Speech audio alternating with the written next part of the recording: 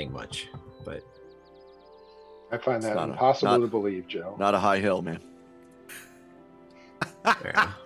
Wow.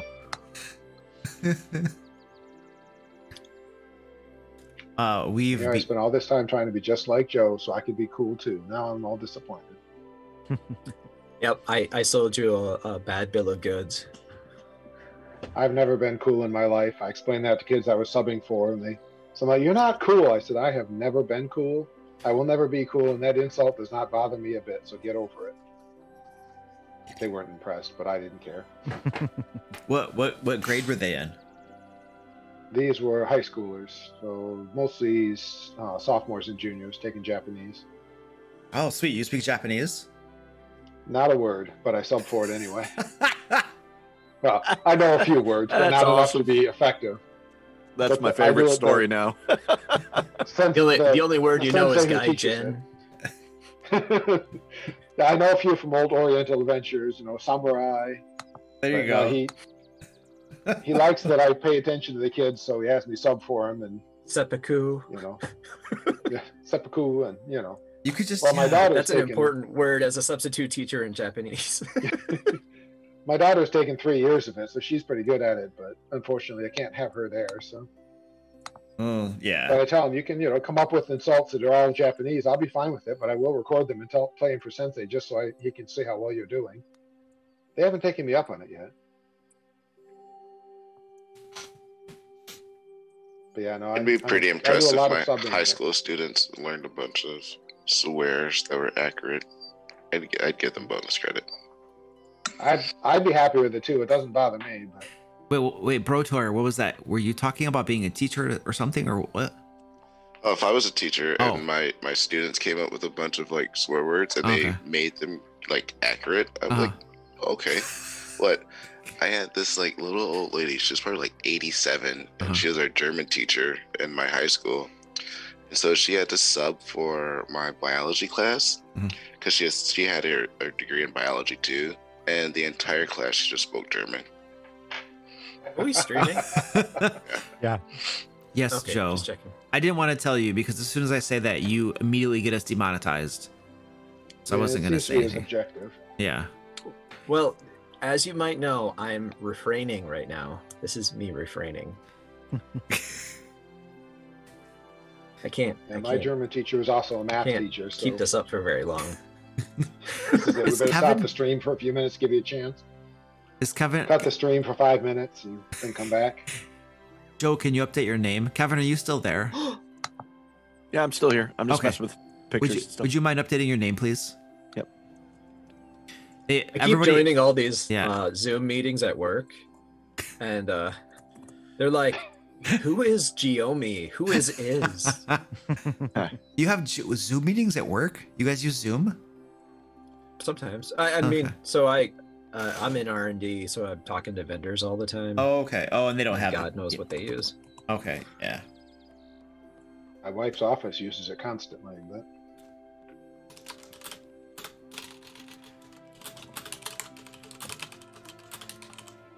I don't know why, but Meridon in Roll20 his power attack. I can click on it now and make my own power attack and do damage like Meridon. Oh, don't do that. Do it. You don't want like power attack. I get 15 points of damage on a 1. I mean, instead of 2 points of damage. Everyone has power attack now because I took the feat. I don't get the 2 hit. I just get the damage, but that's okay. I'll take that. So I can't figure out what sort of character I should make for my brother's campaign. So I rolled 2 12-siders, and to create a multi-class combination, and I rolled Druid Paladin. Druid Paladin. The Paladin one has the Fae or whatever, the one vow that. Oh yeah, Wilderness vow. The Ancients or the something. Ancestor. Yeah, vow of the Ancestor or something like Ancients, that. I think. Yeah, whatever. Yeah, could be. I mean, it's a wide variety of abilities, but dude, you'd have to be you'd have to have charisma, wisdom, constitution, strength. Yeah. Go for the Archer Paladin. Throw Dex instead of Strength.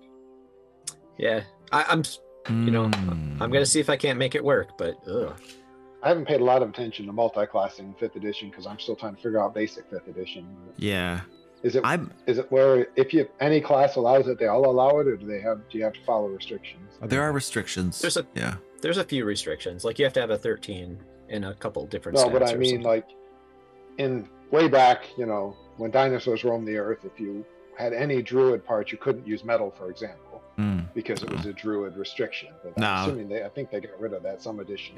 Yeah, it does exist. As long as one of your classes is proficient in something, then you can use it. Like even if you were like Wizard 19, Fighter 1, you would be able to cast spells in like full plate armor. If you started it and you had proficiency in heavy armor. Yeah. Which I get. I mean, it makes it simpler. Which is what I did basically. I took a cleric class to give him armor. Yep. Yeah. Without interfering with his spell progression. It didn't interfere with spell progression? It must have. It messes with my ability to learn spells, but it doesn't mess with my number of slots. How would it not? You took one class in cleric. And the cleric and wizard spell slots combine into one. They do? One. Yeah. It's not a separate. I don't have a separate spell list. Oh, but you only know first level cleric spells. You can never learn higher ones. Okay. Right. I only know first level cleric spells, and I don't have my highest level wizard spells. Yeah. Okay. So your slots are the same, but your spell access is a tiny different. Not a whole lot. Okay. And really, all I want is bless, and I get to wear heavy armor, and I'm also a cleric of knowledge, which gives me expertise in two knowledge skills. Okay. So it's a nice little dip. Yeah. Some of us would like to see you with healing spells, I'll be honest. And Leonis in chat says multi-class is not great in 5th edition. I multi-class all the time. I know most of you seem to multi-class a lot. I just, like I said, mostly because I'm still getting my feet underneath me. I don't feel that comfortable trying to do it. Plus, I love the character abilities, so I've kind of stuck with it. I don't know what Varus would be besides a monk. It was crazier, maybe something. I did monk assassin once. That was sweet. I did a ranger assassin once. That was sweet. I'm seeing a theme. I did. So one of the characters that I did was a bard of glamour and a paladin of command, and that was bizarre as all get out. He was basically a narcissist, but it was hilarious. He was also a dwarf with no beard. Like Brotor. I will say that when yeah. No, Brotor's got 3rd edition, the changes in multi-classing and some of the stuff, that was one of the coolest changes over the early editions, was everybody can multi-class anything, you just have to figure out how to make it work, and that was kind of nice. Yeah. Over the and then there's the multi-classes. warlock, the 1,000 warlock combinations. Everything in combo with warlock. Yeah. I want to be a warlock. I have 2 different sources of power. Give them all their best features at level 1. Oh, okay, that won't be a problem. Yeah. Oh yeah, totally. Everything's like a level 2 or two level warlock splash, and then it's like, do I go 3rd level to get the extra stuff or not? It's always is it 2 levels or 1 level? Yeah, or 2 levels or 3. I will be honest. I was looking at Varus throwing a level of rogue or 2 on, partly for the sneak attack, just so we could actually do some decent damage in melee, but there's just too many cool monk abilities I don't want to lose for the extra So D6. I did Monk of the Shadow stacked with an assassin, and that was hellacious fun. Oh yeah. I'm sure it would, but I mean, partly I don't know how much longer Varus is going to make it, and the campaign isn't huge as I recall, so there's not a lot of levels, and I really want to get the other monk abilities. So. Yeah, whenever I'm a player, I always have a really hard time multi-classing. Like, I'm always just like, I just don't want to give up the stuff I'm gonna get if I stay straight. You know what I mean? And then you delay your ASIs too, and so it's always like, oh, I don't want to do it. So I usually just play it straight, and then I don't have to make like choices. Like how many levels to splash, what's the combo, because I don't know a whole lot about that stuff. As mostly a dungeon master, so it's easier for me to just be a straight class. Yeah. Well, but just taking 2 levels of fighter. 2 levels of fighter is awesome, a third level of fighter gets you a 1920 crit. Oh yeah. Right.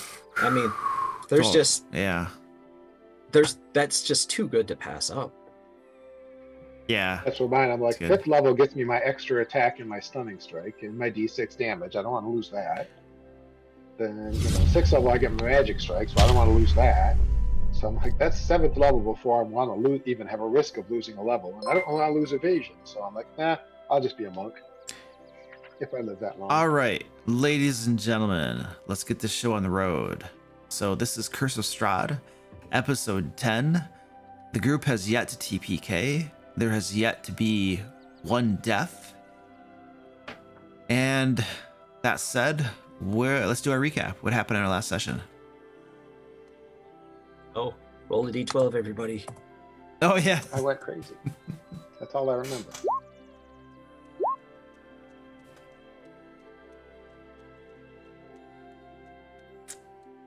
I don't see Brotor in D20 in roll 20. Is he there? No. It might be from last week's. Just bear with me. Brotor is like, roll 20. I just missed you, Somebody's got to stop me from dying again. We will try hard to die this session. I'll tell you what, from now on, I'm going to play a pure ranged character and not get into any melee, so it's all on you guys. I mean, a monk would be better served never to be in melee because they have poor armor class, poor hit points. Yeah. I've got like the best armor class in the party. Do you? And then take that monk that's weapon specialist. Okay. The Kensai? Yeah. I think he can use his Fury of Blows with his monk weapon. All right, so who lost? Could be a bow. It looks like Meridon lost the roll. All right, so we'll I have some bullet points here. I'm sure I'm missing the things that actually matter. Session started. We were outside the coffin maker's house, where we're already rolling initiative. Is that how bad my recap went? I was gonna attack. Oh, okay. No, it's just testing. So we had just escaped from those bitey humanoids, who were probably not named, and we forced the coffin maker to show us where Ernst lived, because he told us that's where the bones of someone, Saint Andral, were located. We left there. We went to the Blue Water Inn and rested.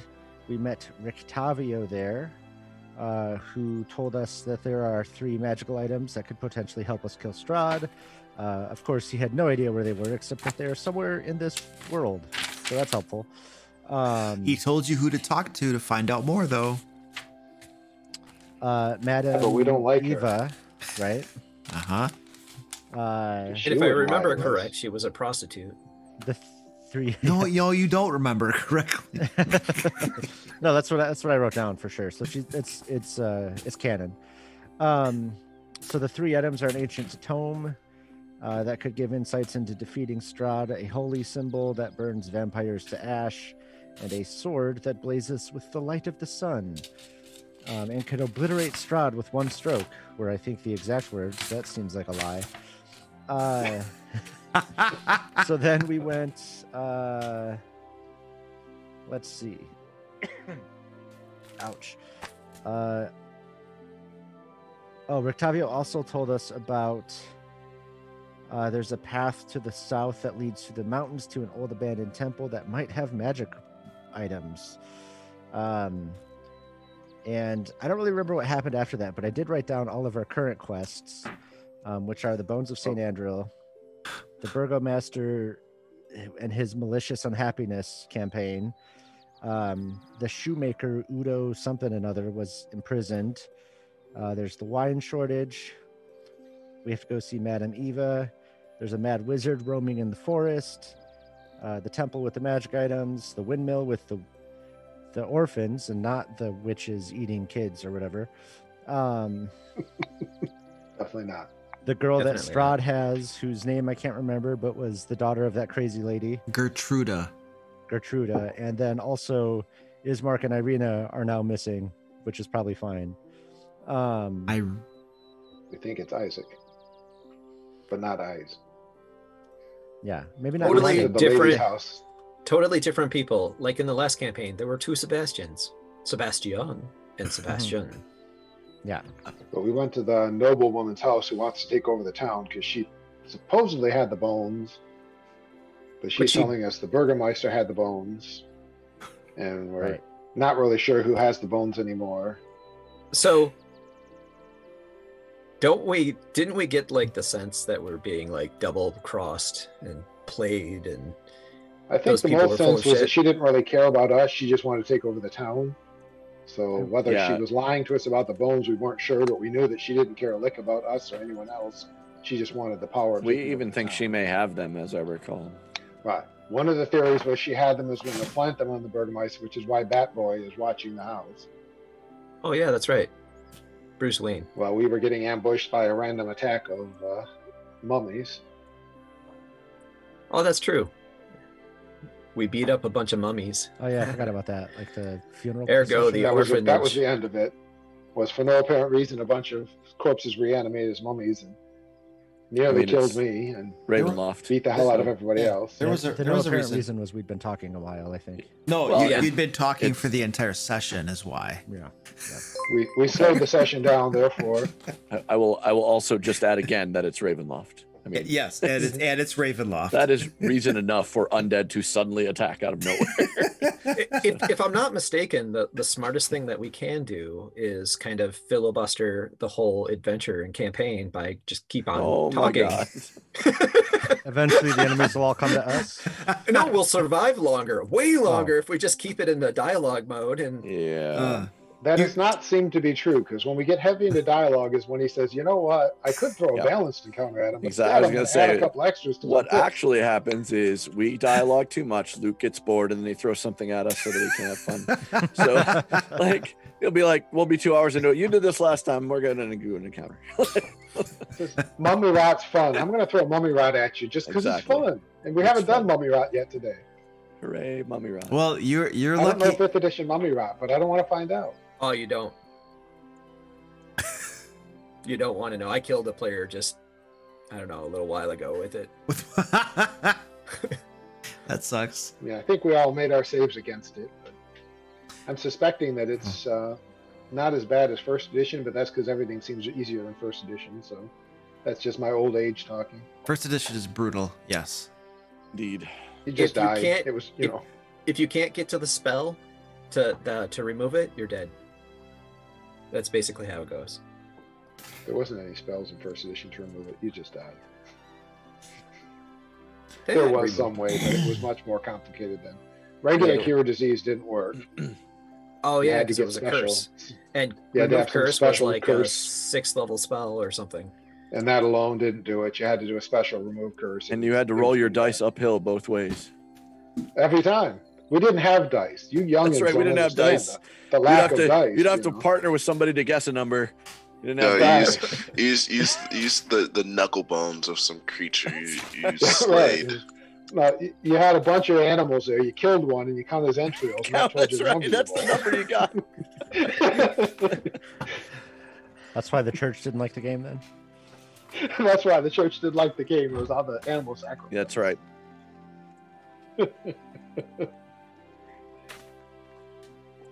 In any case, yes. So we just recovered. I'm back to being at least not dead. And we were going to go scout the Burgomaster's house. Is that correct? We were? Well, we were splitting the party. Oh, perfect. Yes. Iris and I were going to stay near the lady's house, whatever her name was, in case something happened where you guys scouted the Burgermeisters, because I'm the only sneaky member of the party, so leaving me out of the sneaky part made sense, I guess. Right. Well, you do have that pass without traceability, which makes us all sneaky. I did. I don't. He did, if I don't but rest, then he lost concentration on it when we got into a fight. When I died. So, do we want to go kick in the door of the Burgomaster's house, or do we want to kick in the door of the that rich lady who's lying to us? I think the intention was to kind of find out more about both of them before we kicked in any doors. Oh, yeah. There was some plot in which we would have them kill each other, like Yojimbo. That was the real plan, was to set them on each other's throats and have them kill each other and find the bones while they were busy killing each other. Yep. Because I'm pretty sure we're going to take their Isaac on, and that's going to be hard. I think that was what, and correct me if I'm wrong here about the person, but I thought that was Meridon. That was your plan, was to go to the front door and say, hey, and then like Brotor, I think Brotor and I were going to sneak around and try to peek in what we can while you were doing that. But you were basically going to say, hey, this woman wants you dead and something like that. So. Yeah. Oh, yeah, we were going to talk to the burgomaster instead of like kicking in his door. And send him after her. Correct. Yep. And then while all of his, minions are out going to her place, maybe we can find some information about him. Yeah. Seize the opportunity. Well, and there was some possibility that Isaac had kidnapped Irina as well. I don't remember where that came from, but I remember that was something that they were considering. Was that Isaac was behind Irina's disappearance, or whatever her name is, the girl we brought here. I think that's her. Goliath. Just side with Strahd. He's clearly just misunderstood and being unfairly targeted. All right. I think so. Yeah. I'm good with that. I mean, No. That was an option until you took his chairs. Oh, damn. Oh, I know Ice is already going that route, so. I would like to note that it was Meridon who took the chairs. We were very polite. Eyes, you're never polite. Well, I have a really low charisma, so everything I do doesn't look like politeness, but I'm really trying, I'm really polite underneath. Uh-huh. I was polite.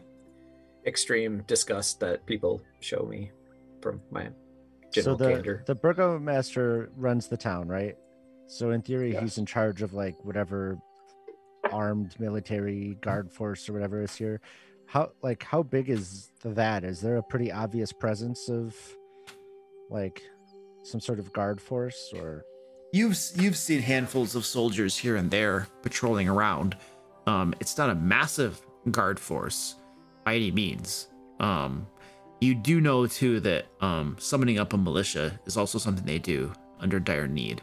But mostly the guard force just kind of polices the populace and keeps things under control. So you might be looking at a few dozen, potentially guards.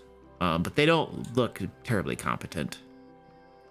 Like, they're not like, veteran adventurers will tear your heads off. So they're kind of like, hey, townsfolk, here's a spear and some weapons.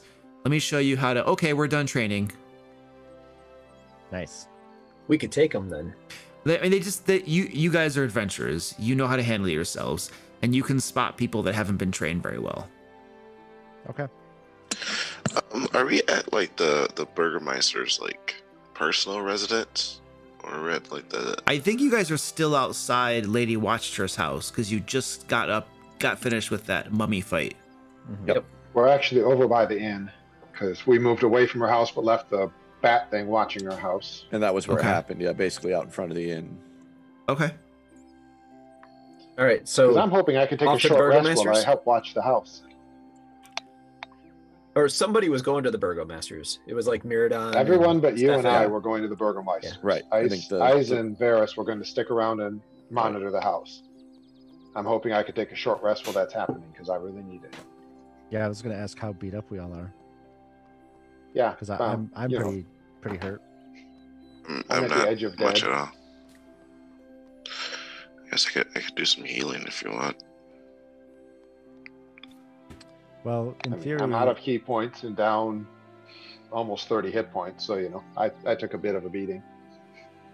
In theory, we could do a short rest. Eyes probably doesn't need one and could actually just keep watching the lady's house. That's true. For any suspicious activity, and then after an hour, we can actually move forward with this plan. Yeah, let's do that. As long as we stay away from funeral processions. Right. Oh, that was the other thing I don't know that got mentioned, but we found out that the vampire spawn 2 sessions ago that we encountered and ran away from are planning on attacking the church tonight, which is why we wanted to get the bones back. Yep. Yeah. We have a timeline. No more long rests. Yeah, it'd be kind of funny. All those people gathered in the church thinking they're safe. Vampires come smashing in. I mean, come on. It's comedy. Varys, you're not in character. I'm always in character. So do you want to try to do a short rest then? I would love a short rest. Yeah, let's do it. Okay. So where are you doing a short rest again? I mean, we're right outside the Got inn, a room right? at the inn. Go to the inn. We go Okay. there. And then eyes, is it your intention to just keep Yep. watching over the house? Surveillance. Okay. Yep. Okay, you guys duck back into the inn to your rooms. Eyes is keeping your eyes on the house through your bat, and all of you guys are holding up for a short rest. And the hour passes uneventfully. So go ahead and spend your hit dice and whatever else you got to do. Not sure how this. I still struggle to make this work right.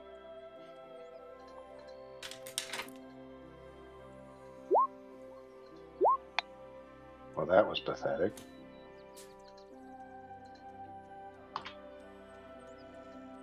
Okay, and I'm now out of hit dice. I'll just use 2, I guess. Well, I was down 2 from before, apparently, so.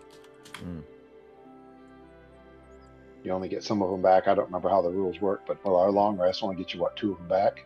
Yeah, I think it's half. Half of your maximum. Yeah. So, Yep. So I only had 2, and that got me to 16 hit points, which is better than none, but I have my key points back, which is important.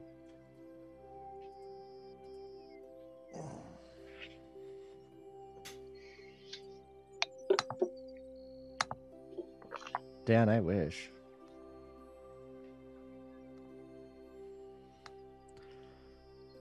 Oops, someone chatted. What? Oh, Luke. Okay. Get another 8 points, Bears. Oh, thank you. Lyra guy is, blessing us today. La area. Thought it was the Thunder. No, that's Shadow Panther. Okay, so we short rest.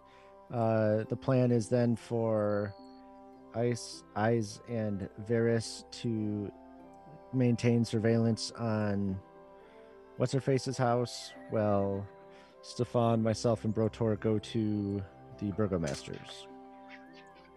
I'm assuming we know where that is. I don't think we've been there yet. No, but I think she pointed out, like we asked her about it. We got directions, yeah. You guys got directions there? Yep. All right.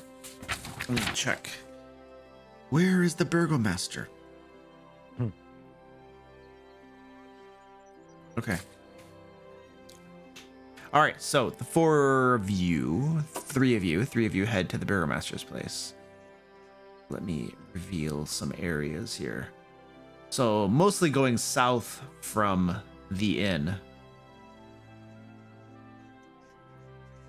You guys come upon the Burgomaster's place, which is right there.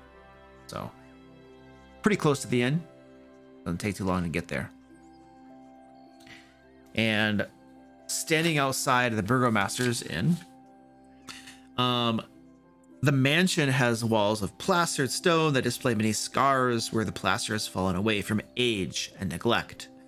Drapes cover every window, including a large arched opening above the mansion's double entrance doors.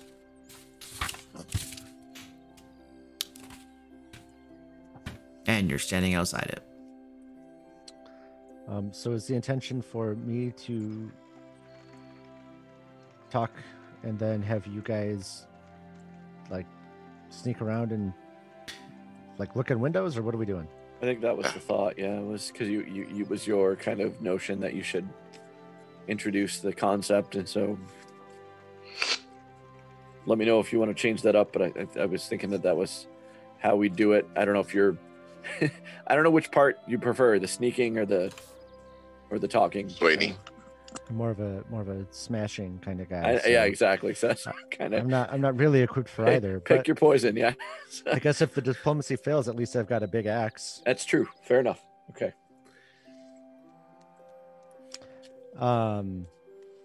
Okay. So, actually, that might be my axe's name is diplomacy. Now that I think about it, I like that. It's a good idea. Like King Louis the 16th's cannons. Yeah. I was thinking in like the Fifth Element when Bruce Willis turns around the corner and shoots the guy in the head and says, "Does anyone else want to negotiate?" Yeah, that's me. All right. So what happened? I got a big black screen now. Oh, Find there your we go. find your token. Just have to scroll down. So I'm pretty much good at insight. Not so much persuading. So I don't mind just sneaking around. Okay. That's good. So you two are going to be kind of looking around through windows and stuff while I distract people at the front door? I think that the general idea there is that if something happens at the front door, you probably can handle yourself till we get there. But if something happens out back, I don't know if either of us are great to handle ourselves until somebody else gets there. So we would go together. Okay. So, yeah. What was that lady's name? Lady Watcher or what? Hang on, I got it written down. I like Luke's amusement as we try to remember. The most important part of this plan is saying who is betraying him. Lady Watster. Watster? Yep. Okay. Fiona Watcher. Yes. Fiona Watster, yes. All right. Watster or Watcher? I have Watster. Watster. Oh, they're the... Never mind. That's inappropriate. But that may not be correct. I don't know if I just spelled it that way, guessing. But if anybody has any objection, please let me know. I have no objections. If I get it wrong, I'll just accuse them of making fun of my speech impediment and start a fight. It's a good idea. Okay. And start a fight. That's beautiful. Yes. Mm-hmm. You think it's funny? Smash. Right. Knock out your teeth and see how you talk. Exactly right. So you guys want to go move somewhere? Yep. Which way do you want to go? Go to the top of it. Okay.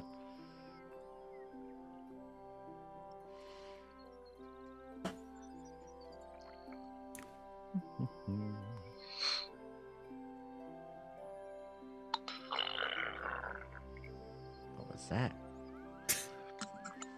Something happening in my throat.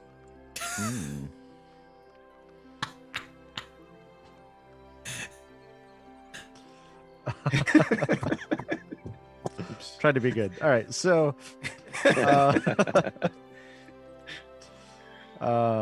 cool. So I'll approach the door. Are you guys gonna just stand there, or are you going around the side? I think we're gonna go around the side. At this point, you're gonna have to start shouting to coordinate. Right. Yeah. All right. They're out of sight, so good enough. That's fine. Yeah, from now exactly. Yeah. So I will pound. Is there like a door knocker, or is it just like? Yeah, they're big brass door knockers on there, in the shape of gargoyles and stuff. So I ignore those and I take one of my hand axes and just with the butt of the hand axe, I smash against the door. Smash against the door. Not with the sharp end, with the handle end. A sliding peephole opens up a little bit and you can see a female inside. Yes. I sort of lean into the peephole to try to get a good view of her. And I say, I'm here to talk to the burgomaster. Oh, I see. Do you have an appointment? I don't need one. He'll want to hear this. Oh, really? Well, what is it? What matter does it deal with? I can see if he is available. Just make him available to me.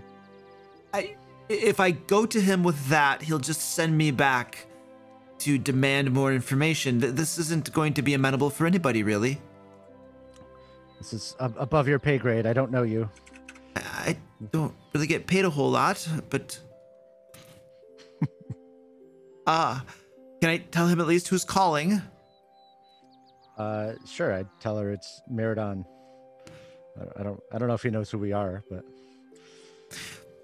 I know she doesn't. Very well then. Please, one moment, and the thing slides shut, and you wait for about 10 minutes or so, and then the thing slides open again. He wants to know your business, good sir. Tell him there's a threat to his life. All right. By another third party, I take it. Yes. Sure. Very well then. Is it true that there's a threat to his life? You're making that up, right? Well, I mean, the lady kind of. wants to supplant, Okay. like, take his spot. I would assume the only way to really do that is to kill him. In my mind, that's how you take someone's spot. So I'm not lying. Okay. Well, and she did indicate she. Okay, anyway, that's sorry, fair. not That's there. fair. All right, the thing closes again. She goes away, comes back about 10 minutes later, and the door opens up, and you see a maid standing behind the portal, and she invites you in and says, "You may come in now, and we will." She takes you down to Bales of hay. the southern. Oh yes. So yes, almost. Say we got 5 Almost. minutes of exploring. Yeah, those. Yeah. So you can see framed portraits on the walls of this grand foyer. There is a long carpeted hallway attached to the foyer, stretching the length of it. But before you get to that long carpeted hallway, you can see bundles of twigs heaped against the walls, and then there's also a staircase that goes upward, like right there. But yeah, there's just bundles of twigs all over the place, just floor, foyer, everywhere, bundles of twigs. And she leads you to a door to the south here, opens it up, and says, "If you'd be so kind as to wait the burgomaster here." And she gestures into this area here. Okay. So I've been out here for 20 minutes, right? That's what I was just thinking. Yeah. Okay. I mean, I'll go in. Would they have had? I'm assuming they would have had time to do some like perimeter stuff. Yeah. Okay. What have you guys been doing out there? So I was kind of moving around, but I was kind of waiting. Just I didn't want to do it without your knowledge. But I'm just kind of like systematically, sneakily going and looking through each one of these windows. Yeah. Kind of seeing what I can see. So the windows, all of those windows you guys have been looking at there, all have drapes along the insides of them, with the exception of that one that you're standing at right now, Stefan. Oh, okay. That window right there does not have drapes across the inside of it. Okay. So since it is the one that does not have drapes across the inside of it, I want to be careful looking in it, because that means that there's a reason it's open. So Okay. might be a room full of people. Yeah, I was thinking I want to sneak behind this little bush right here. All right. Okay, give me stealth checks, guys, as you guys are discreetly attempting to peer into that window. I'm going to prepare a roll for initiative because I'm not going to do well. Wow, we got a 12. Ooh, there it is. And a 6. There it is. So looking in, you can see a cook wearing a white apron over a black smock that busies himself in a kitchen, chopping some meat, preparing meals and whatnot. You can also see a staircase climbing up to the second story in one area of the room. Stand by. Let me see if there is a... Oh, you can actually see through. You guys can see in there, right? The dynamic lighting is allowing you to see in there. Yep, Yeah, I can. okay. All right, cool. All right, cool. So yeah, you guys can see in there. Or you guys were able to see through the other ones too, weren't you?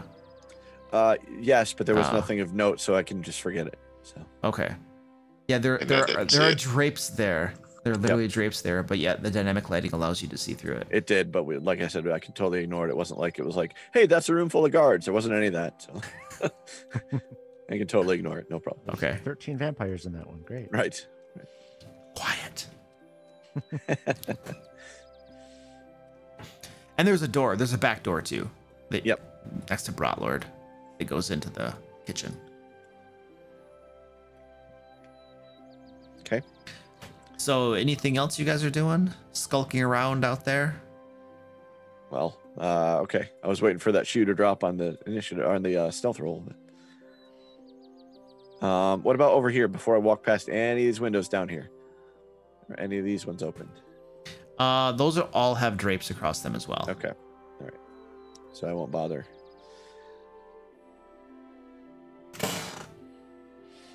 I want to try to lure the cook outside and just take him out. Take him out. The cook? Yeah, we just like hesitate him. You mean like knock him out on the head? Mm-hmm. Or just tie him up. Oh that's a good idea. Yes. Look, do we get a good look at what race the cook was? He looks like a human. No. Does he look anything like Stefan? Stefan, are you a human? I am a human variant, but yes. Yes, it looked like a human, like Stefan. Yes. So Stefan, you could be the cook. He may already know his cook, but I'm willing to try. Sure.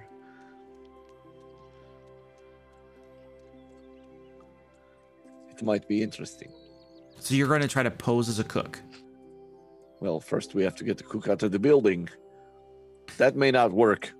So you guys would be aware that in this sort of society, the servants, there's usually a handful of servants, and they're well known to everybody in the house. Yeah. So unless you physically make yourself look identical to him, passing yourself off would not work. Because they would know that you don't actually work there. Like at a glance, you know.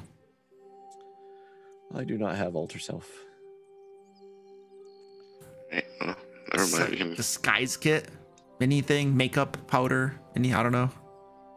I mean, that class was really hard. Did it get scary? It was, I had some drinks and I thought I could miss this day, and I focused on the makeup and I said, well, I'll make it up later, and then I did some other things, and then there was a whole thing with the woman in town. It just fell out of hand. That's fair. It's good. It happens. Don't feel bad about it. No, I won't. Can I pay a little bit more attention to all this farmland over here? Yeah. Mm-hmm. They have a little garden out there. It looks like they have some tomatoes, some beans, some peppers going out there, some pumpkins and stuff. So, you guys see any patches of land that might have just been the dirt is just overturned, where there might be something buried underneath, or just freshly shoveled? A lot of that gardened area is just dirt that's been weeded and stuff like that. So there's quite a bit of the area that it's difficult to tell. You know what I mean? Because it's all if you've been in a garden, it's usually clear of weeds and vegetation except for the plants themselves. So it's difficult to tell. And it's May, so so planting presumably has probably just taken place, which means you probably can't even see anything growing yet. So, I think then that since everybody, there's nothing more we can do here, I think we go wait by the front door. Sure, we go back to the front door. So I guess at that point, I don't know, maybe the same amount of time has passed, whatever.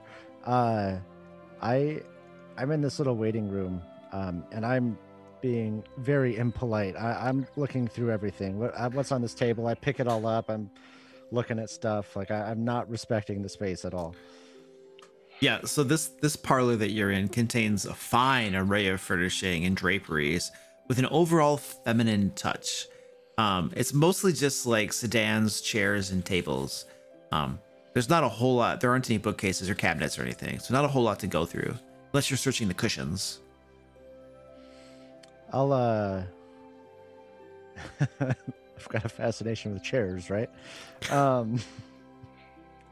I'll take I don't know, whatever, this armchair here, and I'll just sort of lift it up and look under it, see if there's anything interesting. set it back down sort of roughly, not in exactly the same spot. Sort of, I don't know, are there any objects at all on this like table or anything, or just nothing at all? Oh, there's like a platter and a pitcher and then some cups. It has like water in it. There's another pitcher next to it that looks like it might have a little tiny bit of wine still left in it.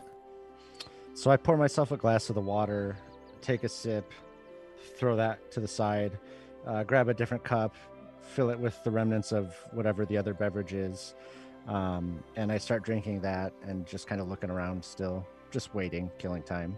Okay. You wait there for about maybe 10 more minutes. And then finally, a man strides through the doorway. And along with him are two massive mastiffs, just huge, up to their backs are like up past your waist. These massive, huge dogs. And Paradon, just in case you need a threat, claim that you're going to shove that dog up that other dog, and then that dog up his. Wow. So just in case you need a threat. Perfect. The man comes through flanked by these dogs, these massive mastiffs, and he nods at you and says, "I am the burgomaster. What business do you have?" And he's dressed like nobility, very fine coat on. It definitely looks like it's seen better days, but at one point it was a very, very well-made coat, just very, very old. He's probably in his like 40s, maybe 50s at this point. Definitely has the bearing of somebody quite important. So I like hold out the wine glass that I'm drinking, and I say, this wine is shit. Do you have anything better? He stares at you for a moment. "And your business, good sir?" I just sort of shrug and I say, someone's trying to kill you. "Indeed. Well, and I suppose you're here to tell me about this someone. Maid, bring good wine for our guest here." And moments later, you have a fresh pitcher of wine. Quite good wine, by the way, from the aroma of it. And also some hors d'oeuvres to go along with it. And he offers you a chair if you haven't already taken a seat, and takes his own seat on a chair across it, crosses his legs and says, "Now, let us speak of this person who seeks my death." So I'll sit, if I can get to it, I'll sit on this couch and sort of like prop my feet up on the table. Okay. And I'll cool. So I just tell him, I've had a conversation with Lady Watchtra recently, and she seems very intent on taking your place. She had many negative things to say about you. Jealousy breeds in her soul. She still holds it against my family that years ago we triumphed when it came to rulership of Vallaki, and her family faded into, well, the annals of history. She and her book club meet, likely plotting our downfall, hoping that someday they'll rule this town. But they shan't. It is firmly in my clutches, and she shan't get anywhere near it. That she plots my downfall is not news to me. But does she have specific plans for an assassination or any such order? Well, certainly. I may or may not be privy to those details, but I'm certain she has plans. Indeed. Do you have proof of such plans?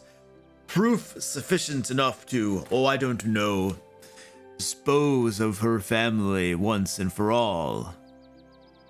Do you know that the rulership here in Vallaki would be most favorably disposed should you have such evidence?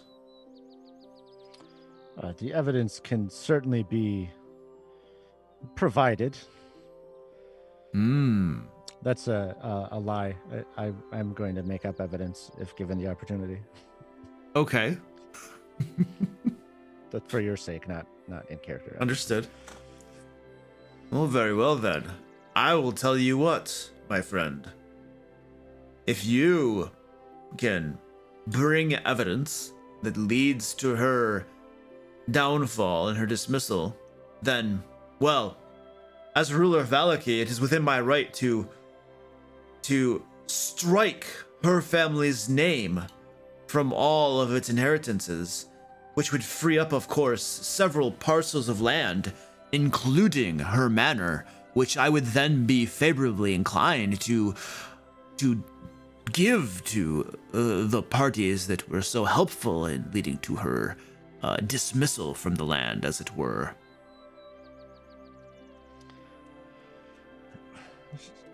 Well, I imagine if you went to her house right now with a decently sized force, you would be able to find all the evidence you need and handle that deed yourself right now. I have no need for land or houses such as this, as I look around disdainfully at the wear and tear. So you want me to take your word for it, break in, and then if we find naught, then the egg is on my face. I nod. Do you know that the Lady Watcher has connections with those who live on the hill? Doesn't everyone here? No, there are those of us that would free this town from its tyrant. And there are those of us who still hold fealty to the old ways and the old rulers. Do I think he's telling the truth? Give me an insight check. I'm not very good at insight, but I mean, I hate this guy. I would assume that he's bad. So, oh yeah, cool. You get no reading on him. All right. Well, this is not very productive. I don't know how to convince him to go. I'm just kind of talking out loud to myself. I'm just trying to decide what I would do, if I would keep going with this or if I would leave. Had to sit for half an hour. He's not doing what I want him to do. I'm probably pretty frustrated.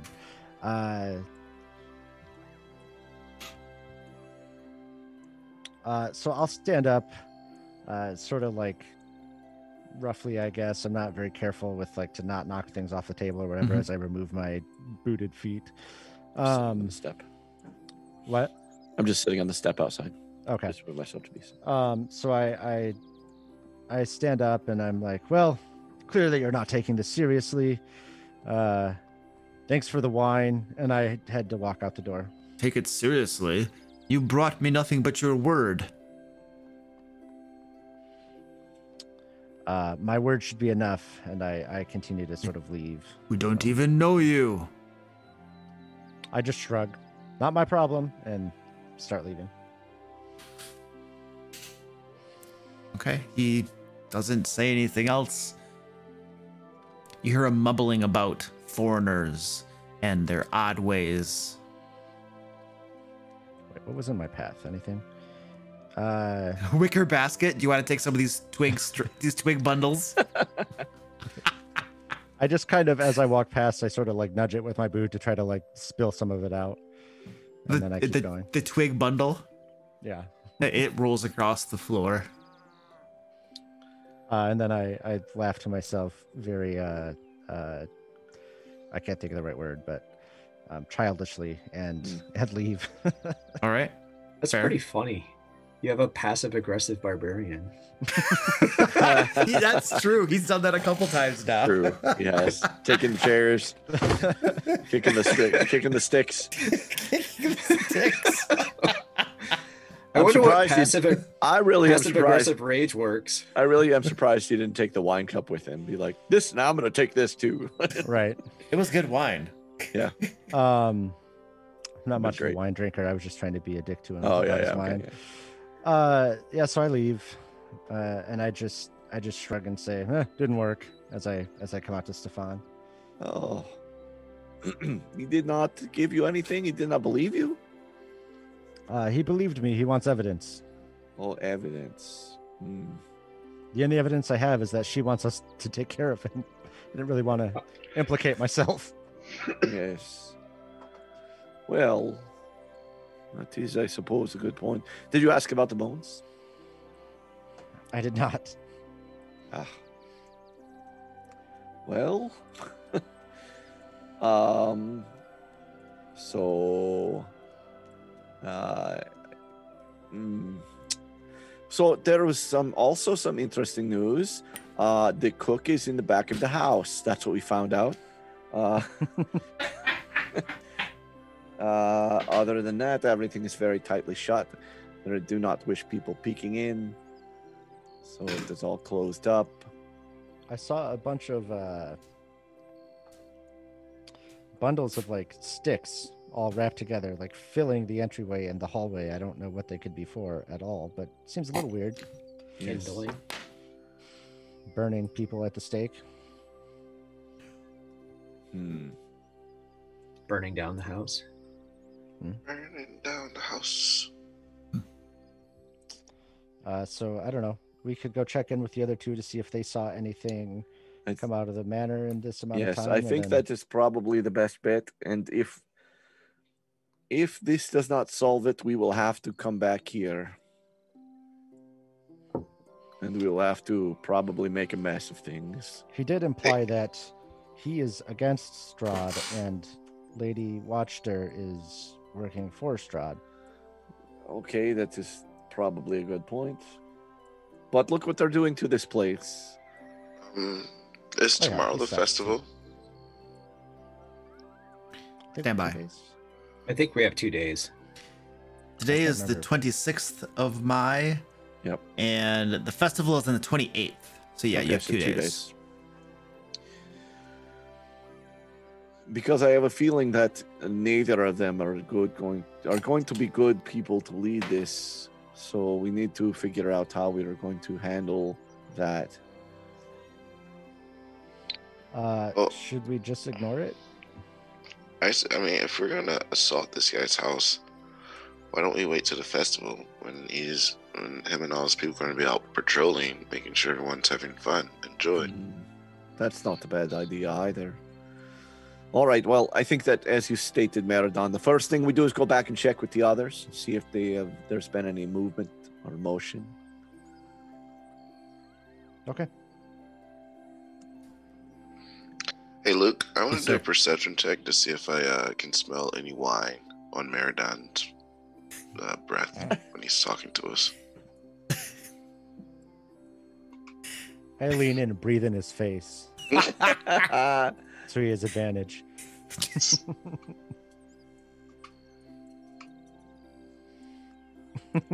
It does appear that Meridon has been drinking. I'll say, do you have any more of that? Nope. God damn it. Baby bird it to him. Yeah.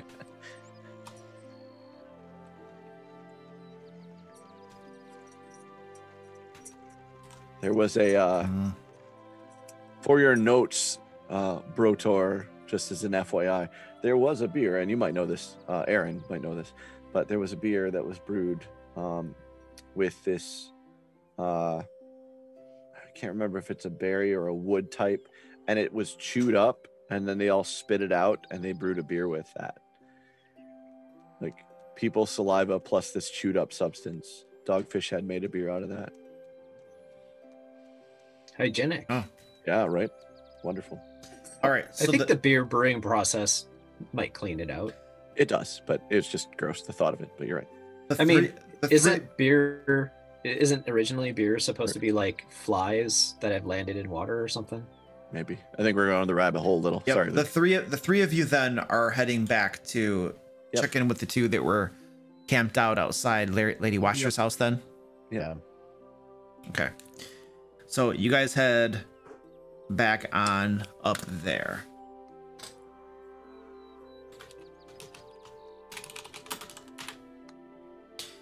And you arrive up there, and Eyes and Varys, all you have noticed of any interest whatsoever is that Ernest returned to Lady Watcher's house while you were there.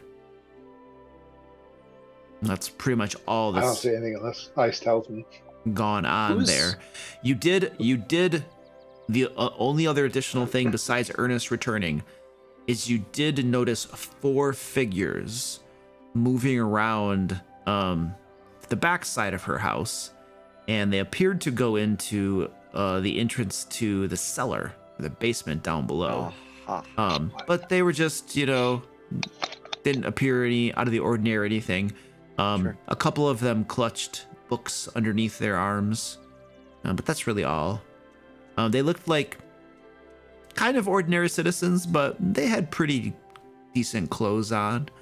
Not like super high nobility, but probably well-off folk. So did Ernst didn't get back when we were visiting with her? Or no, wait, we wouldn't talk to him. And then you met him outside her place. Yeah. Talked with him. Yep. And then subsequently he returned to the house while the other two were scoping it out, keeping an eye on it. Well, I sat in the window and snickered a lot. Eyes kept an eye on it.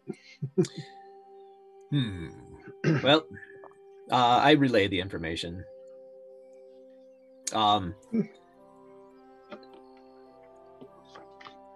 right, you guys ready to kick in a door yet? Did they come out? Interesting change. I still like kicking the Burgermeister's door, and if we're going to be non-sneaky. More people went in. They were carrying books. I can only assume they're death cultists. He said, You make a lot of unique assumptions. She said something. Who did I talk to? The Burgomaster said something about her having a book club. Oh. Well, there we go. Yeah, I mean, death cultists. I don't know that means they sit there and read books. I'm just saying. Right. Well, That seems the only connected. books worth reading are death cultist books. I mean, that's fair.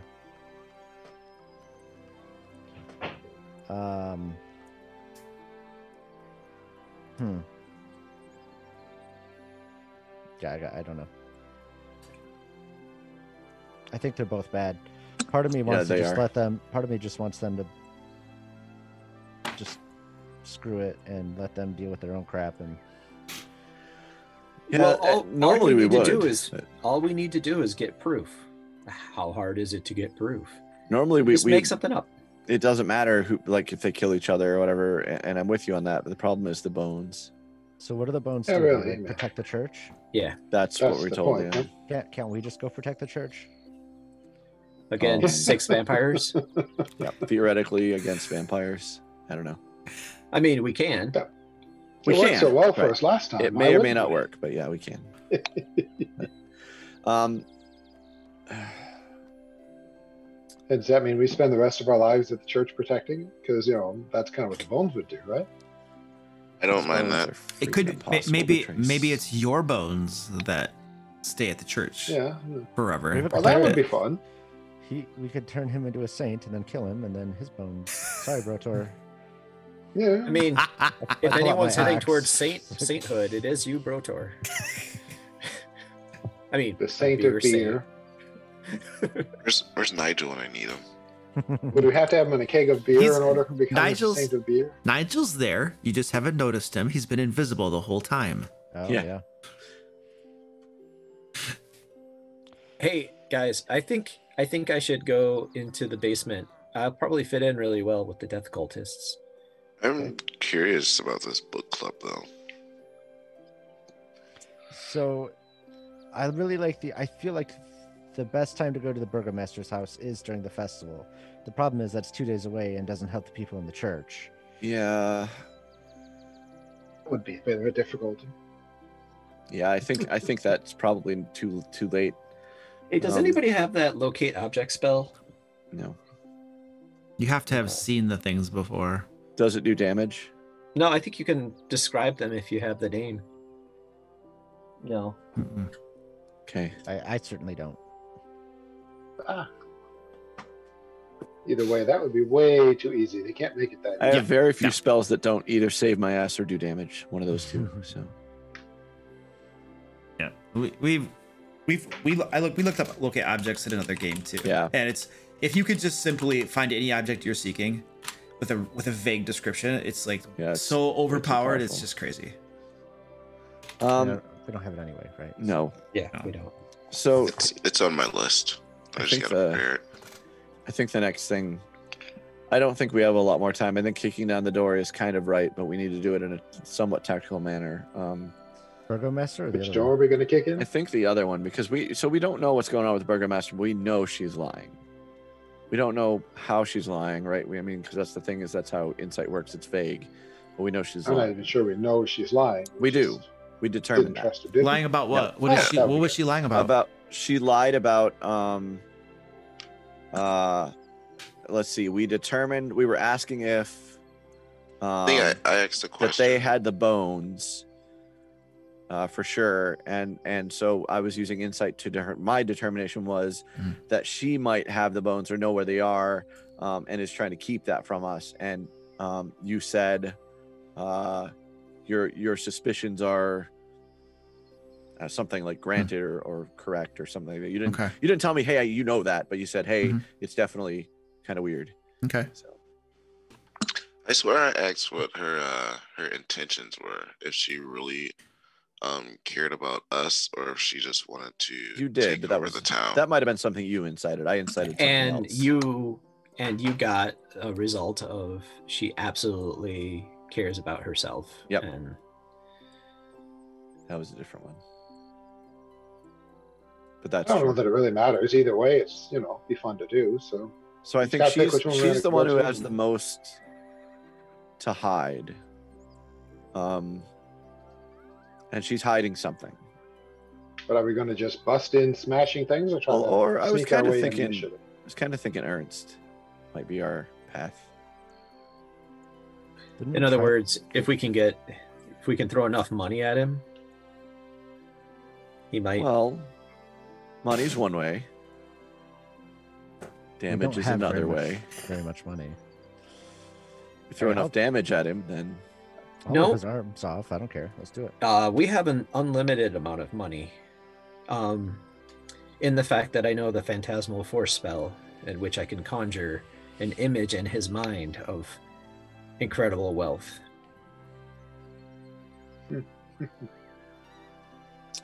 And I don't know. I feel like I don't know. I feel like never mind. I don't want to metagame this, because D&D feels like a game where it's like it's more valuable to beat the crap out of somebody. But I mean, 99% of the rules are about beating the crap out of somebody. Right. They are. Let me go beat the crap out of somebody. I know, that's kind of where I'm at. I'm tipping that way. That's Varys, can you cast the stealth spell again? Oh, sure. Yeah. Pass without trace. Piece of cake. Yeah. Let's use that. Let's stealth into the basement. Let's get a look. What are you thinking, Brotor? I was just gonna say I want to go find out what's in the basement. Okay. I'll just do it under the guise of looking for Lady Watchtower. Wait. Okay. So I missed that. Varys, is she related to that guy from Police Academy? Yes. Yeah, totally. Absolutely. Varys, did you cast the pass without trace on them then? I haven't yet because I wasn't sure we wanted to, but I'm planning on it before we actually attempt our interesting intrusion. Okay. Hey, look, this lady was nice to us and hired us. We should break into her house. Yes. We're not breaking in, we're looking for her. Yeah, sure. Yeah, it's only breaking and entering. It's only breaking and entering if we have to undo a lock. if the door's open, then it's just entering. Yeah. That's the way it works. We're also invited guests. Yeah, and she promised a tour. Yes, absolutely. I promised a tour after we came back with things being solved, guys. I mean, again, I'm all for going and trying to find Irina and the bones at the Burgermeisters, but you know, either way. I think that no matter which way we go, we're gonna have to go to the other one too. But Yes. Oh, probably. So let's It wouldn't be as start funny if we did somewhere. Yeah, let's go to the let's sneak into the basement. Yeah. Okay. So yeah, I'll go ahead and fire off a pass without trace. All right. And how long does that last? An hour, if An I can hour. concentrate. I put it in roll 20 just to have Okay. it visible. So it is concentration. All right. So I'll be concentrating on it, but for the next hour, we get +10 to stealth checks and no tracking except magical. No tracks, no trace of passage. Other than magical. Yeah, anyone with magic obviously just messes my magic up because they're mean that way. All right. So that'll last until 2 p.m. And again, I would wait to cast it till we were pretty much at her place or just about to go to her place. Yeah, you guys are all outside her place right now. I got you on the map, and you have just Oh, there I am. you have just This is the cast front past door, that right? trace. I'm gonna put you over to the side here. This right here is the entrance that you saw the 4 figures going into what looks to be probably the cellar entrance or basement or whatever you want to call it. I try to open it. You try to open it. My headphones.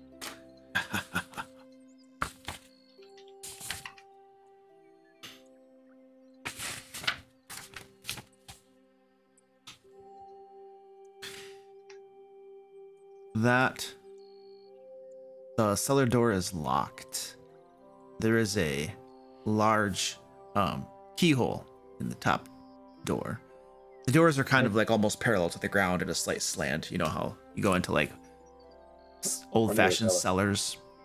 Like tornado. All right, I guess Yeah. we're going to be breaking and entering now. I Well, gestured at Varys, who I think is proficient in. I was gonna say tools. we want to try and not be loud for now until we have to. Oh, help. sure. Happy to do it. If He pull out my thieves' tools and try to remember how to do that. Okay. I assist with my Dex axe. check with proficiency bonus. Yes. Yep. So it's going to Basic. come up as acrobatics because that's my dex check Okay. with proficiency bonus. But I was it's gonna decent. You're proficient with these tools, right? I am. Okay. Cool. I may have fractured a law or two as a child. Dude! 25. All right. What? So Varys, you go to work on that thing, and after about a minute or so, you manage to get all the tumblers to click up, and you open it up. Not a problem.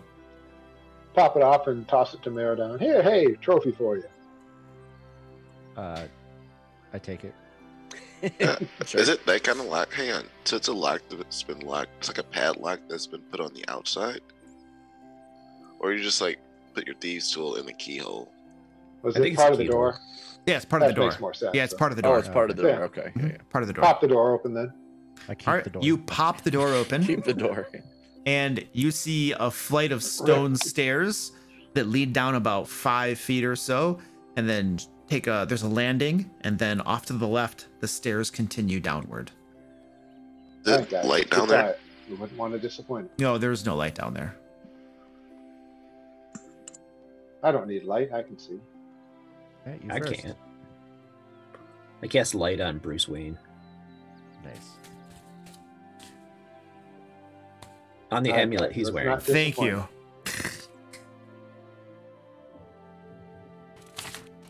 Everybody be quiet now. We don't want to disappoint everyone. Shh.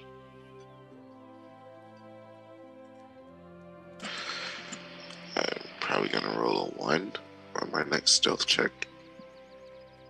Well, that'll be an 11. So are you guys going down the steps? Yes. We are. Nice and quietly. Okay, everybody give me a stealth check, please. Don't forget Remember, your plus 10. 10. Yep. Wow, that's a terrible roll. 15. Ugh.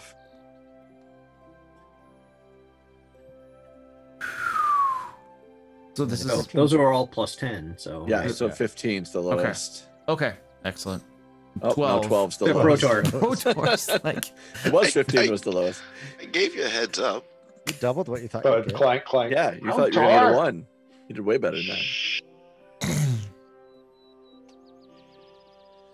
Come on, man. You're breaking the line. Ah. And we were all teleported. Yeah. Every time.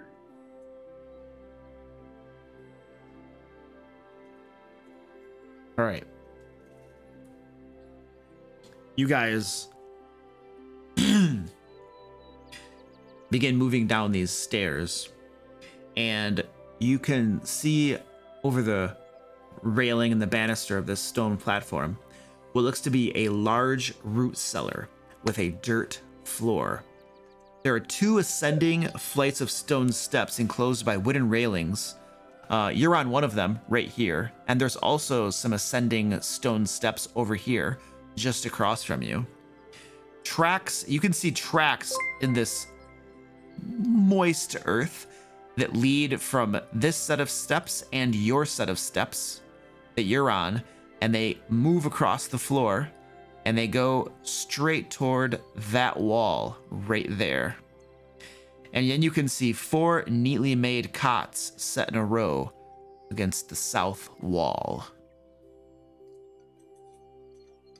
That door, that wall is probably not the wall. Probably not. All I'm of gonna put down off all the of the stairs. footprints leading into the wall. It's very suspicious. Just a little bit. So I'll just flip down beside the stairs here so we're out of the way. I'm going to examine these cots to see if they've been used recently, if there's any objects of interest, that kind of stuff. I'll poke the wall. Okay, give me a perception check. Meridon, as you... Oh, make an investigation. I'm trying to see if they've been used recently.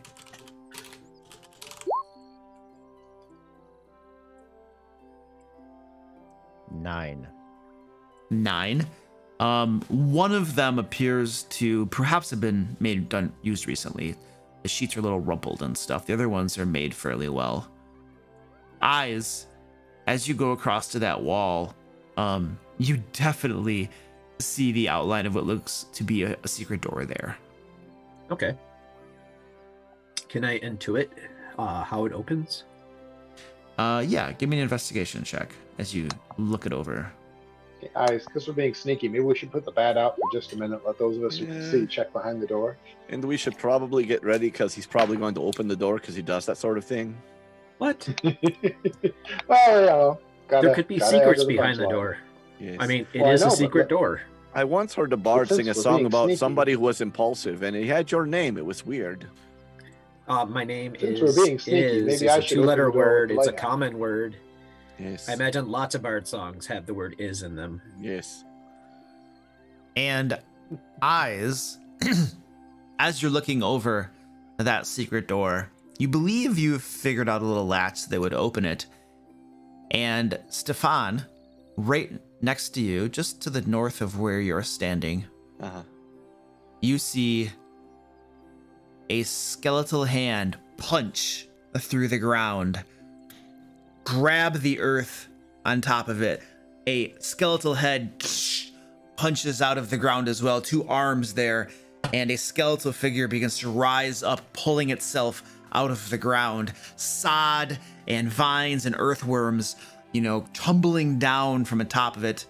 Inside of its rib cage, there's just a swarm of earthworms, purplish mostly, big, fat, plump ones. And that one, stand by, begins pulling itself out of the ground. And then Meridon, just north of you, another one begins pulling itself out of the ground. And Brotor, nearly at the base of the stairs, another one of these skeletons with earthworms infesting its ribcage, pulls itself out of the ground as well. 3 of these things now climbing out of the ground. I bet some cultures think this is Delicacy. Eyes glowing red with hatred, they heft up massive axes that they had buried along with them. Just big, huge ones with bits of dried blood on them. And everybody roll initiative as they move to attack. This was unexpected. Oops, I don't think I clicked on my guy. Sorry. Yeah, I didn't either. Oops, yep. It's been so long. It's been a couple weeks, yeah.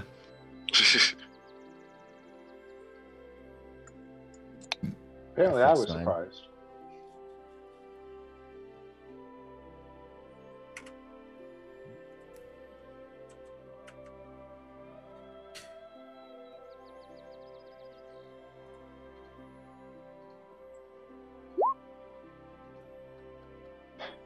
Well, at least I get the 11, I hope, instead of the 7. My goodness. Yeah, I changed mine to the 6, even though I got a 15, because that's the one I actually rolled. So. Okay. Yeah, I actually went the 5. other way, amusingly. Brotlord, you got a 5? Yep. Okay. Eyes, you're up. I will have Bruce Wayne temporarily distract him while I chill touch that guy. Wait, which guy? The guy right in the middle of the room, Okay, got it. right under Bruce Wayne.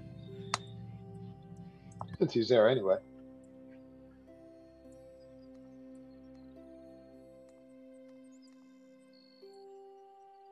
Twenty-one for four necrotic. That does it. And I move up to him and act all intimidating like. Necrotic damage on him? Yeah. Okay. Yeah, he's very intimidated. Good. Meridon. I will rage. And then I guess I'll just attack this one here. Power attack.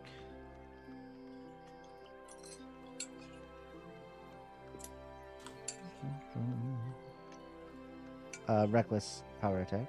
Okay. Fuck me. Wow.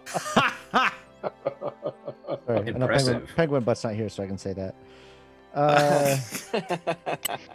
All right. Yeah, I guess I just suck. And then I'll move to You here. whiffed that. Okay. And you moved there. And... Ooh, my turn. Wow, that's crazy. So this guy right here was just attacked by Eyes. So he will return the favor, hefting up his massive axe, swiping at Eyes. If he's undead, he'll have disadvantage on the attack. Okay. I don't think they're undead, but understood. Just checking. I mean, these could be worm piloted skeletal mechs. True. Oh! They're worm geez. golems. I just missed. A swing and a miss on Eyes. And then the one that Meridon had attacked will take a swipe at Meridon with advantage. Mm-hmm. That is a big old hit for Probably not that big. 14 points of damage. So 7. Yes, if you're raging, yes. Yep. And then the one north of you that you just moved up to as well will take a big swing at you. Okay. With its axe. Oh, whoops. I screwed that up. Try that again. Miss. A big old miss. Its axe buries itself into the ground and it yanks it out. Eyes blazing with hatred. Varys, you're up. And Varys has... Oh, there he is. There he is. Sorry, I had a homework emergency I had to jump in on. Okay. Well, Varys smiles. Apparently, we've gone just a little too long without some entertainment. And then takes a quarterstaff to one of their heads. Well, the closest one there. Oh, look at that. More damage with one hand than two. Nice. So 10. No, 6, because I used it two-handed. Oh, nice. I wish I used it one-handed because it's always better, but I don't. I use it. You got to turn that stuff off. It's psychologically like it's messing you up, man. And then I will spin kick into him after I tap him upside the head with my stick. There you go. 14 hit. 14 hits. All right, so 6 more. So 6 and then 6 for the quarterstaff and the unarmed strike. Well, chuckling amused at this sudden random attack of weird creatures from the floor.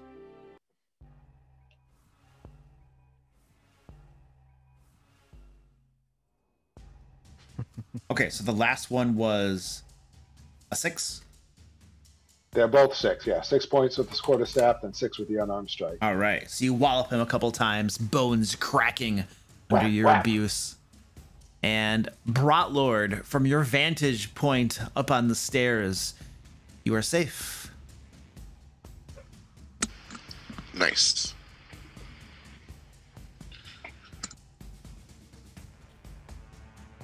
Would you like to do anything? I thought it was Stefan before me. Yeah. Oh, you're twice on the board. Let me get you off from there. All right, Stefan. Okay. You are in the midst of a wild melee. Yes, I don't like it. And you just moved next to another creature too. I did because there's something I can do that'll affect 2 creatures. So okay. So I'm going to use Word of Radiance. It has a 5-foot range, so it'll hit both of the guys. I can choose so each creature of my choice within range. Okay. I also could double that if I wanted to, but I'm not right now. Well, maybe I should. I could hit the other guy. I think I will. I'm going to spend a spell point. Hang on. Sorcery point. And I'm going to distance spell, which will make it 10 feet, so it'll hit all of them. All 3 of them. Okay. Hang on. I'm trying to... Where did my character go? There we go. Spells. Word of Radiance. Oh, this is in the way.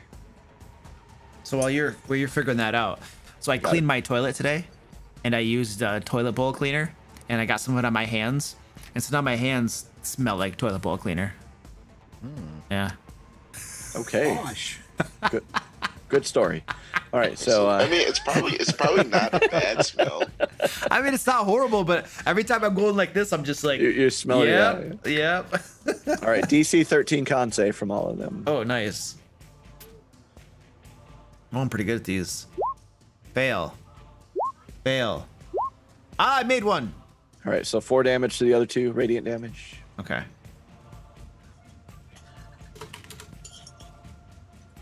Hey, Luke, which one made their save? This one right here made it save. That's the only one that hasn't been damaged yet. That's correct. Yeah. Okay. By the way, Varys, you noticed that when you thwacked that one with your quarterstaff and your unarmed strikes, that it took far more damage than you're accustomed to a creature taking from your attacks. So I hope you could hear that. It's a weird insult. You actually did damage for a change. It's so weird. Didn't do nothing. It's crazy. Brotor, you're up. All right. That's the rhythm. Sorry. And we said this is the only one that hasn't taken damage yet, correct? Yes, that one has been unaffected thus far. Yeah. For me to jump down, how much movement is that? Jump down to where? Right here. Oh, 5 feet. Then you'll be falling a little under 10 feet, so you wouldn't take any damage. All right. So I'm gonna move to here, just diagonally. Okay. And then I'm going to shout to Stefan, "This is how it's done," and also cast Word of Radiance. Are you able to spend a sorcery point to make it hit all 3 of them though? Just those 2. You're only going to be able to hit those 2. Why bother? Yep. Useless. Constitution saving throw. What's the DC? 14. One of them failed. All right. Sorry, I thought I wrote this already. There you go. Two damage. Yep.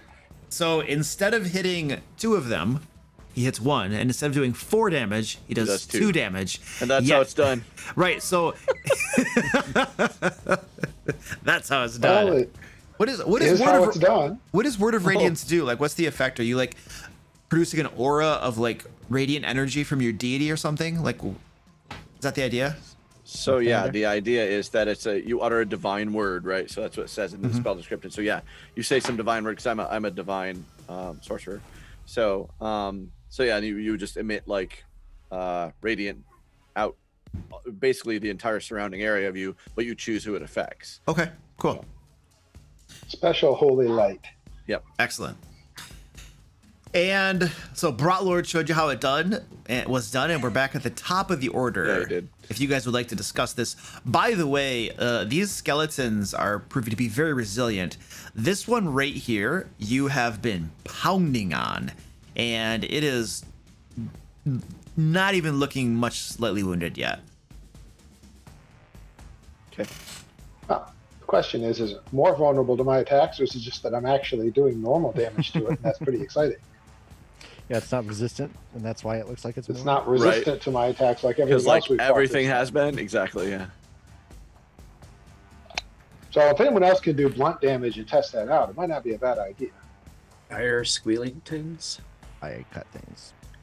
Huh. I know that. That's why I was saying someone else, because I was pretty sure that My damage is piercing. If I turn my I axe don't know. upwards, Okay. can I pretend it's a quarterstaff?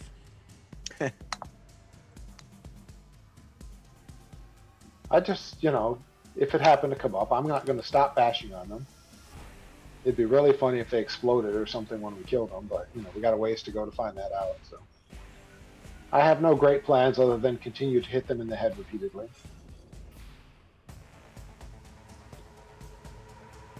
And chuckle. Wonder what I can get a drink. Question is, will something come through the door while we're doing this? Who's up first? I should have silenced this too. I'll be up first. I'll be casting Bless. Eyes is up. Okay, who are you blessing? Our melee fighters. Mm-hmm. I know I count for that. I don't know about anybody else. I was gonna say I don't think I do. I shouldn't. And Meridon counts. Yes. Is anybody else actually a melee fighter? Because everyone else uses spells. I mean, I can be. I know, but you No, are. I'll upcast it so I can get everybody but myself. Okay. Just in case you I want to feel use blessed. like that uncure wounds spell. I mean, So, okay, so you're gonna cast Bless on everybody else but you. Yep. Okay. Put a little marker on your guys' tokens, if you would. And I'm concentrating, so I'll put this little dense face. The dense face. Oh, is that concentrating for us? Okay. I don't know. that's what Varys used. That's what Varys so- is using? Okay, cool. Yep. All right. Not So for any specific reason. I just liked it. everyone has Bless on them except for Eyes then. And that was your and action to cast that, right? Eyes? It is. Okay. And I'm going to use Bruce Wayne to give advantage to the next attack on him. Okay. Meridon, you're up. I think he said he went to get a drink. He's sitting right there. Okay. And he's talking into the mute well-minded. Yep. The mute well-minded. The Muke. The mute well-minded. Yes. Good job. So Good I job, Joe. was blessed. Is that what this heart is? Yes, I put that on you for It being is. blessed, yeah. You just gave everyone. The rest of us got Everyone angel else- wings. Oh, we got did hearts, little angel wings. Yeah. Oh, that's Angel what it Wings? Oh, my bad. I didn't. Wow. Not. I'm half dead. It looks like. I All just right, cool, I just whatever. picked something. was. Yeah, it's fine. Oh, I see him. I see him. So did I. I just like the angel So wings. what's up? This I have advantage if I attack this one on the left. Yeah. I Yes. don't have to recklessly attack. Well, I mean, Right. you still probably should recklessly attack. Oh, okay. Yeah. So, Double yeah. advantage. If I get to roll 3 d20s, I'll do it. Yeah, right. Yeah. Super All right. advantage. Mother. Jeez. You get a D4. Climbed all the way to an 8. Oh yeah, you get a D4 Use on those luck that. points. You get a D4 on that. I don't think I have luck points. Let me see. Luck points. 11. I'm pretty sure I used mine up when I died, but Yeah, I don't have any. Can I spend sanity to make it better? Um, come to the crazy side. We're all having fun over here. that's actually a game mechanic in Cult of Cthulhu, where you Is it really? Yeah, something like that. It's similar to that. Well, I'll angrily stare at the ground that I have now hit twice, and assume that is my new enemy. All right, fair. That ground is not going to pop back to Armor you. class was above 11. Huh? Not to keep track of armor classes. Meridon did not hit the skeleton. All right. And he got an 11, so therefore. Yes. Not that we're trying to figure out the armor class or anything, but No, we'd never do that. Never. The skeleton. This skeleton right here, that has been getting walloped on by everybody. he feels put upon. I think Varys is the one that hurt it probably the most.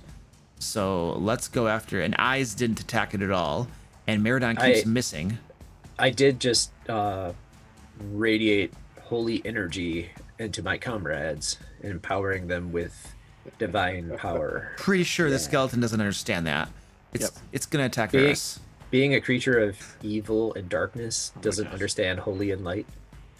It's going to crit Ferris. Just let it happen. Come on. So, just to be clear, like, if he attacked or if he understood anything about holy light, that would come from myself and Brotor, really. That's what he was Yeah.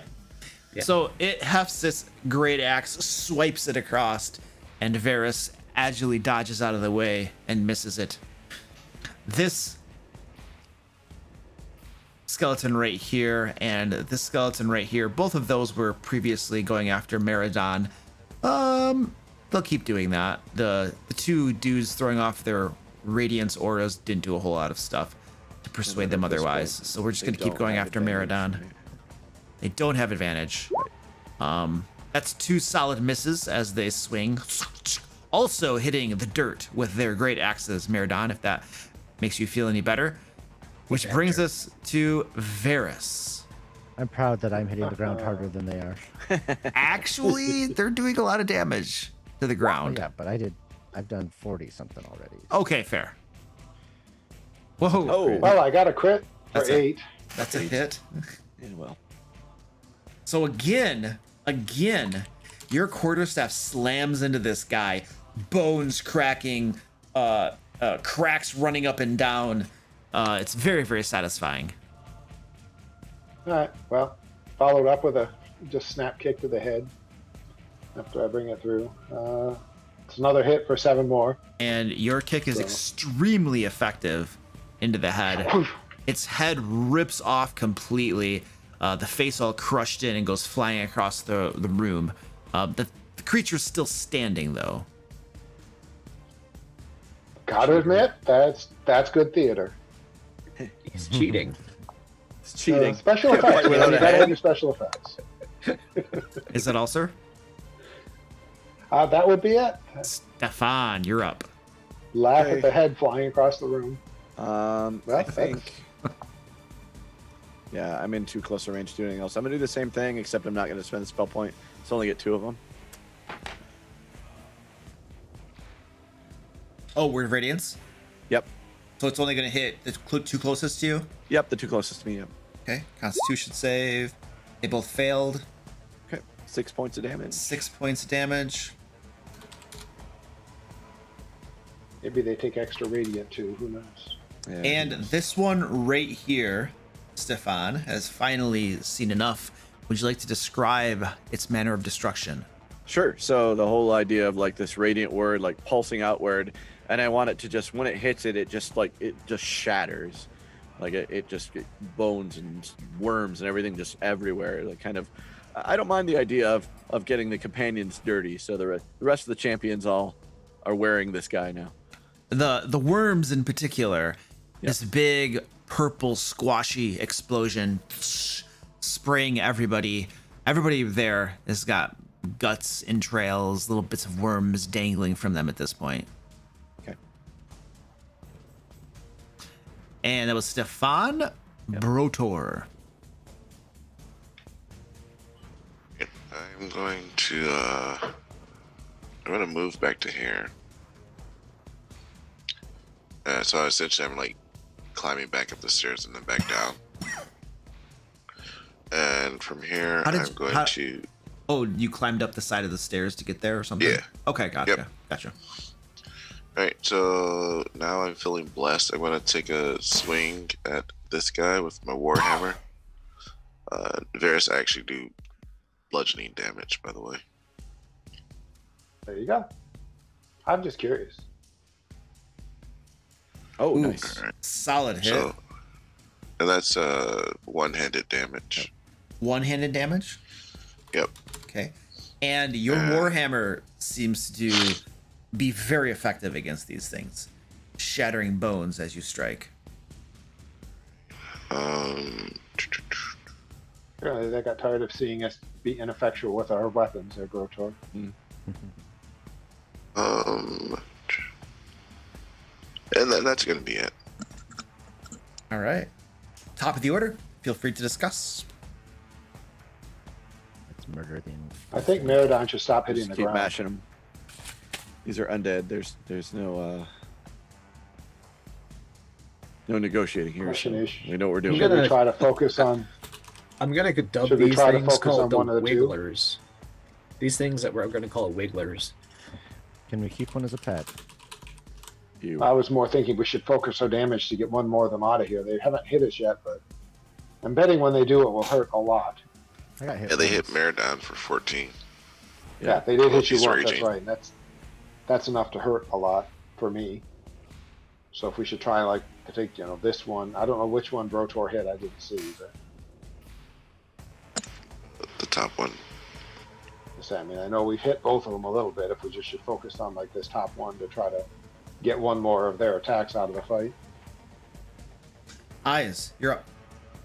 All right, I will move here, and then to here, and I meant to stay here.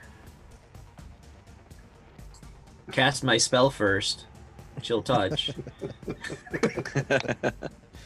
All right. Pretty sure that provoked an opportunity attack. I'm not sure. Right. These All ones. right, and then I move up on him. Did you intend to roll with advantage? I did, but I should have said out loud that I was having Bruce Wayne aid me, but I didn't. So Bruce Wayne will aid the next person. Okay. So I miss. Okay. So you move up to there. Bruce Wayne is aiding what? The next attack on this guy? Yeah. Okay. Got it. Meridon, you're up. Try this again. You can do it, Meridon.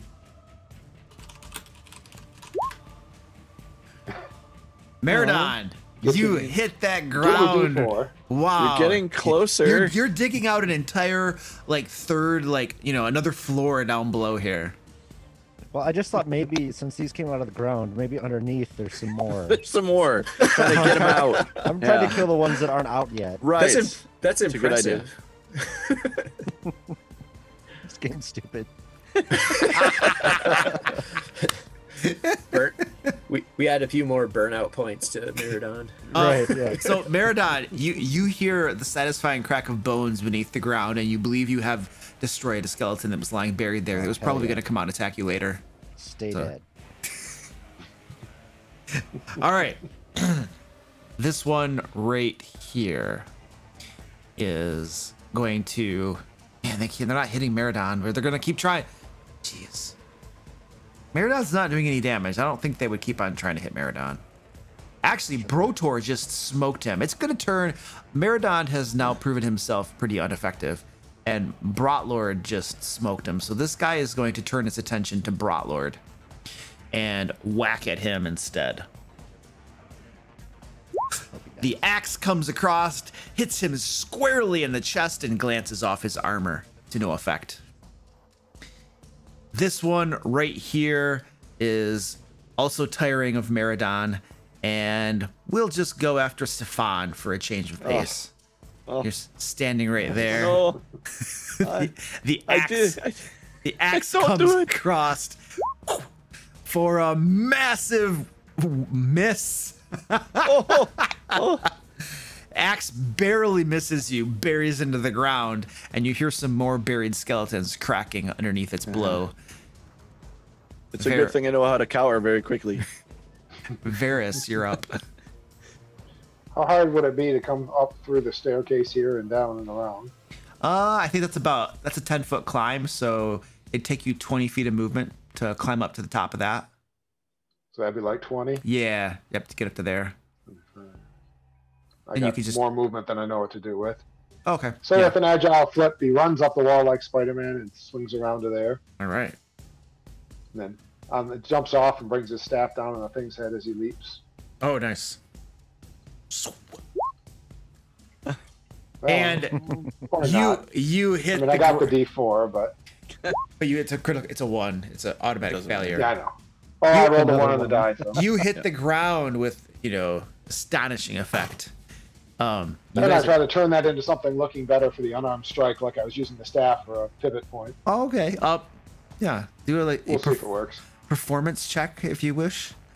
See how well you pull this off. Oh, sure. Why not? I'm really bad at that, but it'd be funny. Nope. Yeah, not so well. It's very clear that you just totally whiffed. Oh, yeah. I'm okay with that. However... You hit on that, though. That hits. Ow! Kick! That hurt. The ground's hard.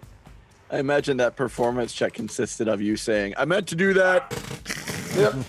Well, Marathon was doing it. I figured I'd give it a try. Looking around nervously. Yeah, I meant to do that.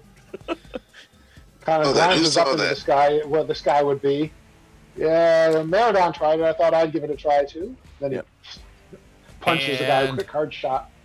All right. For 6. Stefan, you're up. Oh man, that guy's attacking me. That's bad.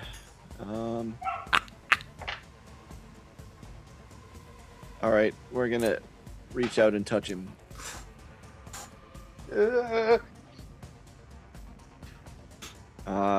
21 to hit, or 19 damage. 19 necrotic. 19 necrotic. Oh yeah. The radiant version of that spell. That is a. You nail him. He used to work like that. Bones crumple away to ash. Used to heal him, so you know. And is it all, sir? That is all. Brotlord. Taking another swing with my warhammer.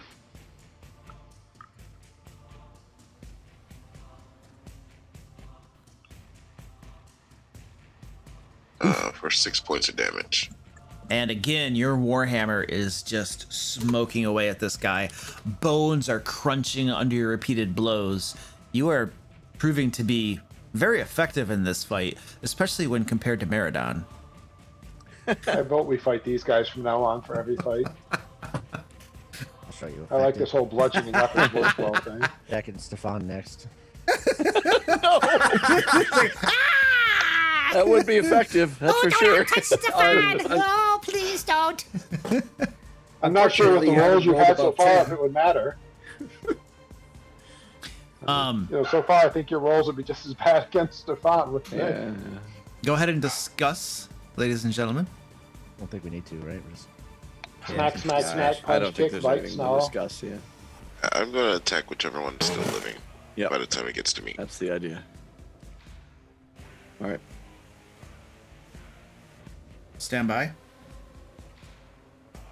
Well, you need us to discuss so you can give us more enemies. Let me switch over to this other layer that Maybe has... we do need to discuss. They're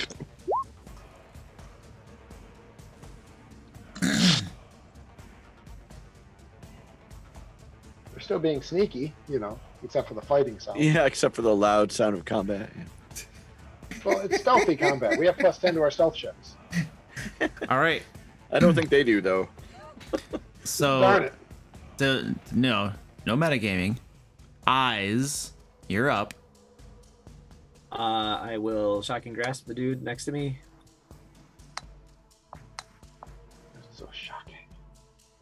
And come on, just do it. Why did I Are have they this wearing thing? metal armor? Don't think so. 12. That hits. They're not wearing metal armor. For 1 damage, take that. Ooh. I basically rubbed my feet on that carpet so bad. That guy is That's toast. Scuffed all the way over there. And Bruce Wayne will grant advantage on the next attack. All right. And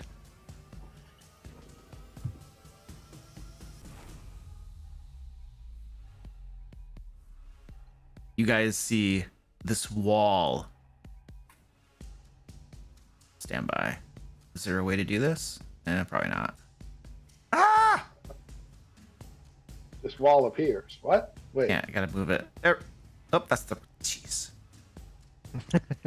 We're moving the wrong walls. I don't see that. I Move don't the see that. actual wall. Help! I'm metagaming. People are not gonna see it anyway. It's just a slightly different angle. I'm metagaming. I can't stop. I can't get the right wall. There we go. I got it. Okay, that's better. I see men in clothes. That guy looks like a bad dude. All right, so the secret door swings open, and you see a guy outlining the door. He is wearing studded leather armor. He has a scimitar in one hand and a dagger in the other. He definitely looks like somebody's guard or something. But he has a swagger to him that lends you to believe that he knows what he's doing.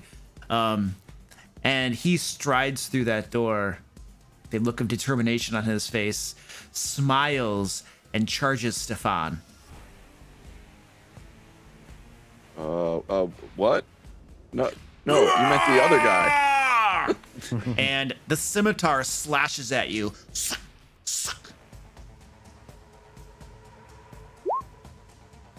Woo.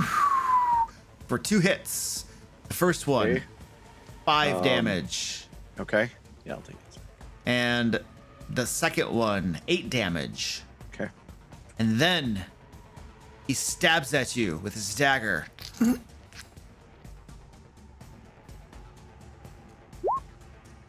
Also a hit with your 11 armor class Yep. for 4 piercing damage.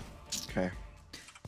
And then another one of these guards charges through the That's a door. lot. I'm going to get rid of the skeleton just so he's not cluttering up my battlefield.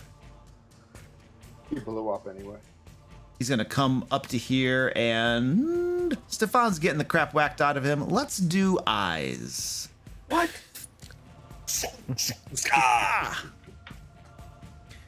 So There are some slash, pages, isn't slash, stab.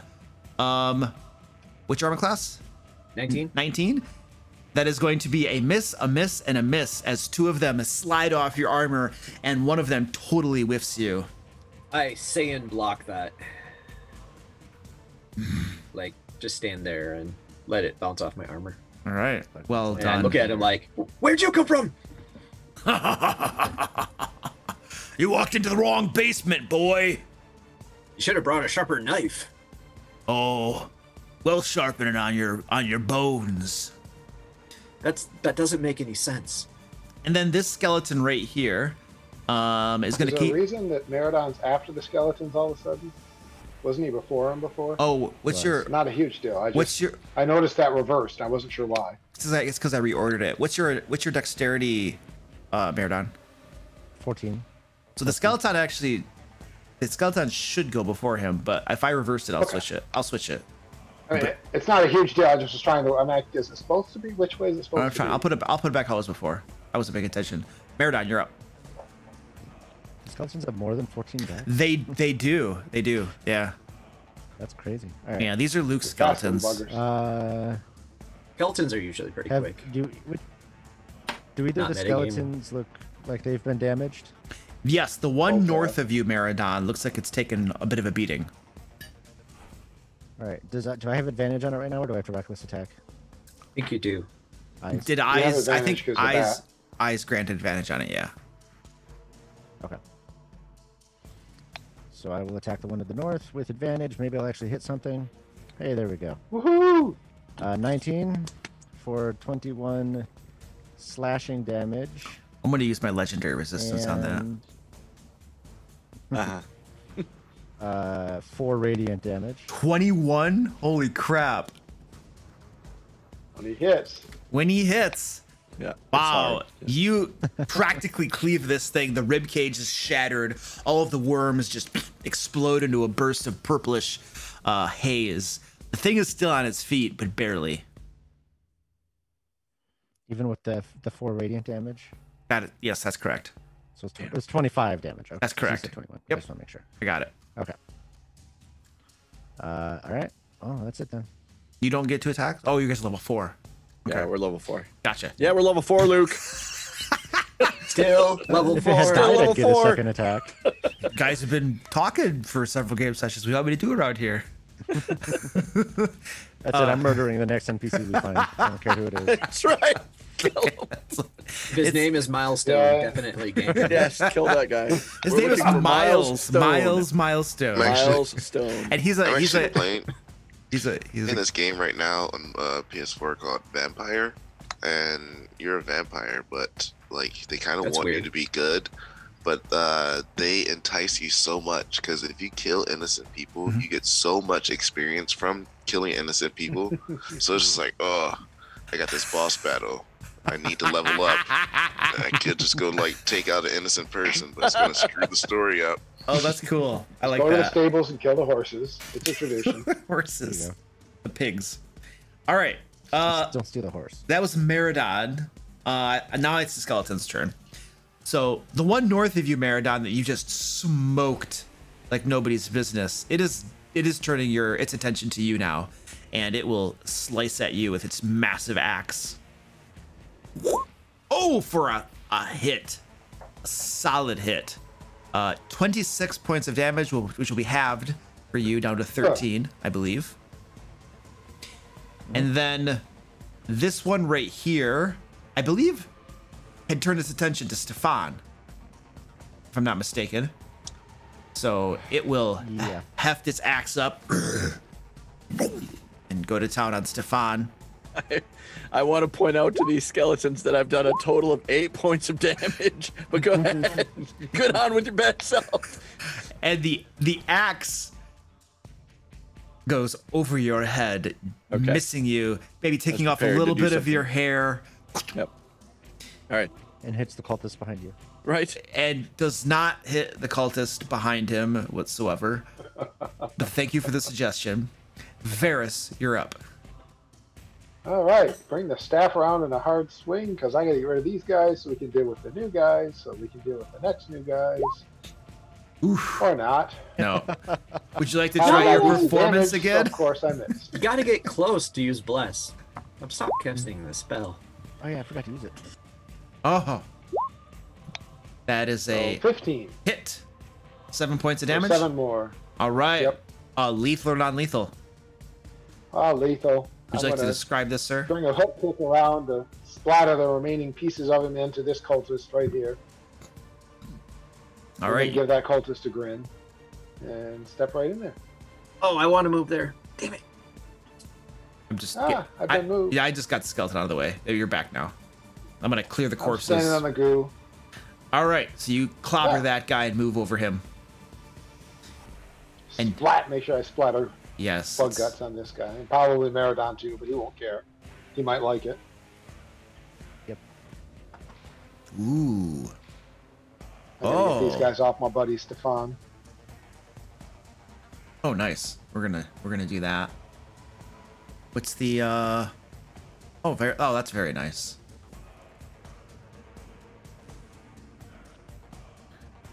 So, Stefan, you can see a couple more figures in the other room moving and beginning to cast a spell, it looks like. Good. Yeah, so very, very good. I need to just find a little something here. Maybe we should have told them we were invited. Skeletons? I'm preferring the cultist people, but you know. Apparently, I should have headed into the other room. And a magical floating sword appears to the south of you, Stefan. Son of a bitch. Spiritual weapon, you bastard. You're... All right.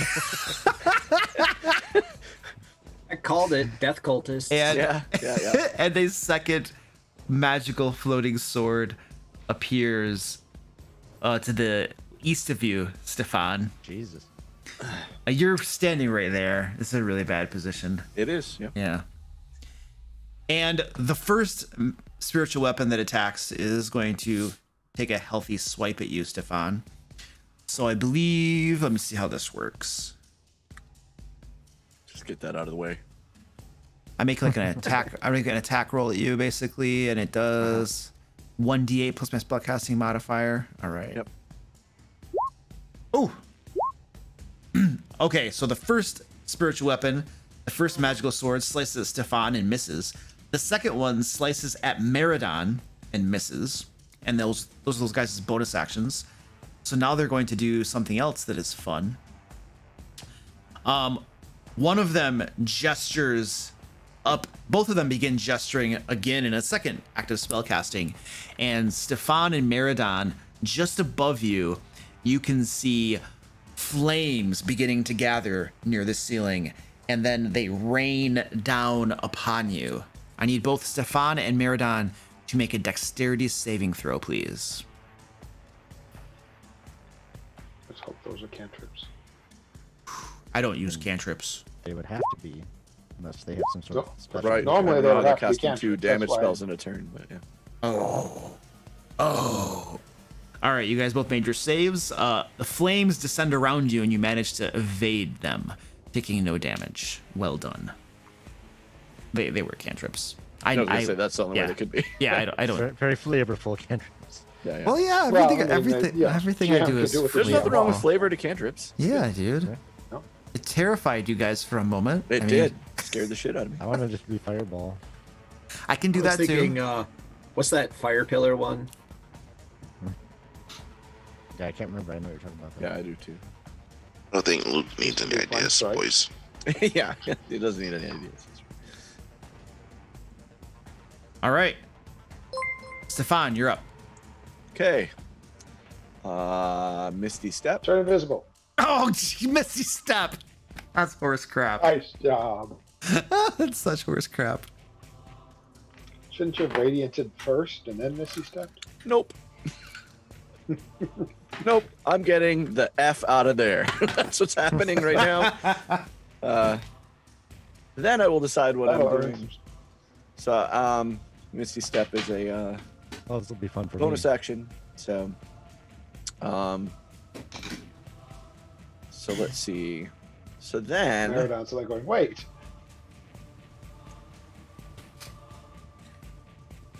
I'm going to use Dissonant Whispers on this guy here. Your father was a hamster and your mother smelled DC of 13. DC 13. Wisdom. Terrible roll. Wisdom. Which I'm sure they're good at, but I failed. oh, okay. So 7 damage and where is it? It's a flea, I think, on the beginning. Yeah, I think so. That's what I was looking for. That particular. So 7 damage, and it's if available to move as far as its speed allows away from you. It uses its reaction to do that. Oh, use its reaction to move? Yes. Owie. Owie. So that's a few free shots, I'm assuming. Yeah, so Eyes, Varus, and Meridon, if you'd like to use your reactions to hit that guy, you may. Well, we'll see whether the quarterstaff is cooperating finally.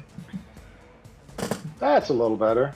Does a 17 hit, or do I need the blast? 17 hits. Meridon actually has a good target now. And Meridon with his 36 damage to make mine 12 look pathetic. Meridon crits for a total of how much? 36. Wow. Oh, plus Holy. I think Divine Fury. I gotta read it. Radiant damage. Well, it has to Get be on that? my I turn. wasn't sure how that Has to be worked. On your turn? Just on my turn. Okay. Darn. Oh, only yeah. 36. Yeah. What about eyes? What did you do? Did you do anything? I'll just cast Shocking Grasp on him. Shocking Grasp? Okay. Yep. Shuffle those feet. Shuffle those feet. Yes. That 1 damage misses. As it moves away, getting smoked by both Varys and then cleaved in the back by Meridon. This guy is gravely wounded. Sorry, Dan. 5, 10, 15, 20, 25. Does studded 30. leather count as metal armor? If you're thinking of heat metal, it works on medium and heavy armor. It doesn't. It's not metal. Shocking Grasp gets advantage. Oh, on Shocking Grasp. I don't think there's enough metal on it probably for it to qualify. Okay. Does it say metal? Does it say metal armor? It literally say metal armor. It doesn't have to be metal. 48 points of damage. Wow. I think it literally I says got a good metal roll. armor. Okay, I'm just curious what it literally says. And that was Stefan who cast those. Are you done, sir? Yep. All right. Wearing armor made of metal. Made of metal. I think it's predominantly leather. It just has some studs on it. So I probably not enough. Brotlord, you're up.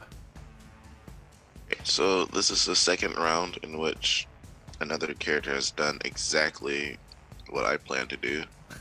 First round was when Stefan did Radiant Word. So are you saying they're poaching your ideas? I'm just saying, I think so.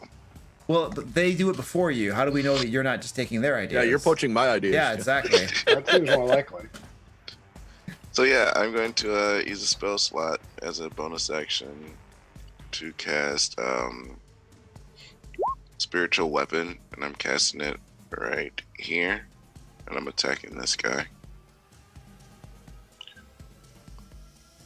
Why can't I see? There we go. Okay, I missed that. I'm sorry, I was distracted. Say again. Whereas a spiritual weapon right here in the form of a hammer. A hammer. I'm attacking this. Yeah, I'm attacking this guy. All right, let me find you a hammer real quick. I'll get you up. Hammer time.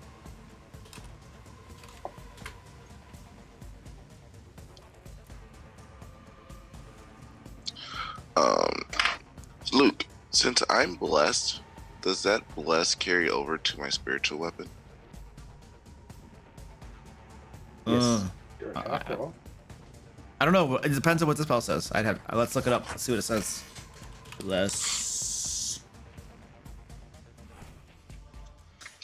It says whenever a target makes an attack roll or saving throw. I mean, you're technically making an attack roll, so I think you could use it. Okay. Not that you needed it, but hey. That was just for future because that guy's probably gonna be swinging a lot. And then so that was my bonus action, and then as my action, flames begin to descend upon the skeleton. You hit this guy with your spiritual hammer, right? Mm-hmm. Okay, cool. And then you're doing sacred flame on the skeleton. Yeah. You're totally just copying what I'm doing. Are you trying to be the dungeon master? You want to take my job, dude? Rotor, say yes. Give us +5 swords. For one game session. I don't want a sword. Then I come back. So dexterity save. What's the DC? 14? I failed. 14. 4 points? Nice. 4 points of radiant damage. And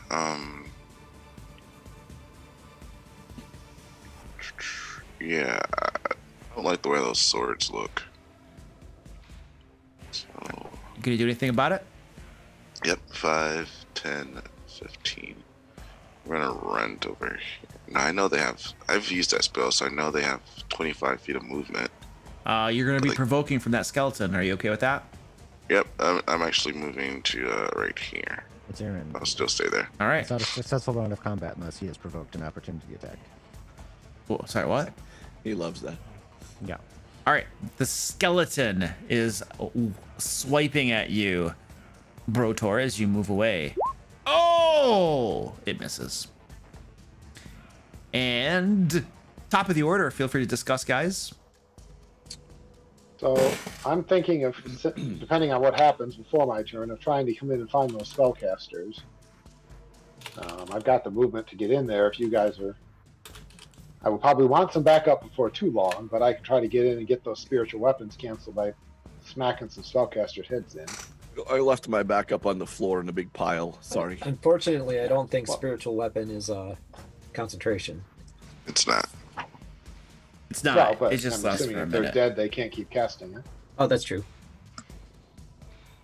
Yeah, they can't command it. I mean, we can stay and try to take these guys. I'm just thinking, if we can get the spellcasters down, that'll help. And I know I can get in there. I don't know if anybody else can. I can get there. And I mean, provoking, but for a rule, if I disengage, does that count everybody I move past on my turn, or just the guy I'm standing next to now? It's everyone. everybody. Okay. And does the spiritual hammer care if I run through its space? We don't know. Well, my point is, will it change my movement at all? If I go from here, can I go to this spot without affecting my movement, or do I lose movement, or how's that work? It doesn't count as a creature. I don't. And do I have to squeeze through the two of you? Or Luke should be answering these questions. Yeah, Sorry, Luke. Luke should be answering these questions. Luke, what do you have to say about this? Where you're trying to squeeze between, it would be difficult It would be terrain. to go here. That'd be difficult terrain to get through there. So it'd take 10 feet to get here, and then 5 feet after that? That's correct. Yeah. Okay. And you can move through the square that the spiritual weapon occupies. It doesn't take up doesn't take up the space. So unless someone thinks it's a horrible idea, my plan is to run in this other room and see if I can get to the spellcasters and mess up their spellcasting, which would probably get me killed, but hey, you know. Yeah, that's what I'm gonna try to get in there too. I know, I just probably will get there a little faster than the dwarf. I'm not dragging you with me, sorry. You absolutely will. I'll probably stay here and try to work on, the guy that's in here already. I'm going to stand here and get stabbed to death with fake weapons. Well, and that's the other thing. I can stay and try to finish this guy off first before I leave. It just gives the spellcasters more rounds. I have one more second level slot and a couple first level slots. If anyone needs I know help. we've used a lot of time. Do you want me to run? Do you want me to stay? I don't care. Maradon, do you have this fight? Yep. I think we're all good. Okay. I'll make a run. Eyes, you're up. I need help, but not any more than before.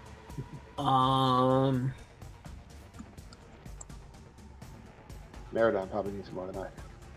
I am going to cast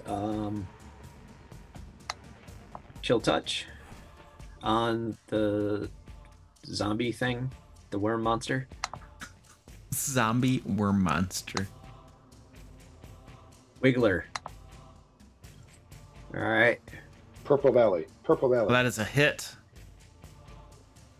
And then I'm going to move here, then here, and then here.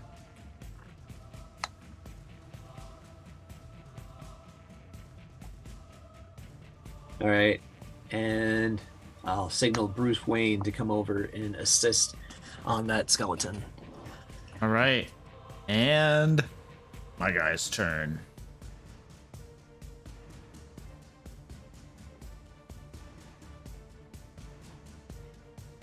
This guy charges back in at Eyes. Ah! Hacking and slashing at you.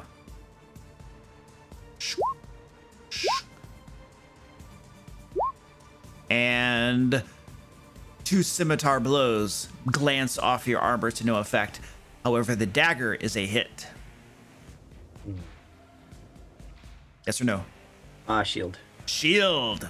Making your armor class a 24. The dagger sinks into your flesh. The satisfaction painted across this guy's face. 7 points of damage. You think you're smart? Yeah, really smart, fool. I'll see if you can do that again. Just wait until, just wait. And then, so this guy right here, his target had fled. Yeah, we might as well double team up on the one guy and try to take him down quicker. So he is going to spin around since Stefan is no longer there and attack Eyes. scimitar, and dagger. And they all glancing off your armor and your mystical shield, unable to hit you at all as you turtle up. Like I said, there's something called a wheat stone. You should look into it. It sharpens these things. Shut up, boy. And Meridon, you're up. All right, so I have advantage against the skeleton. Yes. Yeah. All right.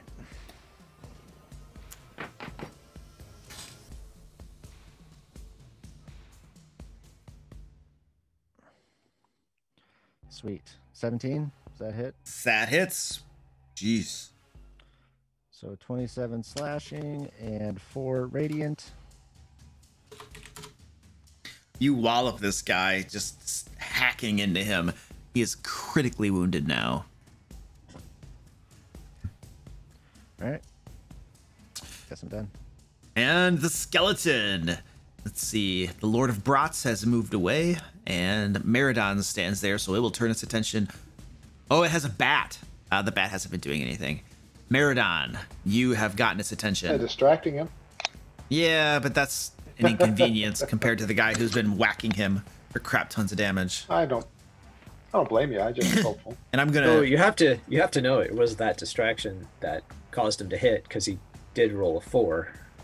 Now, normally. see, if I were a metagamer, Joe, I would totally take that into account. So I don't know. Okay, I don't Joe. know if that's metagaming. Is it? Yes. Okay. He swings at Meridon, and his axe buries into the ground with a big miss. And Varys, you're up. All right, I still think I'm going to do it. I will use my Step of the Wind to disengage as a free action or a bonus action. Okay. And actually, rather than, I'm just going to go dink. It'll look cooler. Hop up there to here, hop down there, and smack that guy with my quarterstaff. All right. Smacking. Well, we'll see. With the way things have been going, I may or may not smack that guy with my quarterstaff, but I will attempt. Do I need to roll the d4 or is a 16 hit? Please roll. 17? That is a hit. 11 points of damage as I leap off, and this time I actually managed to connect with a plunging strike off the top of it. Hey, I note to the guy. See, he doesn't even have a sharpened weapon.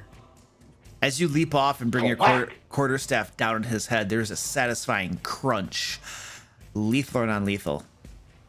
Oh, absolutely, completely lethal. Would you like I to literally just cave the top of his skull in and drive him to the ground. All right, and he buckles and falls. And I was here 5, 15, 20, 25, 30, 35, 45. Dashes into the room. After I hit, I leap past him and go running up to them.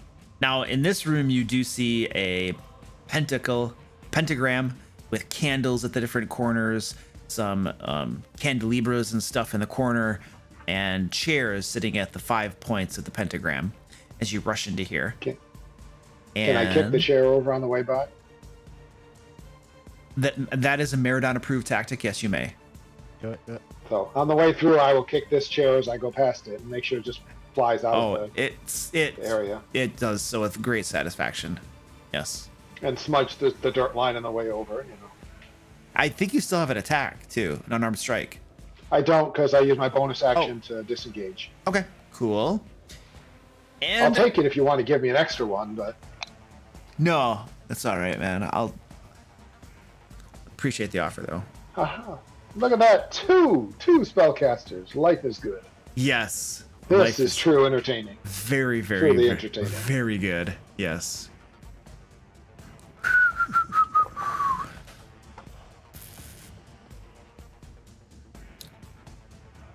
So we're gonna have both of these spiritual weapons are going to attack Meridon.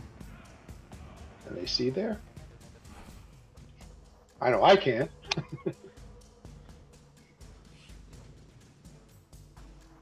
That works. Do they need to be able to? It doesn't say idea. you have to be able to see them. I don't think so. Yeah. Okay, Yeah, I haven't read the description in a long time. I don't. There's nothing in there that indicates you have to be able to see it. So it says that you, as a bonus action, you can move the spiritual weapon to attack another target. Mm-hmm. But it would assume that you would know where that other target was.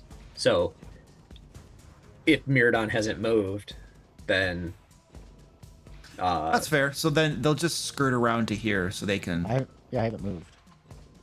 Yeah. Yeah, he hasn't moved, so he's just guessing that he's making the spiritual weapon attack the square. Yeah, they're gonna, because the spiritual weapon ignores cover, but it obeys line of sight, I think. Yeah, but they don't. Thanks, Ed. Stefan was there previously, and he moved out of the way. So I'm just gonna have them swing around to the bottom here of Varus, so they can actually see what's going on in there, and therefore give more accurate commands to their spiritual weapons. And then when they see that Stefan is no longer there, they're gonna have these weapons come up and attack Miradon. And one of them is a miss, and the other one is a beautiful hit for... Stand by. Ooh, very nice. 9 points of damage halved, I believe, down to 4. Since you are raging. Okay. And then... Oh dear. Well, that's not good. Then they surrender out of sheer terror. No, they're... Oh, that's such a good spell. That is such a good spell. Oh, yes. That's so good. Okay, here we go. Then both of them begin chanting. They raise their hands up. They begin glowing with this blackish purple energy. And then they reach out to touch you, Varus. Bad touch. Oh, one of them misses you. The other one hits. 4. Stand by. I'm assuming there's nothing I can do about it. No. Oh, it's a. They made an attack roll against you. That's what I mean. 17 points of necrotic damage. Well, that about ends me. Yeah. And then they're going to... It's going to have... Oh, no, they'll stay there. That's good enough. Stefan, you're up. Okay. So there's one guy I can see, or well, there's a skeleton too. So I think we're going to, yeah, we'll sacred flame. Let me sacred flame on this guy, skeleton. With dexterity, right? Dexterity. I failed. 3 damage. Ooh, 3 damage. Very mortally wounded, still on its feet. But your sacred flame burns away a bunch more of its bones. All right. Other than that, I sort of limp to here.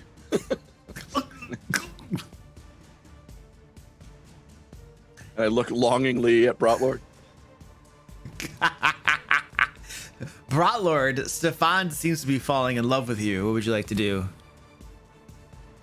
This is no time for romance. I use my reaction to dash away from him.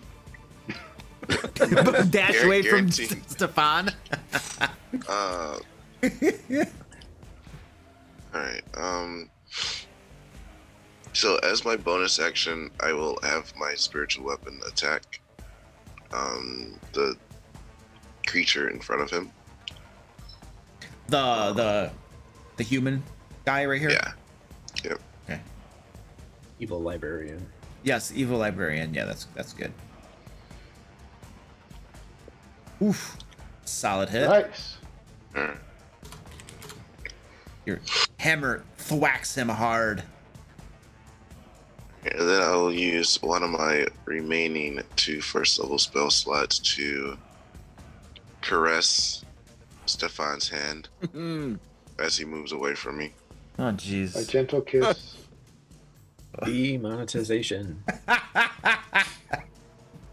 It was his hand. Hey. Oh, that's very PG. You're right. Holding hands is PG. Right. If there's other places it might have got us in trouble. Right, It was right. his hand. Your hand is healed for 7 points of damage. Excellent. Ferris. Now the All right. question is did he use his hand? Okay. Thank you, Moving on. Eyes. Thank you, Eyes, for the clarification. Appreciate it. So, Thank you, 5, sir. Appreciate it. 10, 15, 20. Well, no. 5, 10, 15, 20, 25. I think I can move into here. Right, and yeah, with that, I think I'll I end. think so. You are provoking. You okay with that? From who? This guy right here. Oh yeah, that's right. You have to move here and then there and then away. Yep. Yeah, I'll let him take a swing at me. Oh, he's gonna take 5 swings at you. He has a special thing he can do. Oh crap! 5 swings. He misses you. Why do all you guys got such high armor class? What the heck? We're playing a game hi of there. Ravenlock. Hi, hello. I have a shield. Because it doesn't High armor class. High armor What's class. What? odd? We have What's an armor intentionally- class? I don't think I have one of those. We intentionally have Stefan. He's the bait. All right, we are at the top of the order. Please discuss. Can you do something like hold an action and smack them when they start to cast and disrupt their casting, or is that a thing of old editions no longer Yeah, allowed? that's not a thing. Okay, then I'll just smack the heck out of one of these guys and hope to take him down before they drop me. All right. Oh yeah. Hopefully I can heal you, but if you go down, I'm going to. It wouldn't be the first time. I'll keep It's you good from theater. dying. Here we go I'll keep you again. from dying, It's good theater. I'm okay. and then I'm gonna try to save my own ass if you go down, because I'm only in here because you're in here. I just figured if we can stop these guys from blasting us with spells, that would be better. But Hey, I can't. I'm I can't hoping kill that- these guys by myself though. So once you go I'm down, hoping they're I'm going fairly to squishy. gotta get out of Are here. they in any kind of armor, Luke? Or are they wearing robes, or what are they dressed like? Studded leather, I Those two believe, guys right? in there are wearing leather. The ones with you, Veras, are wearing leather. Okay, these guys were studded. I just wasn't sure if these look more like mages or more like, you know. I mean, they've been Clerics. casting spells, that's for sure. Right, but Yeah. I don't know what kind of magic is magic. Varus doesn't know magic very well. Okay. Understood. Assuming they don't have holy. If they're pointing holy symbols at me, that's one thing. If they're, you know, You haven't using seen any magic holy wands, that's symbols. another kind of thing. Yeah, you haven't really seen any of that sort of stuff. So, All right. Not a good skill, just kind of curiosity. Eyes, you are up. All right, I will shocking grass the dude right in front of me. Whee. 15 for 7 lightning damage. That's respectable. Stand by. Hopefully that's a hit.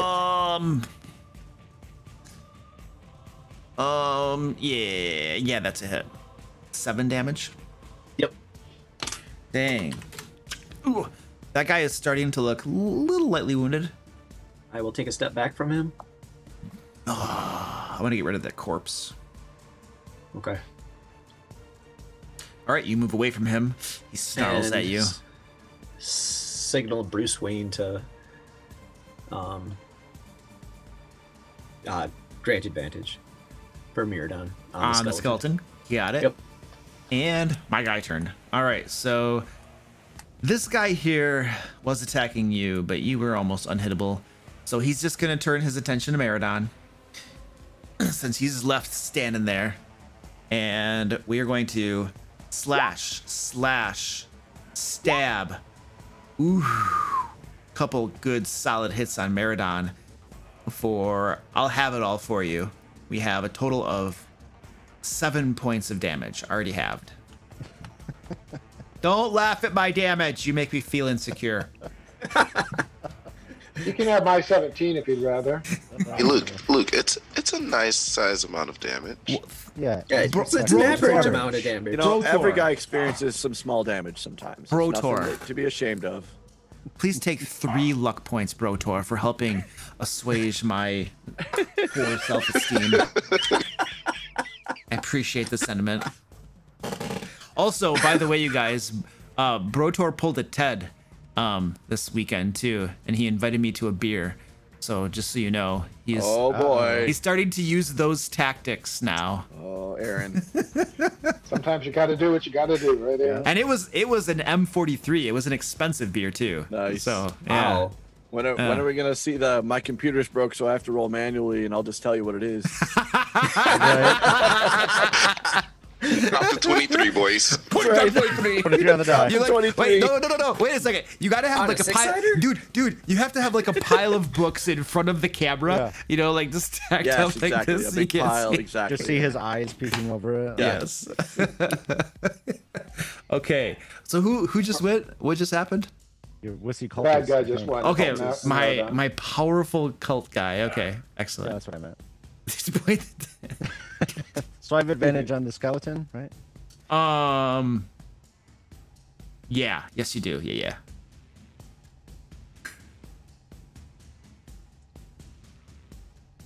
He's dead.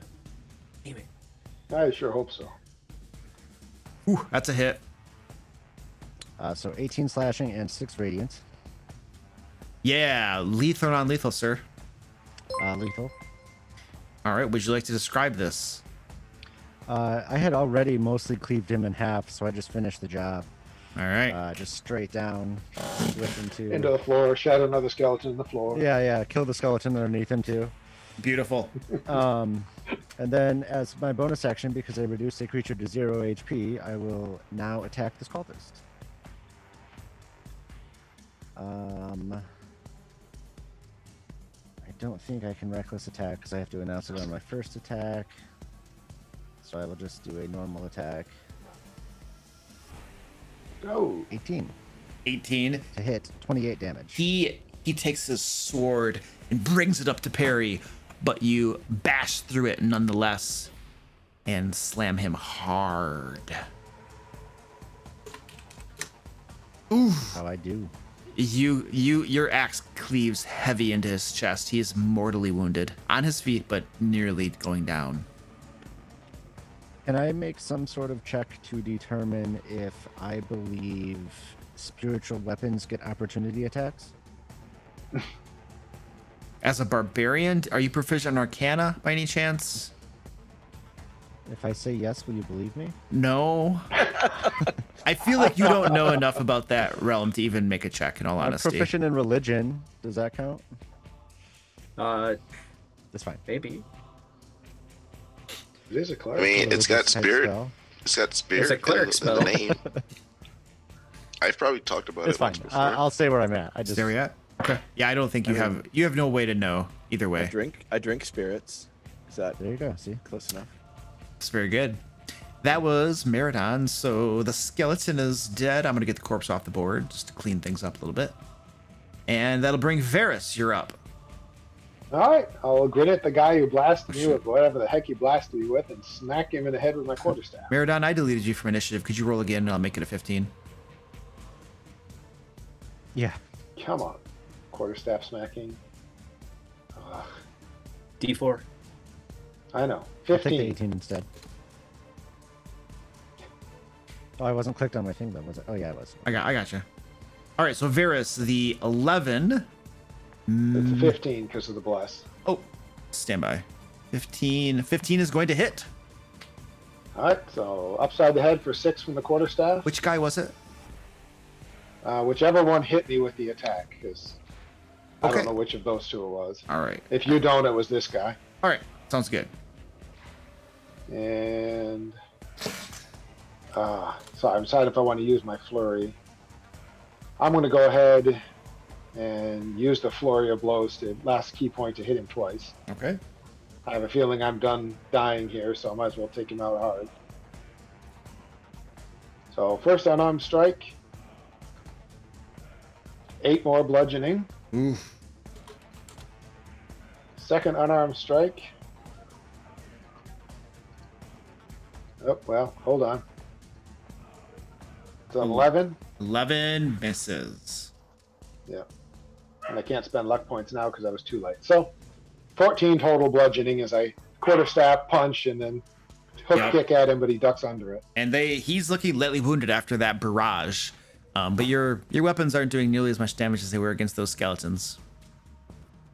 Hey, you guys wouldn't want to turn into worm skeletons, would you? No. We'll turn you into worms, though. And this one right here raises up his hands, once again glowing with purplish black energy as he reaches out towards you. Misses you. The other one does the same. Purplish black glowing hands reaches out towards you. Also misses you. Your luck is in as you dodge out of the way. And I fire a salute to the roof. They're going to skitter around a little bit as they see company coming in through the door. And their spiritual weapons. They're going to have those continue whacking away at Meridon for a crit. I rolled a crit. Yeah. Oh yeah, baby. Probably unnecessary. For a total of, wait for it, 4 damage, halved to 2. Wow. They should crit more often. Go, Meridon, go. And then the other one's spiritual weapon, sword, misses you. All right, my guys are done. Stefan, I take 17. Okay. Meridon, 2. Yeah, That's it's true. I'm going to. Has this guy been wounded? Does he look wounded at all? Yeah. Meridon hit him with his axe. Oh, he's mortally wounded. Yeah. Yeah, Okay, I hit him good. with the hammer pretty good. So I'm gonna toll the dead on him. Am I saving throw on that? What does that do? What am I doing? Yeah, wisdom save. Wisdom save. All right. What happened? Whew. What's the DC? 13. I made my save. Okay. No problem. And is that all, sir? Yep, I'm happy at the distance I am. All right, the Lord of Brats.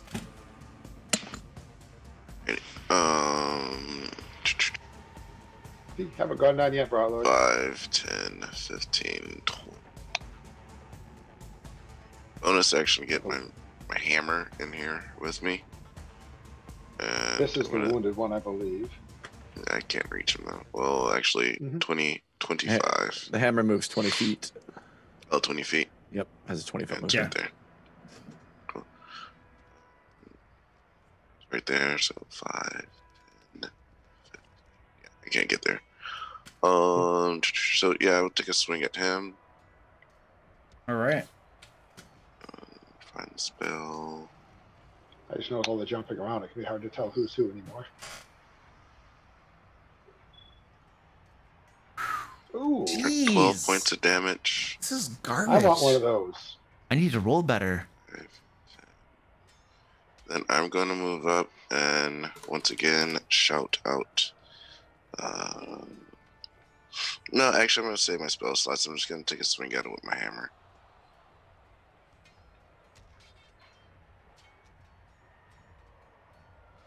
For 9 points of damage. If it's 17 hits. So it's a 17 hit.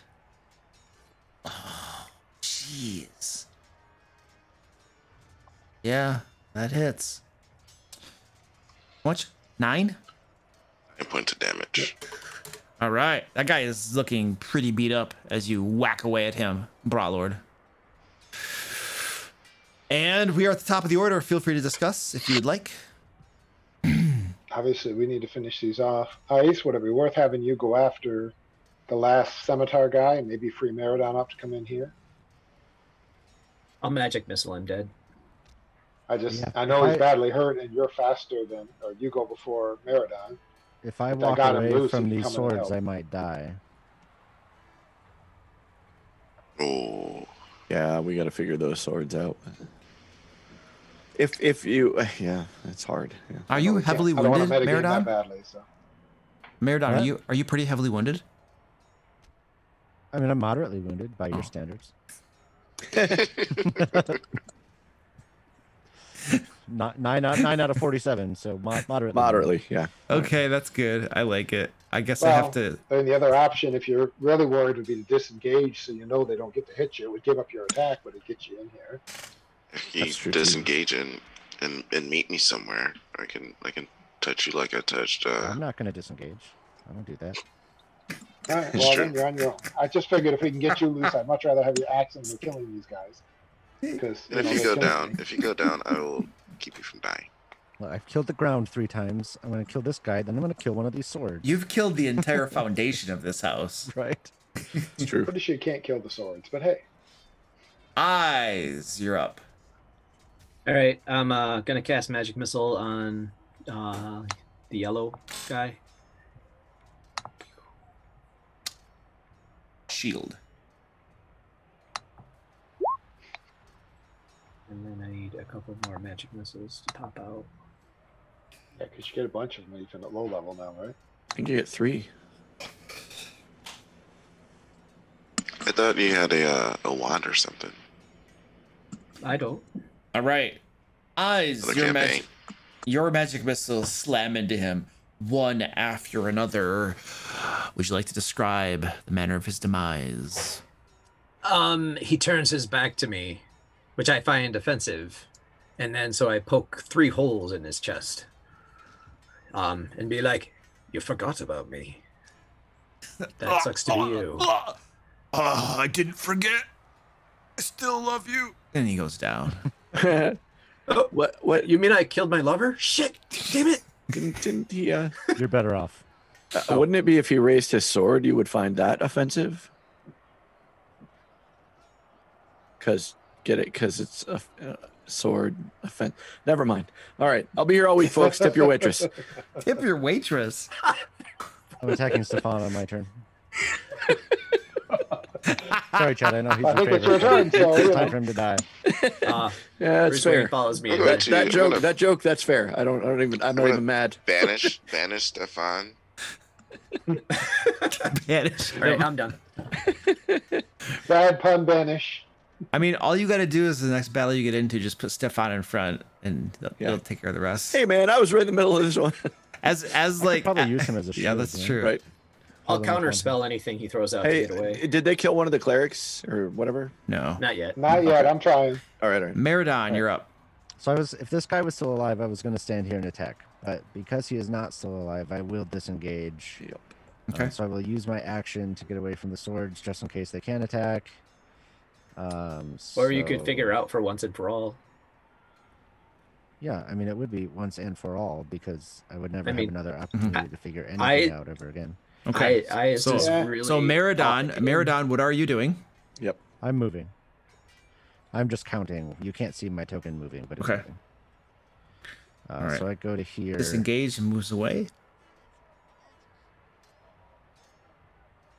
And I guess that actually, yeah, that's it. All right. And that guy's dead. Let's get him off the board. Varys, you are up. Oh, I'm going to turn my attention to this one because it sounds like with the beat down that Brotor put on, he's in the worst shape. Come around and hit him with my quarterstaff. Well, I'll swing my quarterstaff at him. Jeez. E4. Yeah. 14? 14. That hits. Which guy was it? I'm sorry. So that's the one that Brotor hit twice. Got it. So there's 6 points of bludgeoning from the quarterstaff. And then just take my hand off and punch him in the face. Or 6 more. 6. Lethal or non-lethal? Oh, completely lethal. The last punch right in the nose, drives the nose up into his brain. He spasms, twitches, collapses on the ground with the little drum beat at his feet. And I grin at the other guy. All right. Excellent. So 1 cultist or evil whatever bookkeepers remains alive for you. And that was Varys, so it's the cultist's turn.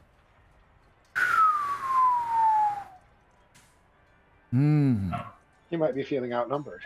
Oh, hang on. I wanted to move. He is very much outnumbered. And we just opened a path to the door. Yeah, if he wants to run past ice and...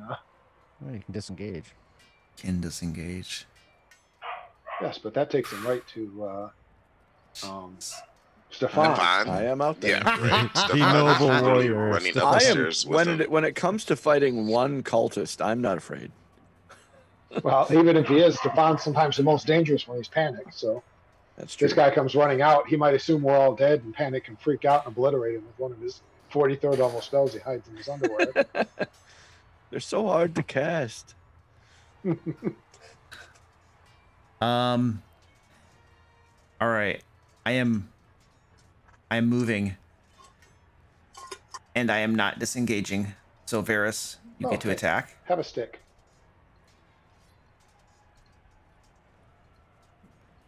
Ugh. 7 points. Back. Don't try to run away from me. It's bad theater. And he just oops, sorry, I got your hammer. Can he move through the hammer space? Yeah. It doesn't occupy a space. Well, it did for us. Look, When we ice moved is through it. brutal. No, it didn't. And I didn't have No, it it occupy a space. I'm gonna take a swing with my hammer. He had it was difficult terrain for him because he had to move diagonally between two people. Yep. Okay. Go ahead, Brotor. And eyes, you can use your reaction as well to attack if you'd like. That hits Points of damage. for 6.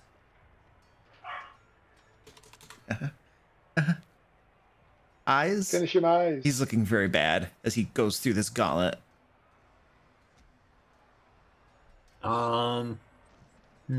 Eyes. Yep, shocking grasp, I guess.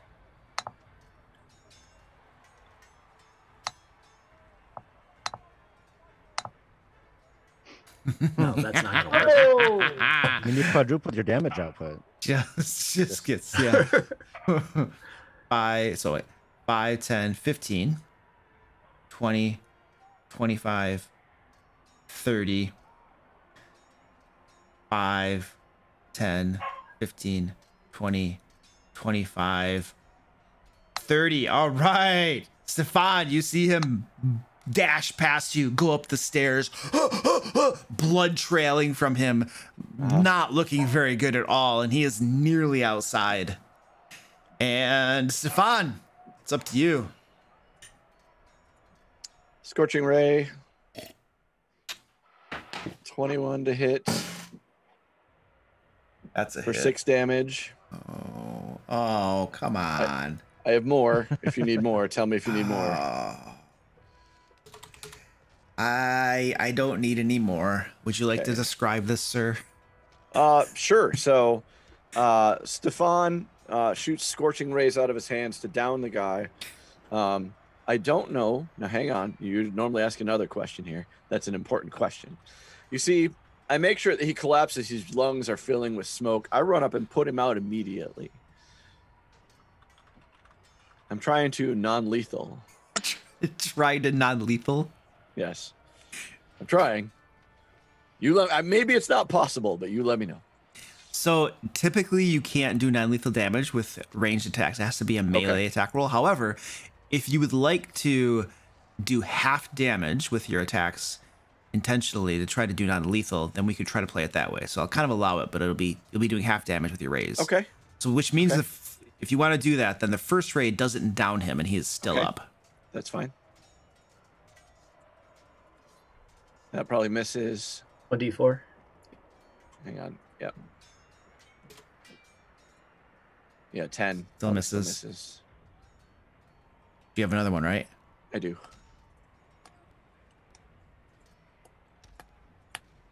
14, does that hit? That hits. So that'll be, what, 2, I guess? 2. He's still up. Now's the time for my 1 damage shocking grasp. I know, right? And we have a whole round before he gets to move again. I think we're fine. That's true. We do have a round till he gets to move again. I guess that's fine. I will move.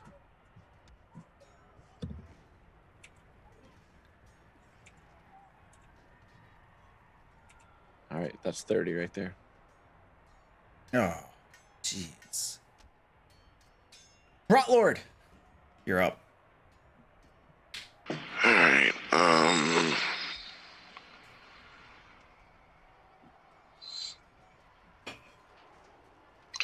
Is this cultist still living?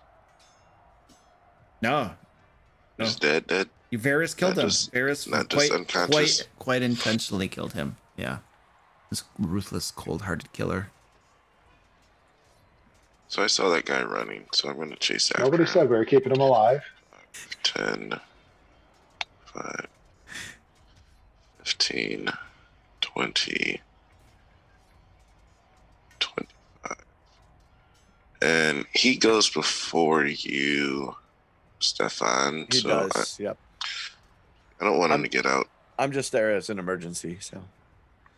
The joke's not as funny if they don't die. Run to Toll of the Dead.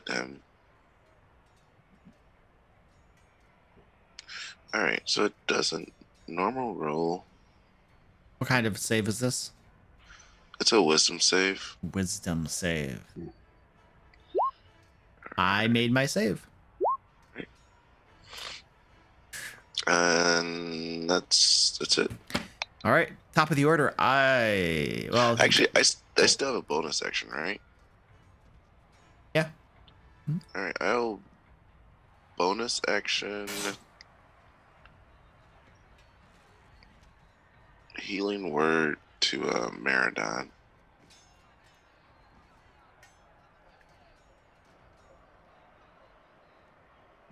Dang. 8 points of healing. Nice. All right. Top of the order. Would you guys like to discuss? Well, I just think we need to have a prisoner, so I'm trying. I'll do my best, but I don't think I can get all the way to him. I can't see him, but I doubt I can make it. Even I can. Yeah. If I had a key point, I could, but I'm out, so. He's 30 feet away from me. I can't see you either, so I don't know. But I'm sure I can get close enough to throw something. I could try to phantasmal force the door or use command or something on him. Oh, yeah. Good idea. Ooh, use command to make him just grovel. Or just stop. Yep. Well, if you make him go My prone... My DC sucks. If you make him go prone, he's going to use half his movement to get back up. Yeah. But it's actually, if command works, it's his whole turn. Yep. Yeah. Yes. That's why, like command halt, he just takes no actions. All right, let's give it a try. And if it doesn't work, we can always smash his head in. Eyes, you're up. If we have to kill him, then we do. I'm trying not to, but I'm not going to be like, oh, you guys. Like, I mean, yeah.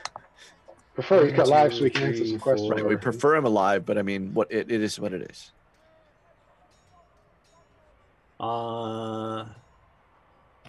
Let's just check command real quick to make sure it's useful in this 60 feet. Yep. Humanoid. Approach. Not undead.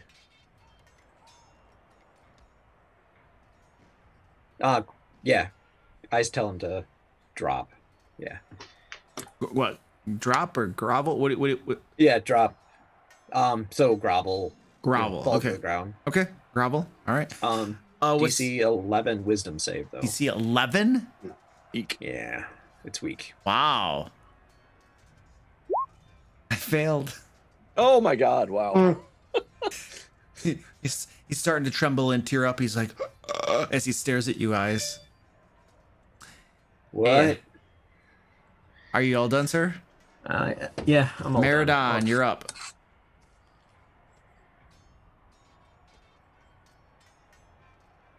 All right.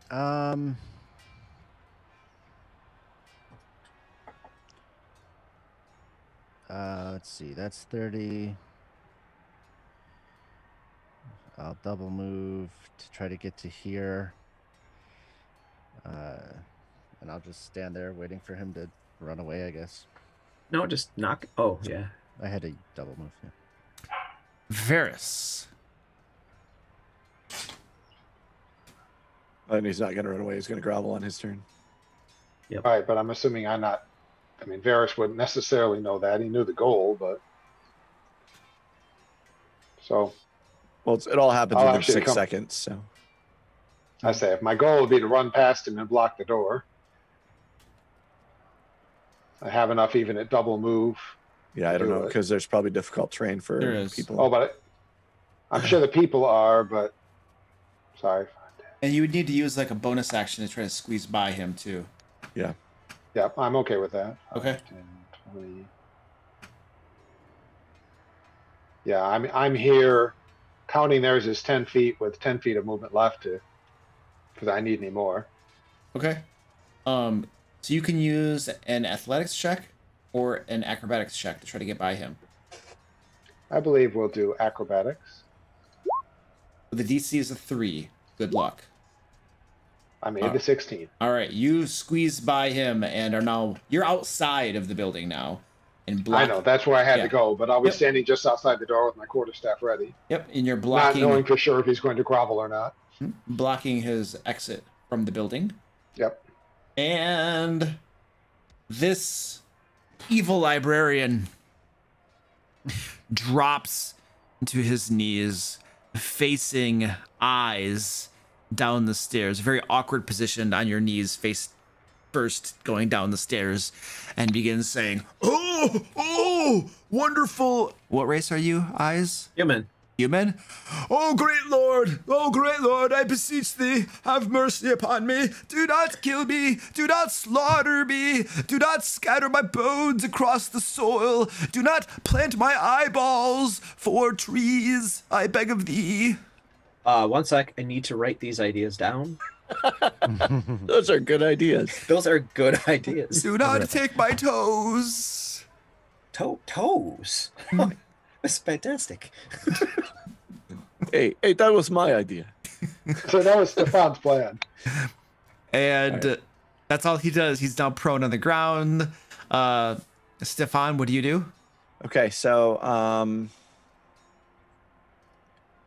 don't know if we want to tie him up from here. He can't get out now that he's in the way. Thump him. Do we want to thump him out, like knock him out? Yeah. All right. I'll do that. I would like to smack him on the head with like the butt of my dagger. Okay, make an attack roll. You have advantage. Okay.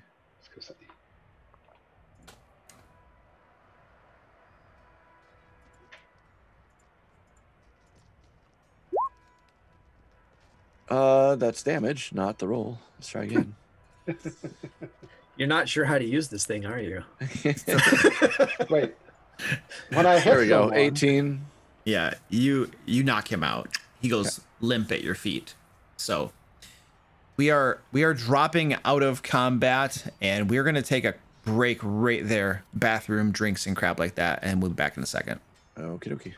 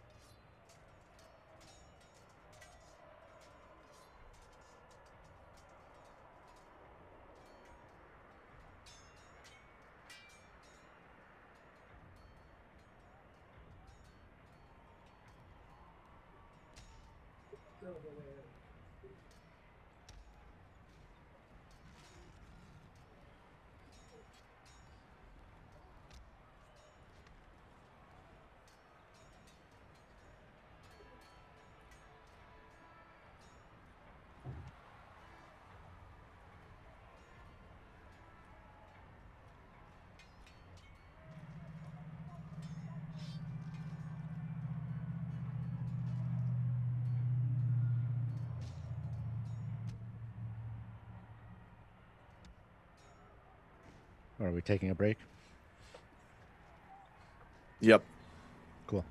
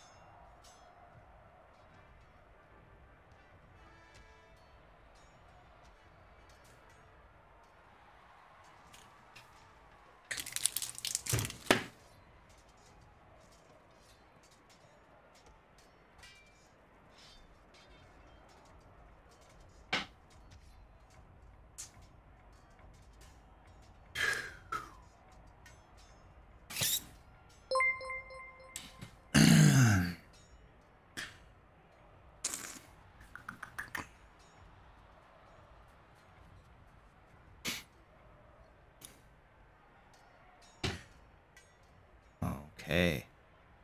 Let's see if we have some victory music. Oh. Celebration?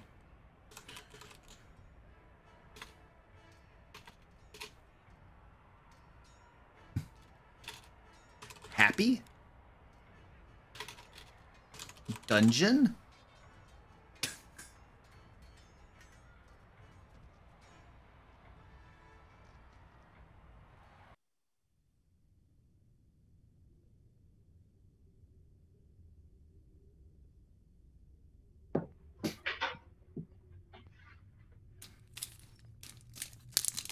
Yeah, celebration. Strahd is coming to kill them.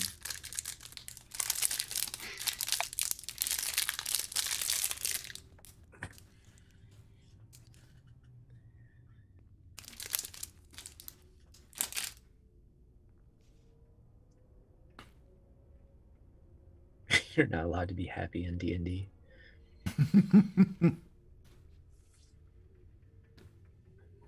Hey, with Varys' new output, he's always happy.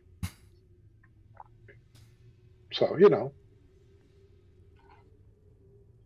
the world is a happier place than it ever was for him. You're especially happy when you have skeletons to fight.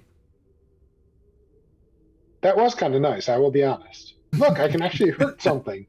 For real. I'm doing almost half the damage Meridon is for once. Meridon, when he hits, holy crap. He had some really bad rolls, though. That was awesome. Yeah, the first 4 rounds of combat were pretty brutal. Well, if we were trying to take out the Earth, then it was quite effective. Taking over the world, one plot of dirt at a time. So not to give the GM evil ideas, but how bad would it be if the bones you were chopping up were the ones we're trying to find? Oh. Well, I mean, it's bones. I'm sure bone dust and bones will work just the same. Save those people. If not, oops. Oops. you go back to the priest and you're just like, oops. We got well, the some question of the bones. Is it the actual bones or just the belief in them? Because, you know, probably not hard to find a skeleton or two around here we could claim was him. If it's just the people's belief in the bones, you know. Yeah, you could try to pull a charade off like that and see how that works. When you come back to find the entire church, all the populace inside of it slaughtered from a vampire incursion, you'll whether if that happens or if it doesn't happen, it'll prove out and you'll find out which is true. Yeah. Yeah, it's a win-win. It's an experiment and it's funny. We just killed a bunch of church people. What's the difference between those other ones? Like, just let them all die. Which church people? Yeah. These ones right here? Yeah. Yeah, the evil librarians. They're not evil. They're just following their deity. That's fine. No, they were wearing black cloaks. Oh, okay. Oh, well, then in that case. Aren't you wearing a black cloak? Yeah, you and I are both wearing black shirts right now.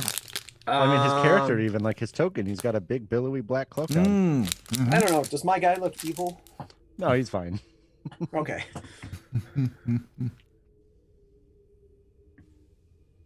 Also, I think I've been role-playing my character fairly evil. You've definitely Certainly. Been a dark shade of gray. I'm trying to play that. I believe that power is the solution for doing good. Kind of an ends justifies the means sort of evil. But it's not evil. That's what the Nazis used to say. But their ultimate goal wasn't evil. Like, if your ultimate goal is good and you're just not worried about hurting a few people along the way, then you could justify that as okay. But yeah, and that's how his is. So he's like, I'm going to use extremely dark and evil necromantic powers to save everybody. Yeah, I think that's fair. That never ends badly, honest. No.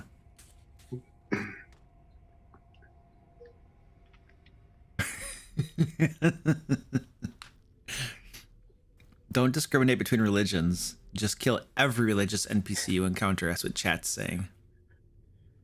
Reasonable. Yeah. All right, ladies and gentlemen, you just, Stefan, the valiant, courageous Stefan, has taken out the last of these evil librarians, knocking him out. And what would you guys like to do? We want to. Should we interrogate him? Funny test crit there. I think it's safe to interrogate him here. Nice. I say we try to sneak out unseen. Don't we want to look around the place before we do that? Yeah. I say we loot the bodies. You know, a classic flub of most adventurers. So I think at least for now we should check for any information. We need to pull him down to here. Yeah. Close the door. Let's get him out of the doorway. The funny thing is, we haven't left any tracks at all down here. It's true. When we leave, there's no sign there was anyone else here but them. Did I mess with the diplomacy check was for? He's used. It's the name of my axe. I was gonna say that's what it's called. His axe. Yeah.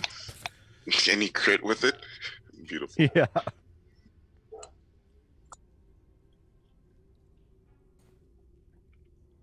Luke, did you catch that? Nope. So we're pulling the body down here. Oh, okay. Closing the door. All right.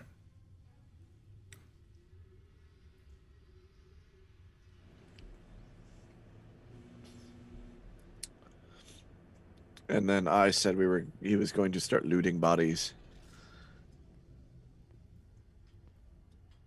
I'll stand guard at this cellar door entrance.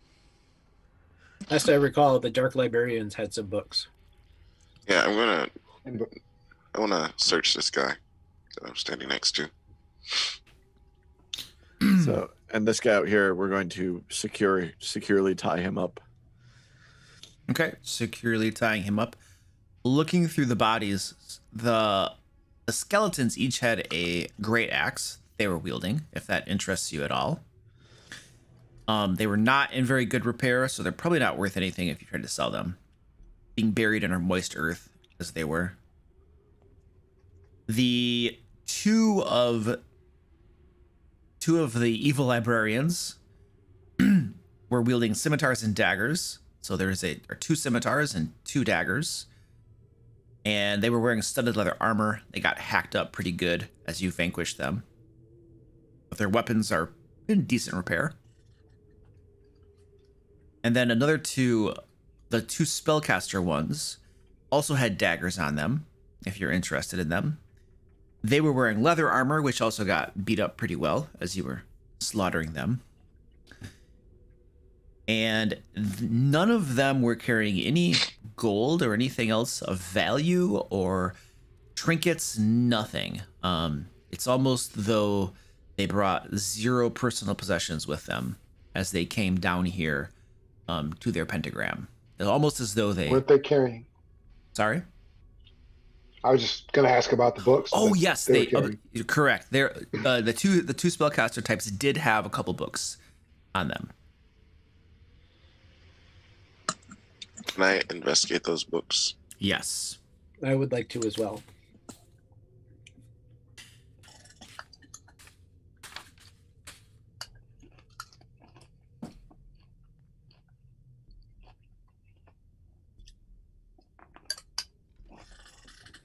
All right. You guys begin looking through these books, and they appear to be, both books appear to be like sorts of handwritten journals of sorts, or notes perhaps. They weren't written by like a professional scribe or anything like that. And as you read through them, it looks like there are notes in there that have to do with devil worship, demon worship. And there are several references to Lady Watchter reading from her Dark Manifesto. And there are several quotations in there of things that supposedly Lady Watchter has said concerning the worship of devils and demons.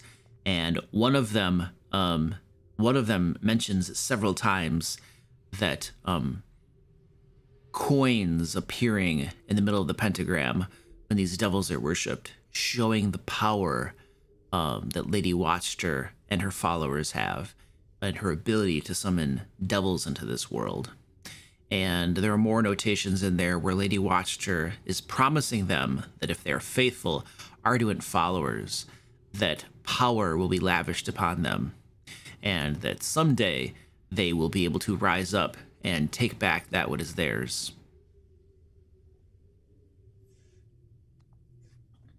That's the general gist. You think she'd be a little more creative.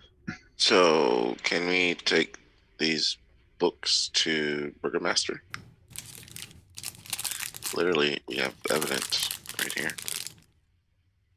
We might need to write evidence on the cover, but otherwise it should work.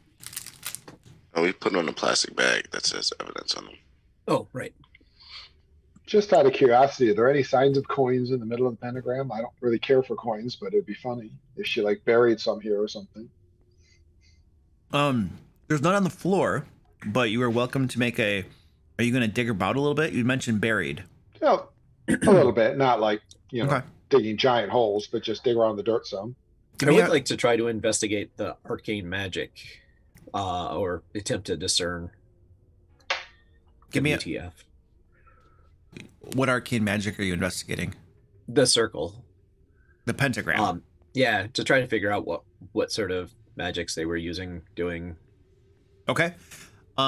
Give me. Do you have detect magic as a spell? I do. If you want to cast that, yep, that would aid you. All right. Can I do a perception roll or something for my searching around the dirt? Yes. I'll cast it as a ritual. Please give me a perception check. Yeah, not great, not bad.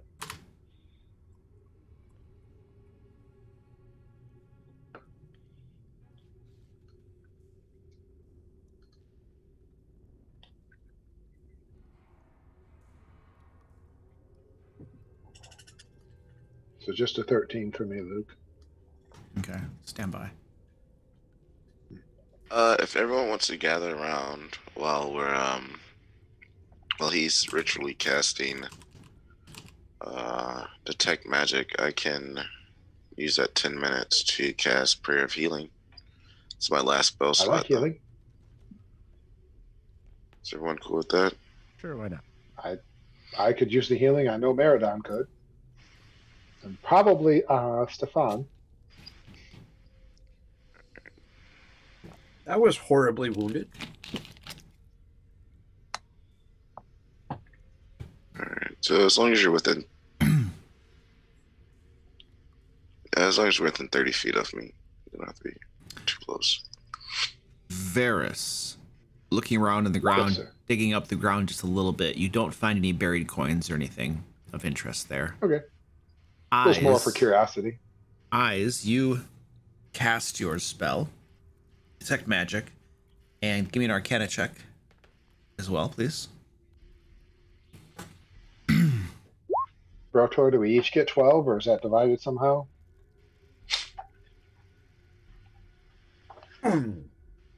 Brotor? 23. Brotor, how's your healing work? Does everybody get 12? It says up to 6 creatures of your choice that you can see within range, each regain hit points equal to 2d8. Okay. So it sounds like everybody. Awesome. And eyes, as you study this pentagram carved into the ground, and cast detect magic, you discern absolutely nothing magical about this pentagram at all. There are no arcane inscriptions. There's nothing spectacular about it. Like, your gut tells you that somebody just drew this in the dirt. She's faking it. However, in this wooden chair right there, eyes, you detect magic, and it is of the illusion spell, illusion school. You don't see anything there. The chair is not magical. There is something in the chair, magical, radiating the illusion school. Miradon, we have a chair issue here. I'm guarding the door in the other room. Fine. I'll go. I'll go shake the chair. I'll pick the chair up and start shaking it and manhandling it. And the evocation spell on it goes. Oh wait, I won't do that. That was what Miradon would do.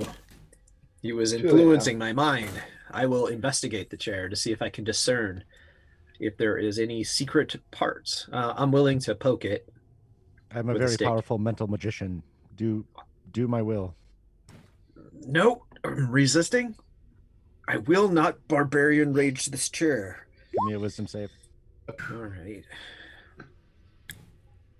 All right. DC 3. So, what is going on? I resist Miradon's mind control abilities against me. It was a DC 3 check. Oh, okay. That's always something strange when the DM says, "Hey, what's going on?" What are you rolling for? I'm like, Miradon's telling him to what he's got to do, but what? I gotta smash the chair. That's what Miradon's telling me. So you are investigating the chair, poking at it and stuff? All right, give me an investigation check.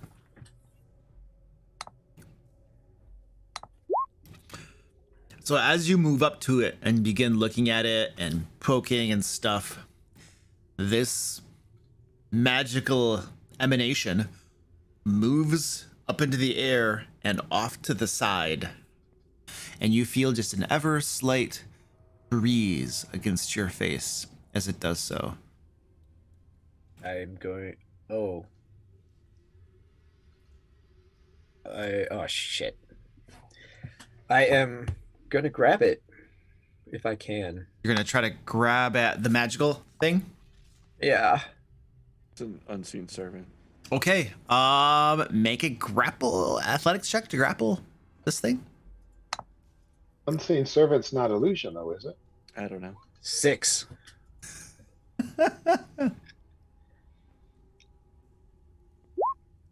All right, you don't get a hold of it, and it moves off to the side, and it floats over into a corner. I'm going to pull out my sack of flour that I bought in the episodes 2 or 3, and I'm going to throw flour into the air over top of the thing so I can get a look at the shape of this thing. All right, make an attack roll for that.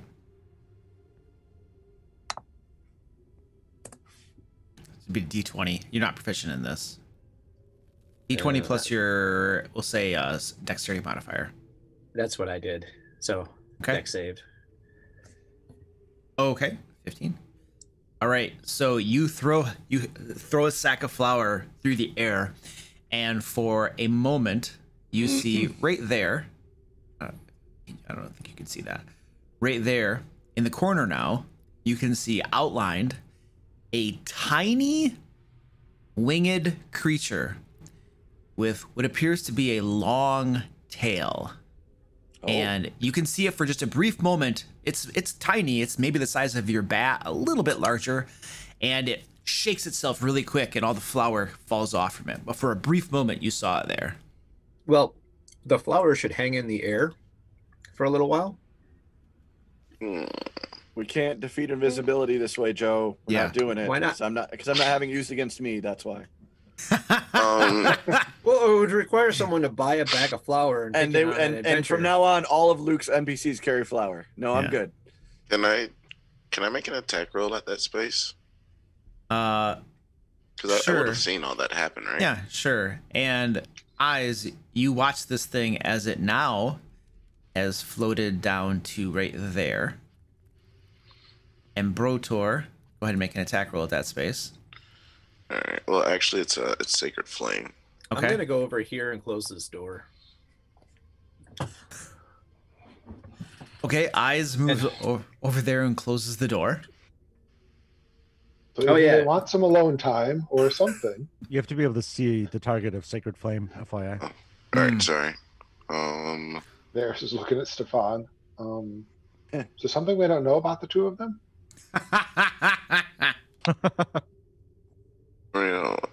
Since I can't see it, I'm just gonna make a melee attack at it. So I think right there. At disadvantage because I can't see it. You don't know it's there. Oh, okay. Well, I can't do anything then.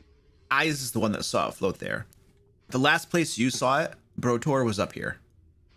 But I'm in the same room. How can I see stuff that I can't? He's had detect magic on. Magic. He can see magic. See that? All right. He sees the illusion. Yeah.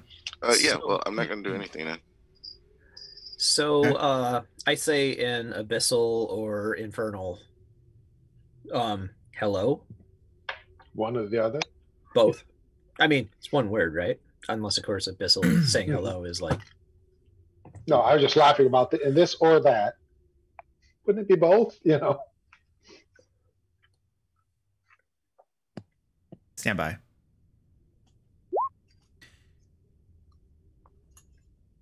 Brotor and Eyes, both of you hear the slight flutter of wings as something moves to this space right here. And Eyes, you hear very quietly a reply to you in Infernal. Let me go. Why? Just release me. Let me go. If I release you, don't you have to grant my wish or something? That seems fair. Where are the bones? Which bones? The bones of Saint Andral.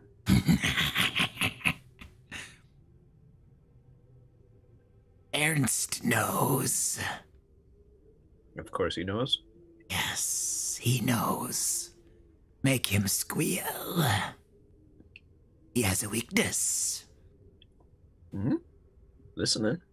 Open the door. I'll tell you as I depart. He has no love lost with me. He competes for our mistress's favor. His downfall is my gain.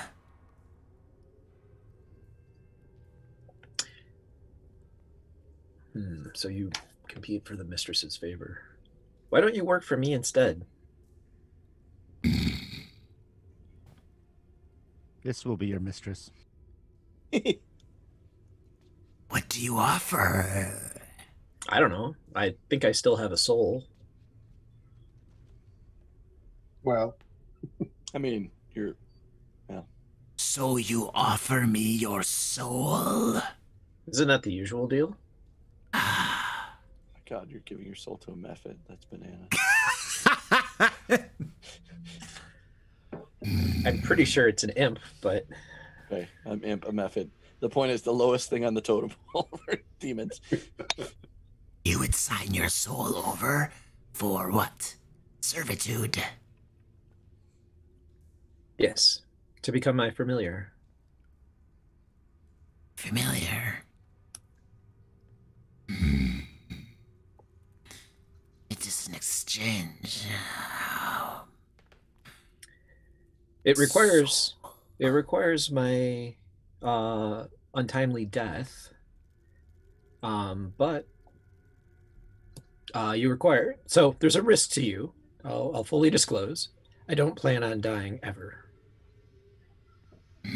Then my servitude would be eternal.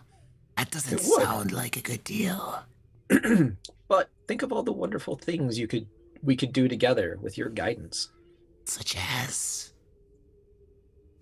Well, I mean, how many ways do you know about becoming immortal? I just know of necromancy. I am immortal.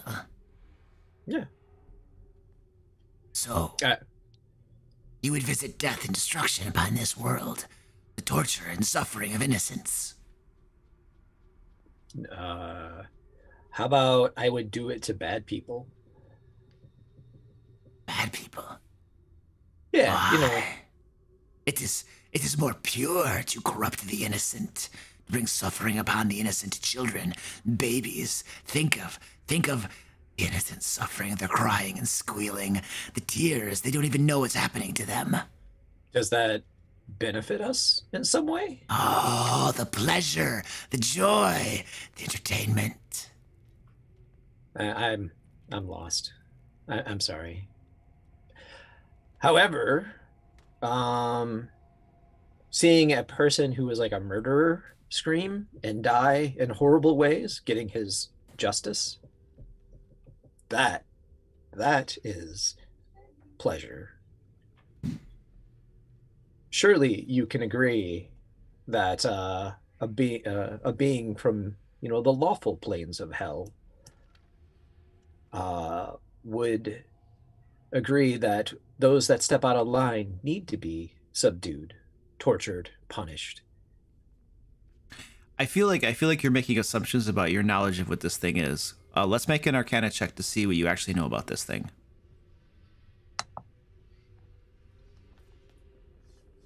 Okay, so you do suspect this is probably an imp. It is a devil from the Nine Hells, so it will be a lawful creature. So you're on point with what you're assuming. I just assume that if we were speaking the language that of the devils, then that's it was fair. a devil. Sorry. Okay, proceed.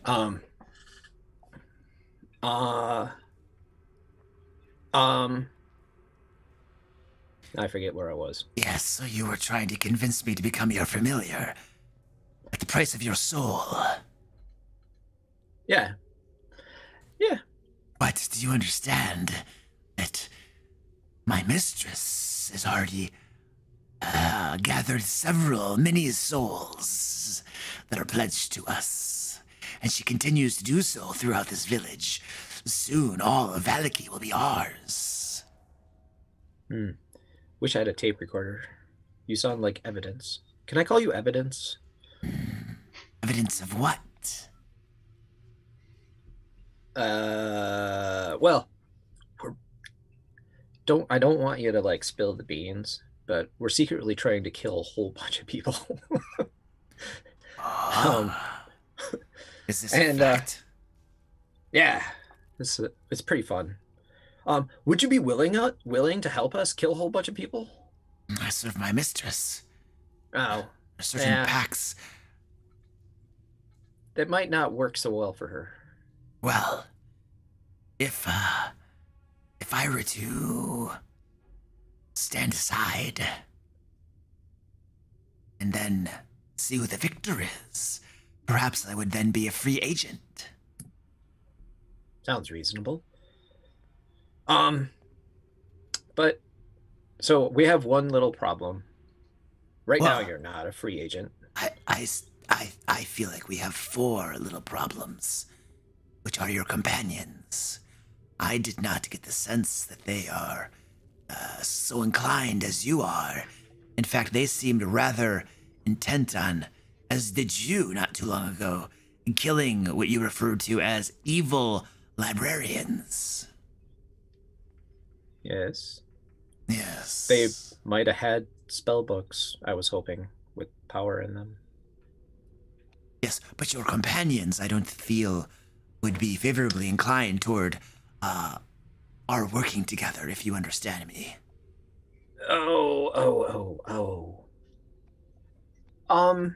That might be true. I don't know. I'm afraid to ask them. Brotor's probably cool with it. Miradon probably doesn't even know. Wouldn't care. You're not a chair. Isn't Brotor in the room with you? He right is. now? Brotor, you've now been listening to this conversation. I don't think you speak Infernal, so it isn't a language you don't understand this, but it is a very guttural, rasping, evil-sounding language. Oh, yeah. I was just gonna let this all play. I was gonna let this all play out while you guys are figuring out. But like, I was gonna say, listening to this, I know like it sounds freaking evil, for sure. And then I hear my name uttered. So I'm going to take a swing at that spot where I heard the fluttering last. Oh, Brotor, it's a good creature. Oh, he's not going to be alive much longer.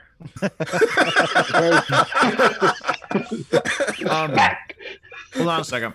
Hold on. Stand by. Don't do anything yet.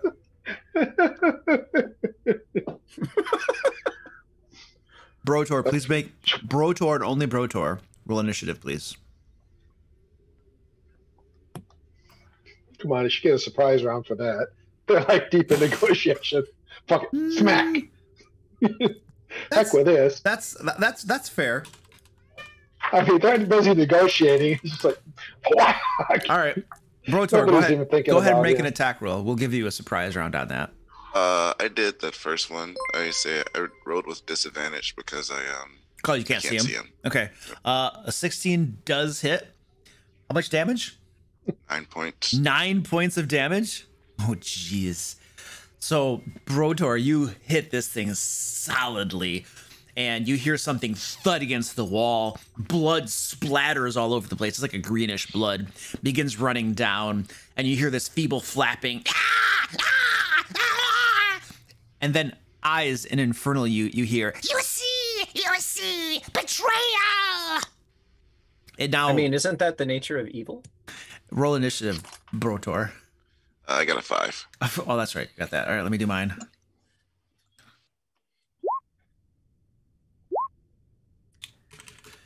All right. Can I enter into this at some point? At some point. Let's do a quick little round here. And lose invisibility from getting smacked. The fiend is.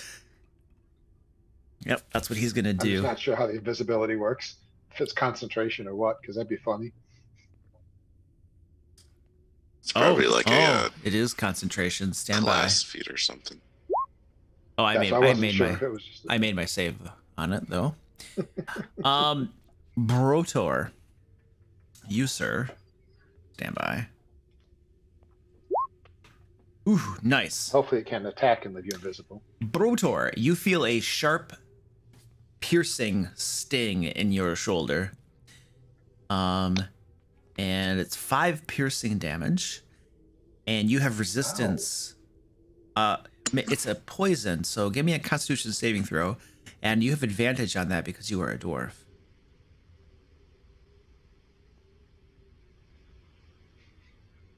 So let's see. They closed the door. Things were quiet. Now we hear thumping and banging against the door. And you'll take no judgment zone. Half damage of half damage. You take 1 point of poison damage. Nice. And I'm not poisoned. You are not poisoned, no. And you guys both see this small fiendish winged creature with a long tail and a barbed stinger on the end of it. It is. Oh God, is that what I was talking to? Make a deception check at disadvantage.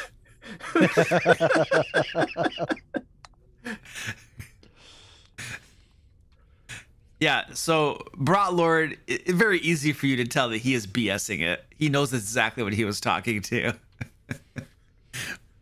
And Brotlord, your turn. All right. I'm just gonna take another.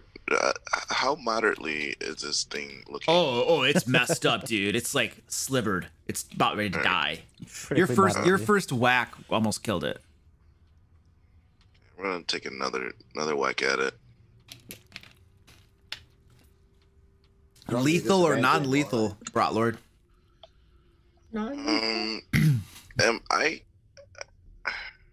This thing's evil, so yeah, it's lethal. It's evidence, though. Well, I know his name is Evidence. I can still take its body.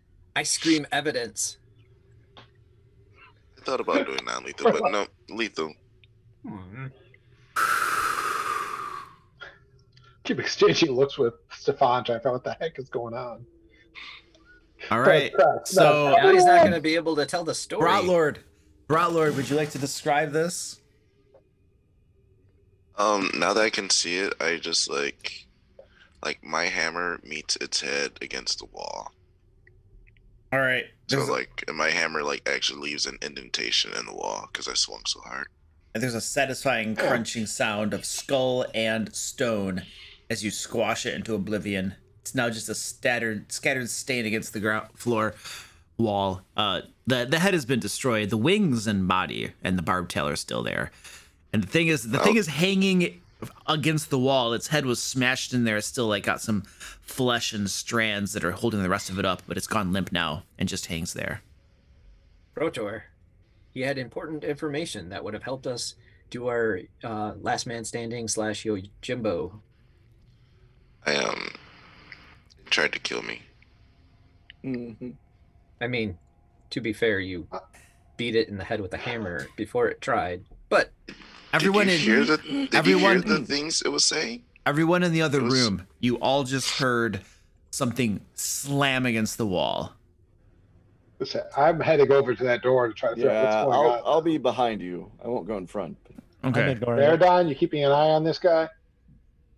Well, I'm keeping an eye on the door, but I guess I can do both. Well, if you want to, I mean, if you want to go check it out, I will keep an eye. I don't care. My point is, like, somebody needs to go check it out, and I'm not going to do much other than hide behind Varys anyway. So you guys figure it out. I'll check it out. I'll go over and try to get the door back open. Okay. All right. So I'm going to try to grab this thing by its neck, and when I hear the door open, I'm going to like show it off as like, this is my prize. Okay. So Varys, as you open back. Varys, as you open the door, you see Brotlord standing there with this fiendish creature hanging from his hand. Okay. Where'd that thing come from? Say I did it. I found it. You made it? I say Eyes was talking to it. And yeah, I didn't he had some important information. It said something about Brotlord. Well, that might be more evidence that she's, worshiping devils or something, whatever that thing is. Like this in combination with the book that I have should be sufficient evidence to the burgomaster. We just now have to get to him. Now, the real trick librarian has to say too. The real trick, though, is the creature, which I'm going to call evidence, had indicated that, what's his name? Brost? No, Crost. Ernst. Yeah. Ernst has the bones. That's what he told me. Well, he said he knows about them, knows where they are.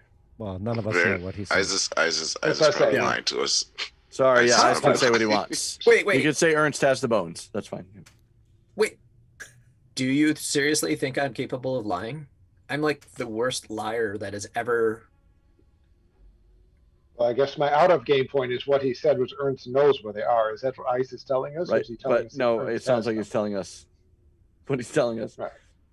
I just want to make sure that Joe was remembering what was actually said. Okay. Either way, we need to talk to Ernst about actually getting the bones. It is. And we had some evidence of proof of that until its head got smashed in. Well, I'm not in the room. I can't blame Brotor for smashing its head in. I would have done the same. It's obviously a creature of evil. Why? You just assume because it's got horns and bat wings and a spiked tail and looks all demonic and stuff that it's evil? Yeah, that pretty much does it.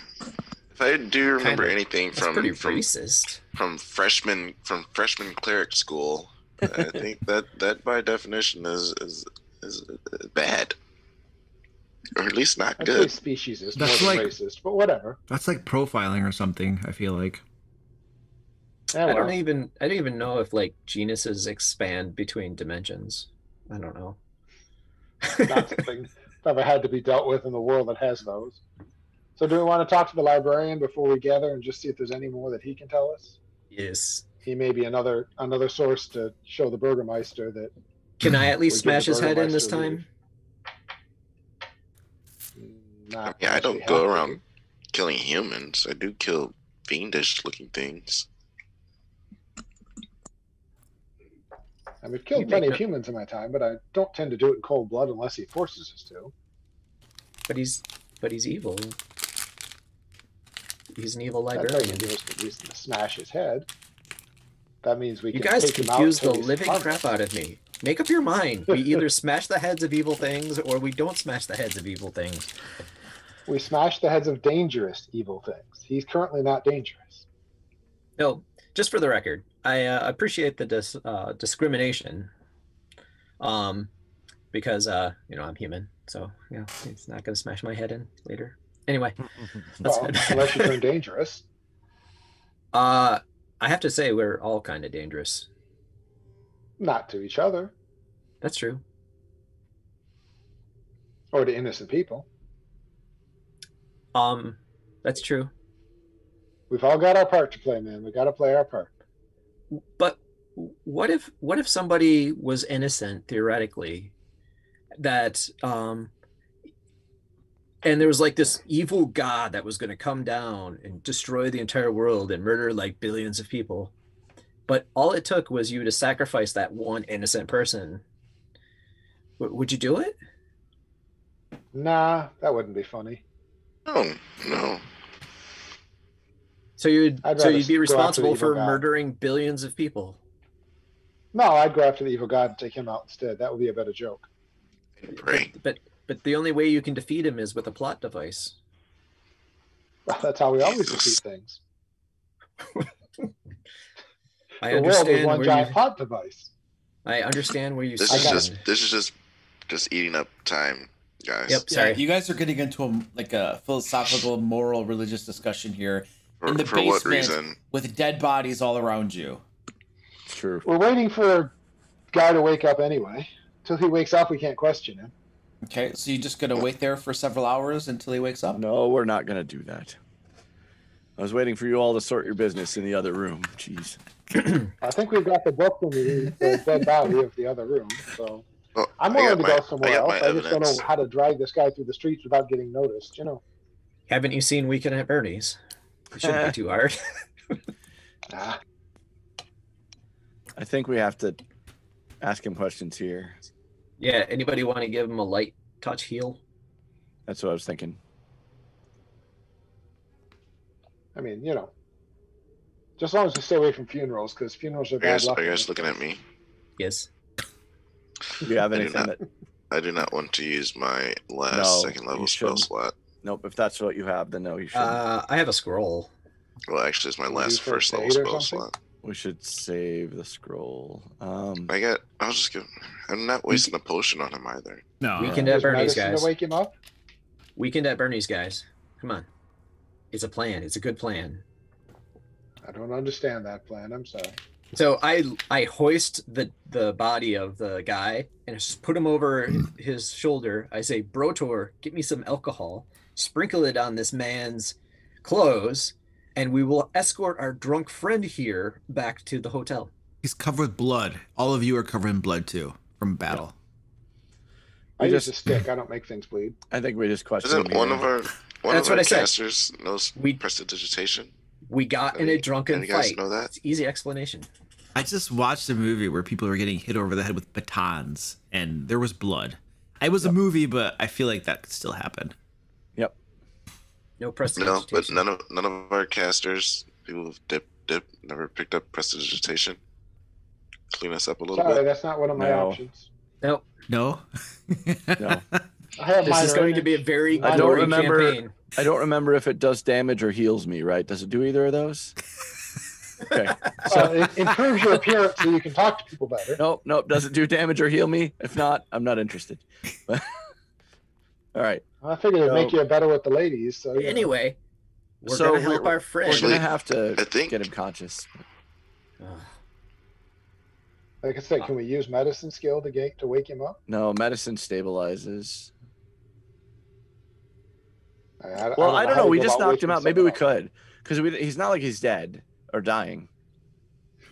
I don't know. I don't know how you wake He's someone up. knocked out. And medicine, I could see, like in the movies, but they use the smelling salts to wake people up who've been unconscious, so maybe medicine's appropriate. Luke, I will leave that obviously to you. I'll try it. I'll try it. Failing actual like stuff that will heal hit points, it takes a couple hours usually for someone to wake up of their own. Does Brotor's brew or reserve heal hit points? Probably does the opposite. Yeah. I think I'd burned enough and wake him up, pour that in a wound or two. He's going to wake up one way or another. All right. It sounds like the only plan left is the idea that we dress him up like a drunken person and take him home from the bar fight. Except we're all so bloody. It was a really bad fight. Wait a minute. I don't know that we have a choice, though. Can Stefan, yeah. How many times walking down the street have we been attacked by random undead and wound up bloody? Yeah. I don't think it would even surprise anyone. They probably expect it by now that, you know, if we were walking somewhere, we're going to come back bloody. Probably true. I mean, moments ago, or a short time ago, a few hours ago, we were beat up by a bunch of mummies randomly walking down the street. You're not wrong. You're not wrong. I mean, I don't think us walking in somewhere beat up and bloody would be even surprising. And also, like, who are we hiding from right now? Well, just town people. She still doesn't know that we've done this. So. Get out now. There's no footprints, no evidence. Also, we could rename the guy Evidence and give him over to the burgomaster. Well, assuming he has information, that's kind of the plan. But let's get out of here and back to the inn. Yeah, let's get out of here. Before she does catch us. All right, I guess that's the plan. We don't have any choice. We're going to weekend bird this guy. So how are you getting him back to the inn exactly? So I'm going to tie my right foot to his left foot. I'll do the same thing on the other side. We're going to hoist him up over our shoulders. We're going to pour some alcohol on him. Yeah. Why alcohol? Why alcohol? So he smells drunk in case somebody approaches us. So he's a drunken guy who got knocked out. We'll take, like, if there's obvious masks or hoods, we'll take that off of him. Right. Yeah, we're going to not dress him up like a cultist. Right. Okay. All right. And then we'll take him back to the inn, escorting our friend. We were attacked by a horde of undead, fought our way off, and here we go. All right. So, I feel like what I would like... laughing all the way. I would like a... I feel like this is a bit of deception, also a bit of performance. Yep. So, I would like one person to make a deception check, and then one person to do a performance check. Okay, go get him, Stefan. It doesn't matter which one I do; they're going to be the same. So, I want two different people. Two different people. Yep. Yep. I have +3 to deception. Yeah, so do and +1 to performance. So you deceive. Stefan performs. We're good. You're a wizard, aren't you? You're not a warlock or anything. Yeah, I'm a wizard. Okay, so you're not charismatic. All right, so no. Yeah, just checking. So you're not going to be the one doing it too, if that helps us at some point. So minor image, that's a good idea. I can do that if we wind up needing it at some point. Okay, I kind of like that idea, but so I can do either one. I guess the performance, it sounds like the one that we're lacking. So go get it. Yep. I will do that one. Hey, Luke, can you ping where we're at again? Yeah, you guys are at their house right there. The inn. This is the... Correct. Yep, that's the inn. Cool. Okay, I got the performance check. All right. So several villagers are walking by as you guys are doing your little thing to get them back, you know, and Stefan, you're putting on a good show of it, you know, mentioning how, oh, you know, the undead attacked us and our friend's a little beat up and stuff, or whatever. And we celebrated too hard with drinks and, you know, so yes. And our double lie. I'm going to be, like, while he's saying that, I'm just going to make sure I have, like, 2 bottles of Brotor's Reserve in my hand and, like, wandering around, like, wobbling around, sloshing them and stuff. Okay, excellent. You guys managed to put on a good show, get through the crowds. You don't notice anybody giving you. I mean, people are looking at you weird, right? Because you're acting a little silly here. But nobody looks suspicious that you can tell offhand. Okay. And you get back to the inn where you have rooms, and you get the evil librarian up to your private chambers. Okay. We need to get a bag of devouring so we can get rid of the body. Oh my god. Or I guess we could just do this on the way back out. We left like 5 bodies in the basement, right? Yeah. I mean, We did. But no evidence of us. But there were skeletons also down there. I think there are 6 if you count the skeletons. Yeah. The skeletons. But the good thing is it looked like they just killed each other. All right, we get him back to the inn. I'm gonna set Bruce Wayne, oh shoot, I can't keep track if I'm tied to the dead body. As soon as we get back to the inn, I'm gonna go back over and keep an eye out for Ernst. So you go back to the inn, and then you go back to you alone. Eyes go back to watch. Yeah, I tried to convince someone to go with me. Barris? You going in? Just sending the bat. My bat has a range of 100 feet, so I have to be pretty close. Yep. Well, I can go with you. I'm good with that. Sounds like fun. I almost got a new familiar. It would have been much better, but unfortunately, someone smashed his head in. I can't blame him. It did seem to fit his character. Even more reasons why I should have killed him. Why? Yeah, I don't want him hanging around the party any longer. He knew stuff. You know stuff. You know. Yeah, I would have known more stuff. I think we have enough. We have enough to go on.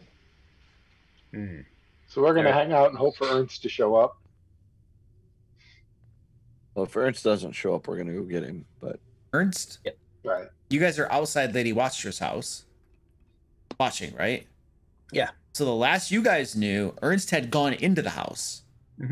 Right. Okay. Hopefully he comes back out because I don't really want to go wandering around the house again. Okay. You guys need the bones. You guys are staked out over there, and the rest of you are in the inn with that guy who's unconscious.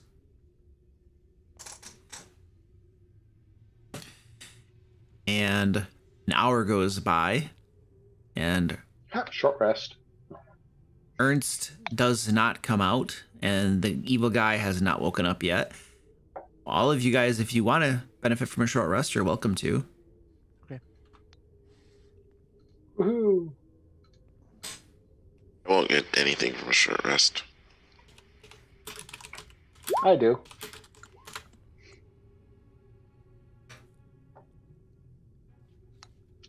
So, Ice, how long are we going to wait for Ernst before we, do something foolish? We could have asked the imp where Ernst was. It's a little late to worry about that anymore. Yep. I'm just going to pout for at least a day. Okay. I mean, I don't mind the pouting, but we got to move on while you're doing it. So, feel free. But while you're at it, how long are you going to wait for Ernst before we go knock on the door zone?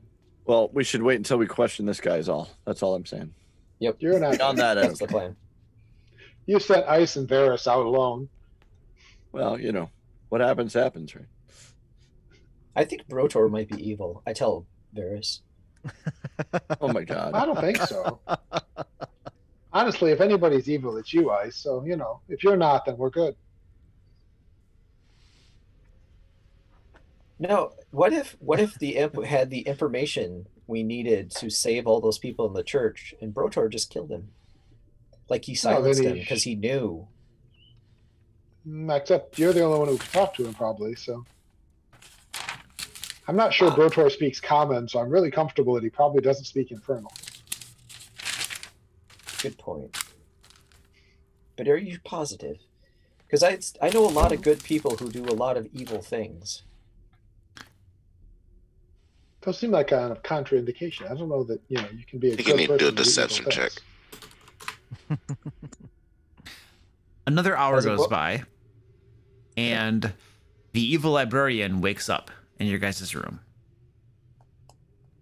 Okay. I'm just a little concerned about this sitting around thing. It tends to lead to undead attacks.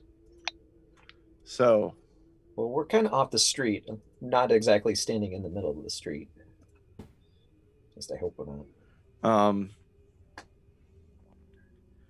Well, shoot. So, I'll kneel down and say, you're awake. That's good. We were worried for a second that you weren't going to wake up.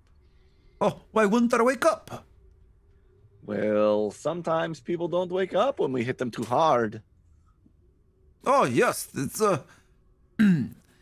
I feel like we had the misunderstanding back there.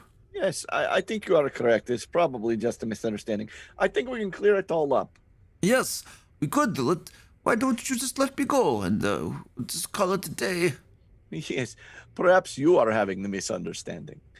I am very, very aware of what I can do. I can let you go. I can just not let you go ever again. But I think we can probably find a good compromise, don't you think? I have a wife and 2 beautiful plump daughters. I see. Beautiful plump daughters. I see. Are their names Fake 1 and Fake 2? No, but I have a random name generator I could use. I'm sure you do. So, so let's have a talk now. You would like to go, and I would like to know something. I think we can make a trade. And I like to make trades. Yes, let's do that. Good. So, let's understand that you are there, and you are doing something outlandish with Lady Watster. I never touched. Define outlandish. Well, I don't think I need to define it for you. There is something strange that you have participated in. Was it like that? So you can continue to fight against me, or you can just give me the information, and we can talk about what really happened. Look, I think she is a very beautiful woman, but she was not interested. You were involved. No. I think that you are not understanding me. There was something happening there. Yes, you were doing something with that big symbol on the floor. You were. Oh yes, the book club. The book club, yes. Yes. Does Ernst participate in the book club? No, Ernst does not. He knows of the book club, of course. Everybody Yes. there knows. Of course. Everybody there knows about the book club. Yeah, well, of course. And Yes. Count von Zarovich knows? Strahd? Yes. Oh, I can't presume. Well, you said everyone. Well, everyone at the Watcher house is what I meant. Well, I was taken to understand that Lady Watcher might have some interest in Strahd. Well, it is well known that her family has long been loyal servants of Strahd. And so does he know? Know about the book club? Yes. It's possible. Strahd knows many things. The book club has been kept mostly a secret, of course, but it is possible that he would know. I don't think the book club will be meeting much very, very soon. Well, not in the state of disrepair that we left the basement. No, I would agree. Certainly not. So here's what is going to happen. My friend, you are going to be able to go home to your family. Oh. But we came and saved you from infiltrators. Don't you agree? Infiltrators? Yes, we came and saved you from those people who were slitting the throats of your people. We saved you from them. Oh, yes, I totally agree. You are my hero. Yes, we are your heroes. We wandered by, we saw you were in trouble, we came to help. Just like we do everywhere, we help everyone. Yes. And we helped you. They were going to sacrifice me in the pentagram. Yes. Yes, they were going to sacrifice me and my 2 plump daughters. And your 2 plump daughters, both of them. It's terrible. Yes. Terrible tragedy that the book club turned on itself, maybe had some infiltrators, I don't know. But what I know is that we saved you. Oh, yes. Can I do an insight check to see if he's actually going to if this is going to be his story? Sure. Make that check.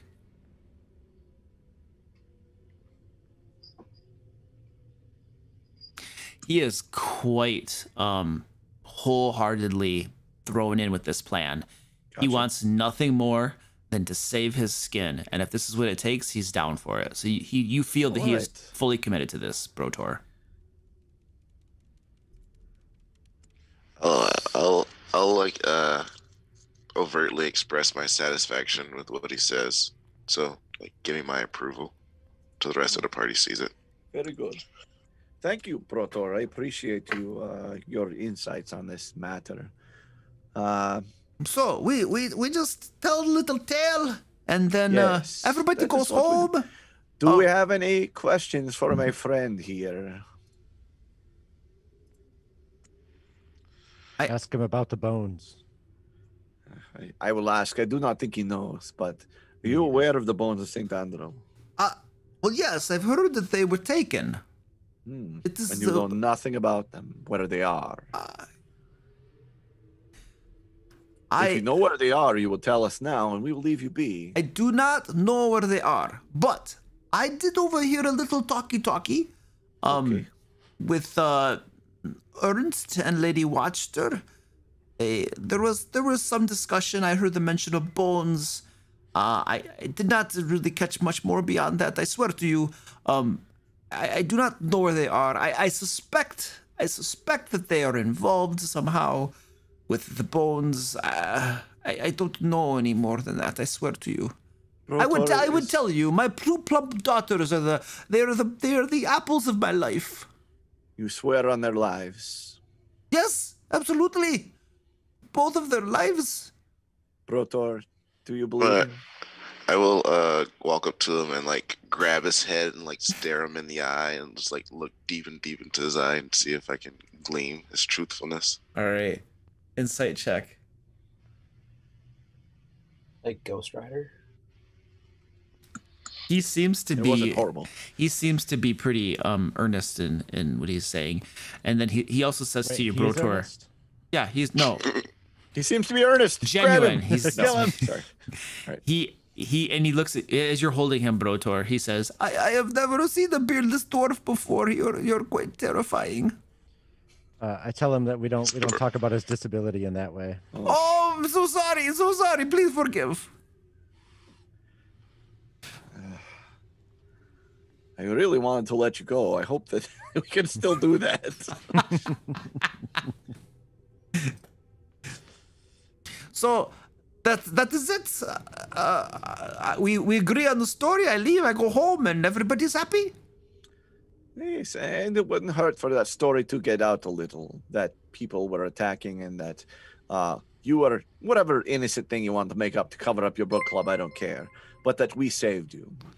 That is it. Just that I was attacked and you saved me. Nothing more. Nothing less. Well, am I to implicate anybody?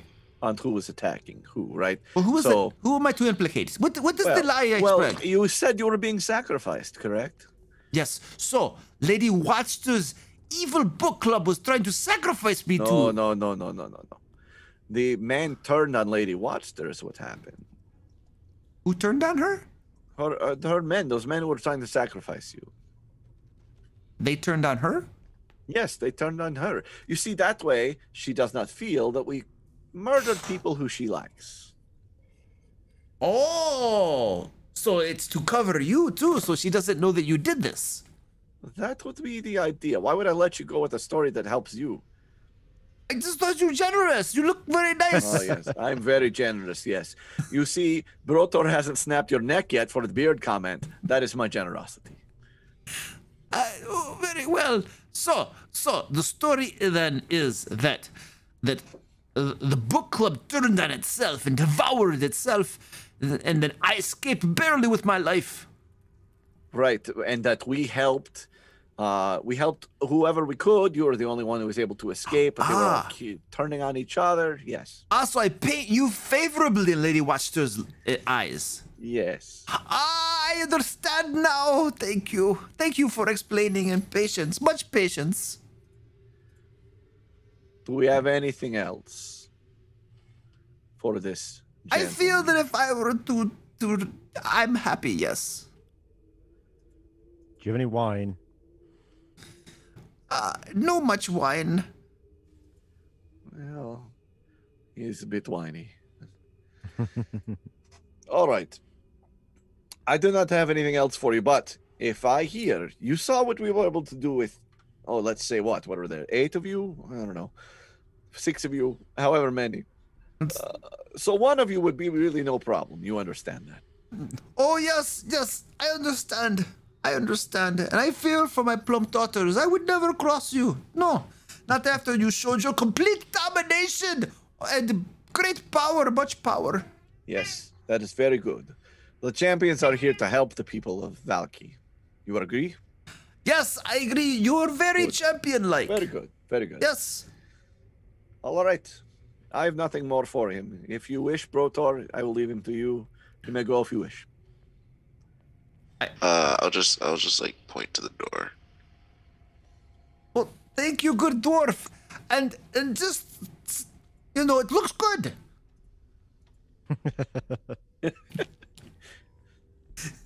I'll growl as he says that. And he's like, woo! So I didn't necessarily think he had more information for us, but I wanted to make sure he got his story straight and that we had somebody alive to cover for us. So, I mean, you're the most cunning of us all, Stefan.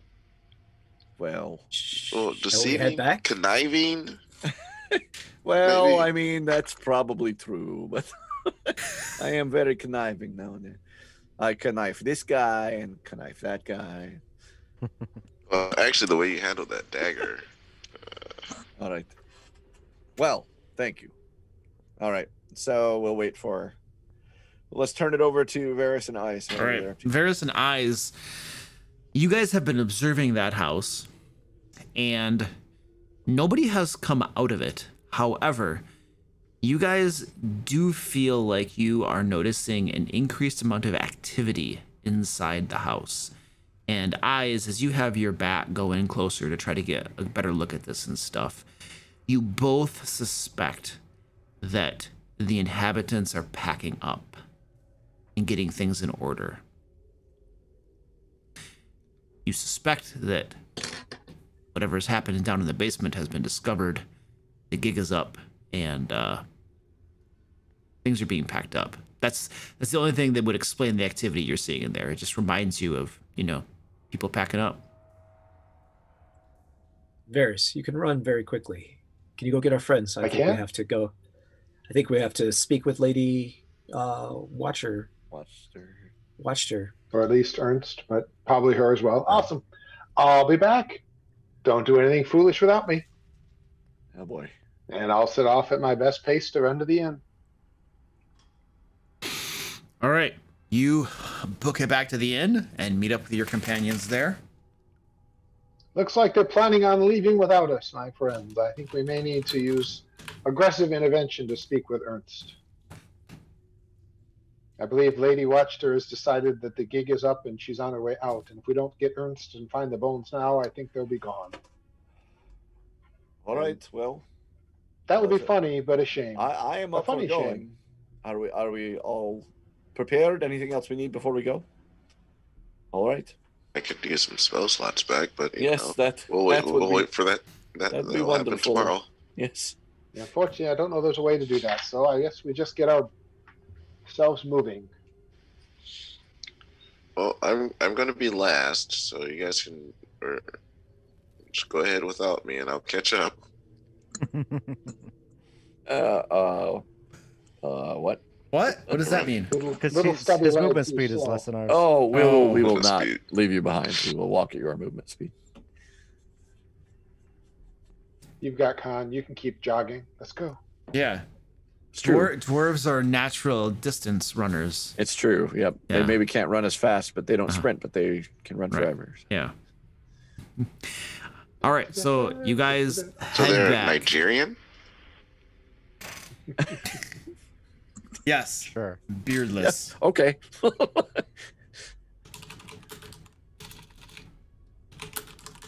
All right. You guys head back to Lady Watcher's house, and the crew of you are all outside her house. Front door, basement. Well, I wonder if we just approach and demand to talk to Ernst. I was going to say, I don't think this requires my tact at this point. Yeah. We're beyond that. I'd rather not start swinging unless we have to, because we're all a little injured. But it's true, but I don't feel like I said, I don't feel like we need tact right now. So yeah, let's just go bang on the door. Demand to talk to Ernst. Let's walk up together as a group and knock on the door and demand to speak to Ernst. Yep. Which still might require Stefan to talk her way in, but maybe if not, it'll require Maraudon to correct. One of us will get us in the house. I'll use diplomacy. Yes. One way or another, diplomacy will be used. Correct. One way or the other. That's pretty awesome. You have like, you get to use your strength and proficiency on diplomacy checks. I'm flying. Oh.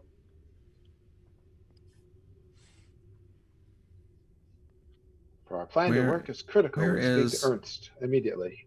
Who are we missing? Oh, there he is. We're not doing this without Maraudon. Yeah.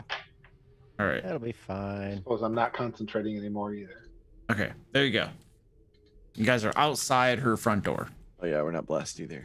Fix that. Yep, not blessed. Not blessed. Not concentrating. Yep.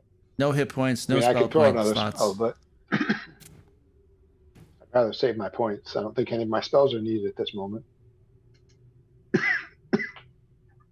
But I got to use them, which was nice. Mm-hmm. So first thing we do is pull Ice away from the door and put Stefan at the door. I thought we didn't need diplomacy. We don't right at the moment. I don't care who goes to the door right now. So I knock on the door fervently. Fervently? Fervently? Yes, yeah, like he has a fever. Like he has a fever. There Bieber fever? Bieber fever. Stop. He was on SNL last night. Can you believe that? Yes. All right, we're running out of time today, so we beat on the door. Yeah, bang. You beat on the door, and several moments go by, and there is no answer. Maraudon, can you try the door? I don't think they could hear me knock.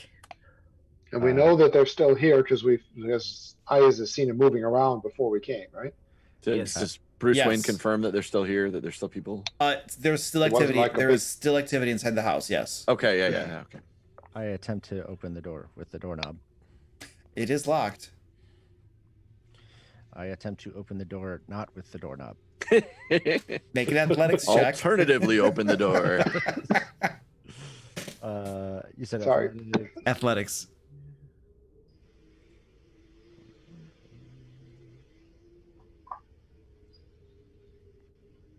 Well done. All right. You give that door a solid shoulder, and there's a splintering and shattering of the locking mechanism, and it swings open. And then I say, "Hello, we're just here to talk." And kind of chuckle as I say that. After a few moments, this door here opens, and you see a servant appear. Her brow is glistening as though from a little bit of perspiration. Her eyes are wide. She appears pretty frantic, and she says, I'm sorry. We can't speak right now. We're busy at the moment. You'll and she notices you just broke the door in. She's like, please, could you come back on the morrow? For an answer. Come back on the morrow. I sort of look back at the broken door and then look at her. It's like, does it look like we're gonna come back tomorrow? How can I help you? I gestured to someone else to come in and. Okay, I'll come in. Stefan, it's your turn. I think we're going back to the other kind of diplomacy for a minute. Yep, just for a moment. Oh, Russian. Not sharp diplomacy. Ernst. We need to see Ernst now. Don't tell me he's not here. I need to see him now.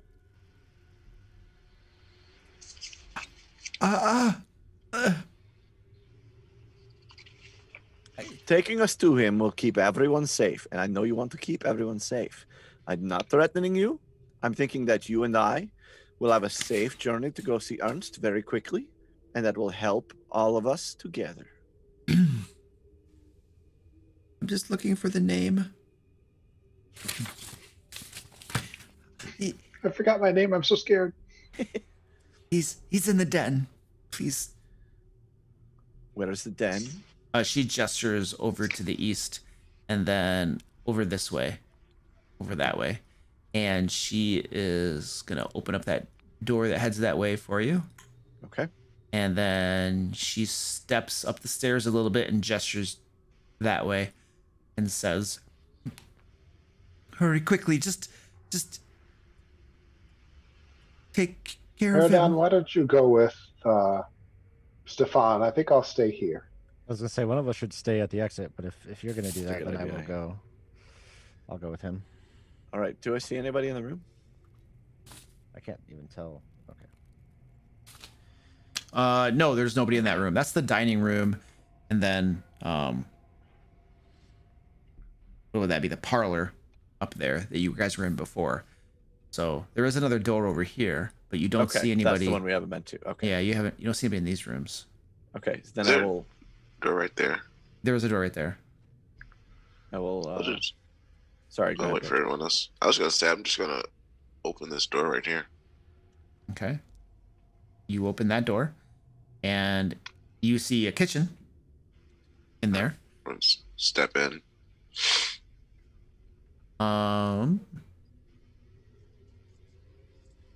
You step in and stand by. There's nobody in the kitchen. It is empty. It's a standard kitchen. Nothing unusual about it. I'm smiling at the servant woman, saying, "These moments, they're just so strange, aren't they?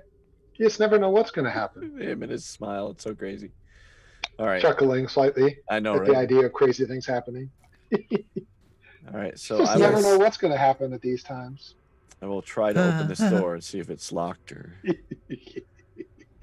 It's not locked. Okay. You open Okay, I'll it. go with him. You open it, Yep. and you see Ernst in the room. He is busy going through a bookcase over here, with different books and stuff in it, and he glances up and looks at you. His eyes go wide with surprise, and he says, "What are you doing in here? We're closed." Step into the room. Ernst, 2-7. I am leaving here with some bones. It is your choice which bones I leave with. I can leave with the bones of Saint Andral, or I can leave with your bones. Yeah, I don't. Which one would you like? The bones aren't here. Where are they? I told you. Isaac. No, you did not. You lied. Where are they? Listen, we have to. Okay. Merodon, I think he wants us to take one bone, and then we can try from there. No. I'll tell you. Just calm down. I pull out my axe. Exactly. They're in the attic. They're in the burgomaster's attic. In one of the boxes. I hid it there. Okay. It's in the attic. In the attic. In the burgomaster's attic. Yes. So you hid it there, so you know how to get in.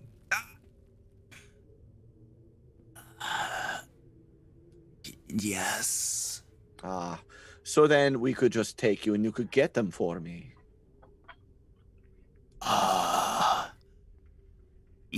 Yes. Where is Brotor? Can somebody get Brotor? I go. The insight machine. I go. So it's kind of a lot of messages. He's damn good at it. Hey, Luke, while that was going on, my intention was to just start essentially like not ransacking, but like I just want to throw open every door to see if anything's being hidden. So I'd like to open this door and that door while that was going on over here. Okay, stand by. All right, so open that door, and in that room, it's a storage room. You see there are a bunch of crates in there, barrels, and the wine barrels are emblazoned with the name Wizard of Wines, and one of the wine barrels reads Red Dragon Crush. This is what I've been looking for. I've been saying let's do the wine thing. Luke, you're tempting me. That's why. As you take a closer look at these, two of the wine barrels are empty, but the wine barrel that reads Red Dragon Crush appears to be full. And I'm gonna make note of that. Okay.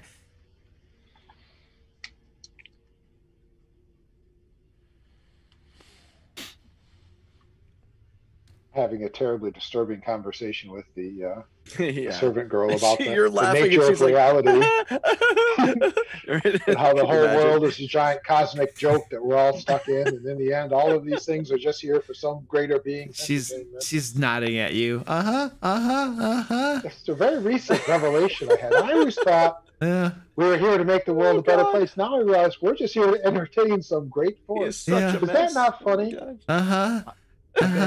Yeah. And then remind me, Poor lady. Like totally. So I'll check this door too now. That door There's there. nothing else of go explore the interest whole in house that by room. yourself. That is a pantry. It's got a bunch of foodstuffs in there. All right. I'm gonna light a torch. All right, Ted, come on. Let's not split the party up too much.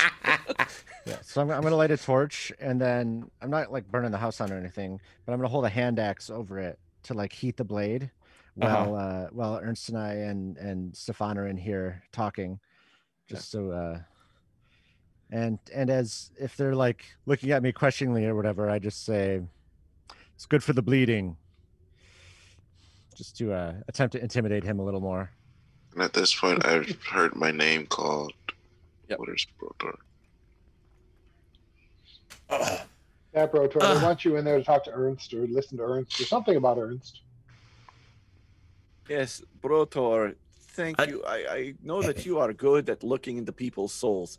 And I want you to know, Ernst, that this man, this dwarf, is so good at looking into people's souls that I trust him implicitly.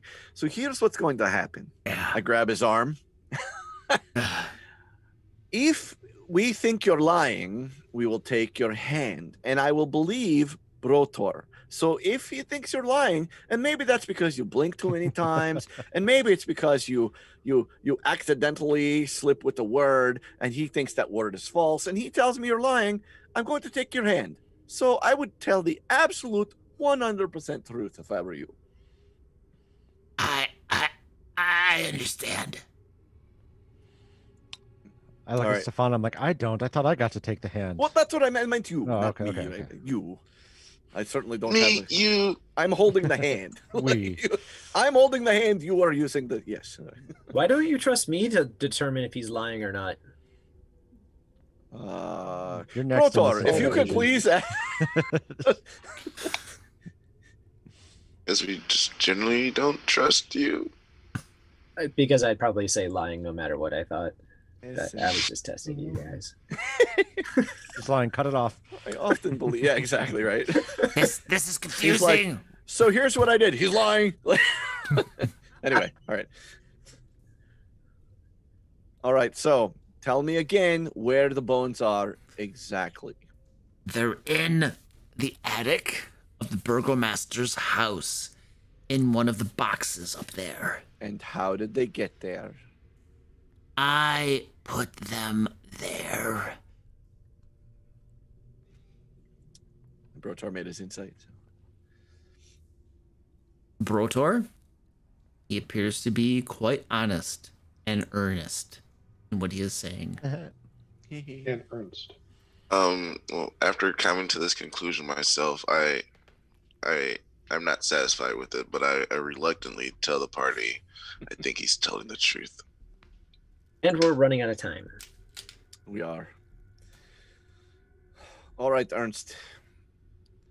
We are going to come with us. So the secret passage leading to the attic? Yes, we're going to take him with us. He's going to show us. Oh, okay. There's not exactly a secret passage that goes to the attic. That's fine. You'll show us how we get there, quickly and quietly. In broad the way daylight? he gets there might be just walking in the front door because he works for the burgomaster. You want to do this in broad daylight? What would your preference be since you're packing to leave right now, Ernst? What's a worse? Well, there's this vampire problem that happens at sundown, so... Yes, broad daylight seems like a better time. But we'll get caught. What if we get caught? Well, if we get caught, I guess you didn't do as well a job as you thought you did. If it's all of us going, we're going to get caught. If you send me alone, then I'm much more... I can do it myself. Do we have a way to keep an eye on him if we send him alone? Pick the bat. He'll just kill the bat. If I could just then we know. Make a suggestion. I like money. And, threats are good and all, but if I had a little coin, then I would pretty much just get it done. Okay. See, I told you we should have bought it. Well, we will. We don't have any money. We don't have like, any money? Like 15 gold. Oops. Well, it's true. All of the cultists were poor. All of everybody's been poor. Yeah, no one has money in this adventure. I want to look at I'm looking at my page. Hang on.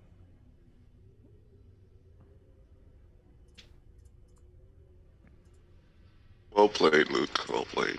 I know, right? Don't give us money and then ask for money. Well played. All right. Just love the tick-ting.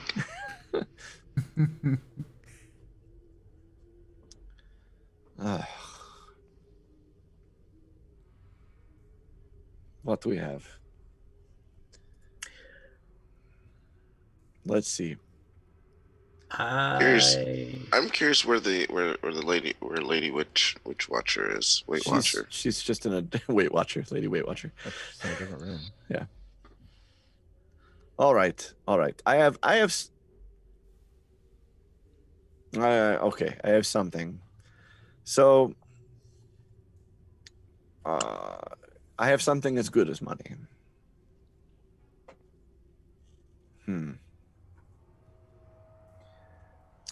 Would the burgomaster just hand over the bones if he knew they were in the attic? No. I don't think so. Why not? Because I think that the burgomaster has every interest in keeping his own weight on the city. That's my opinion. He's probably like an evil dude, but he's probably not as evil as the people who stole the bones from the church and are threatening to get them all killed. Do we have goods or anything we can trade? Like any? Let me see. We have that magic ring. Strahd's ring. It's not on our loot. Would you like to become a servant of Strahd? Right. So we have 2,000 copper, which I guess is 20 gold. Okay. We have 128 silver, and we have 13 gold. So altogether, we're at like 45 gold or something. All right. Given how little money is around this place. So let's start with that. Let's negotiate. So I'll say, okay. So we would agree that money is a better transmission. So we could offer you some money. You would keep your mouth shut. You would retrieve the bones for us. Yes, I think that would be a wonderful arrangement. Okay. So you understand that nobody has very much money in this town. That means you're not asking for much. Yes. That seems reasonable. After all, a small amount would make you a rich man. Yes. Keep his bones too. Yes, exactly. Yes. So I want you to tell me, let's start negotiation. What is the price you would charge? Oh, Oh, how much do you have? We have 10, maybe 11 gold pieces total. Oh, well, We could come up with a couple more if we went and robbed some places, but we'd rather not do that. so for this sort of mission, it's kind of dangerous in broad daylight. Usually I'd charge about 20 for that. Oh, You know what that else is is so dangerous? much. Not doing this. Yeah. Remember, just a few minutes ago, you were bargaining for your life. Right. It's Any true. amount of coin seems better. I think we're going to get a discount. Yes. I feel like your original offer is very generous, and I'd very be good. happy to accept it. I think that is a good deal. Yes. Brotor, does he really accept our deal, or do we need to take the bones? So again, I stare at him deep in his brown eyes. I'm guessing Gray. he's got brown eyes. Gray eyes. It's gray. Good. Sorry, we're 15. So you get the feeling that he is reluctantly accepting it. He would like more, but he's not planning on betraying you. He understands Still that send the bat. he is getting out not only with his life but some coin, and he is happy to do so. All right, let's I'll take tell another. So I'll tell then, the party. I yeah, what do you think think? he values his life over deceiving us.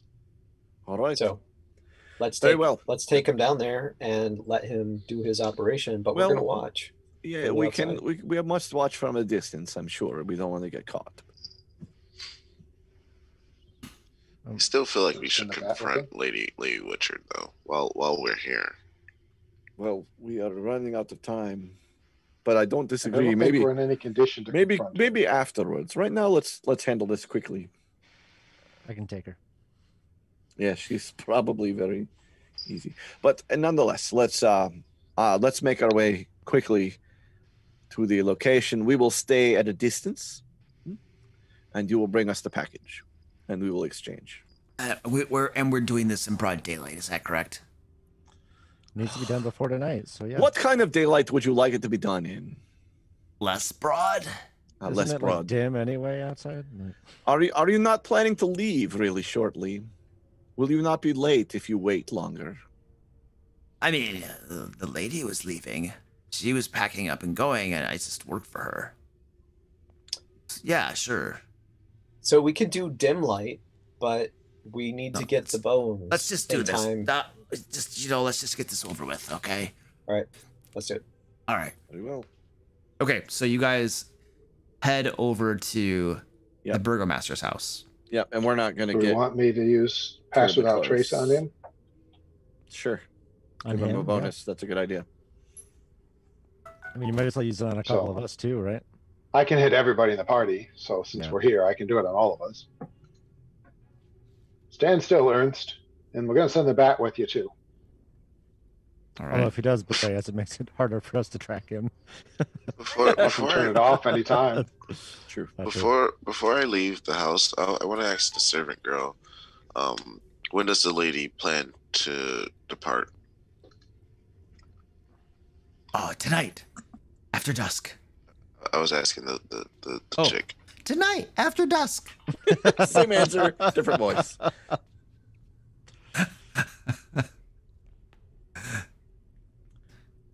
Hold on, I'm trying to get your guys' tokens here so we can It's fine.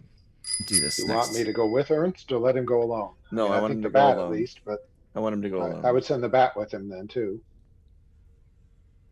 so we can keep an eye on him. Well, I wouldn't send the bat inside with him, but maybe. I Eye in would. the I'd sky. put it right on his shoulder. Why are you trying to kill Bruce Wayne? Right. I'm not. If he's dumb enough to kill the bat, he knows we're going to find him and butcher him for it. Does he? I I wouldn't underestimate the stupidity of the common criminal. Yeah, I guess that's Well, true. I'll also tell the servant girl that the lady was quite fond of me. Tell her to contact me before she leaves. Oh yes, absolutely. I'll let her know. Nope. Now I'm going to insight for myself for once. Is she really going to let her know?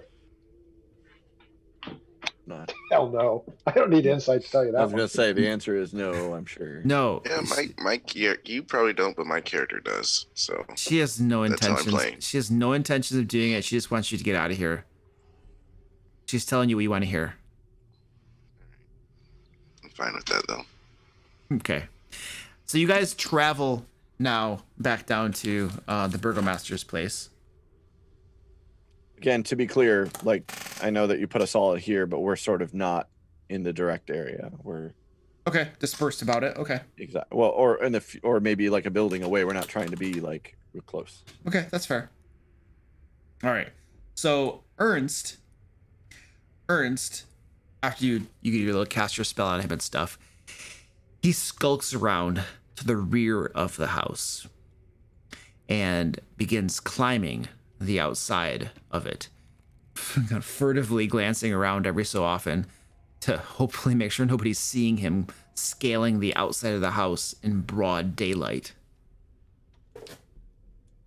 I mean, dim daylight. He does have +10 to his stealth. Dim it's never daylight. broad daylight here. Dim daylight.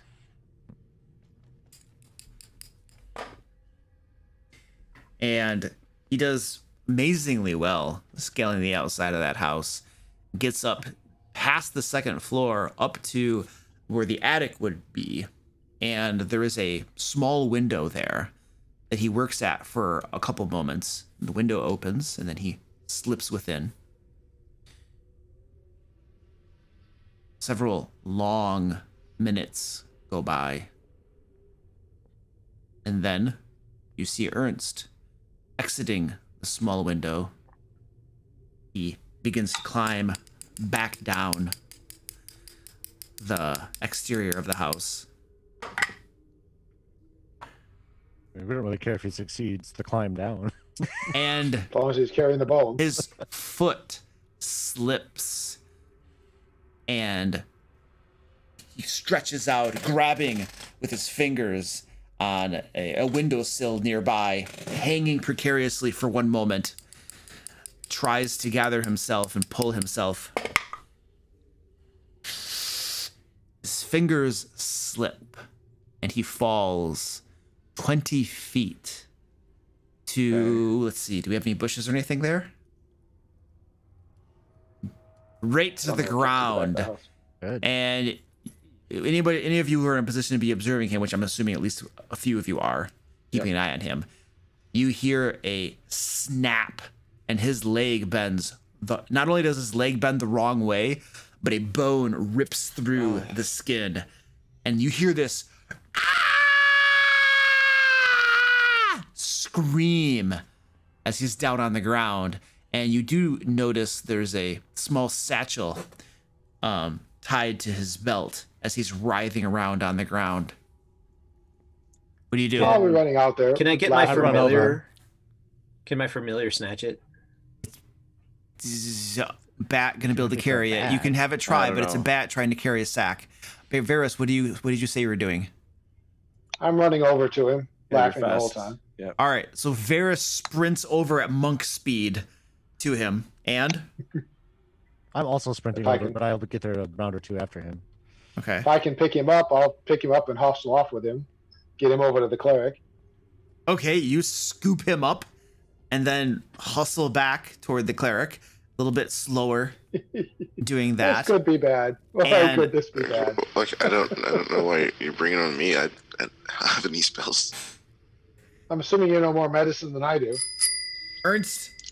Windhauser says hands up for 5 seconds. Okay. You can't touch your keyboards for 5 seconds, everybody. What? Okay.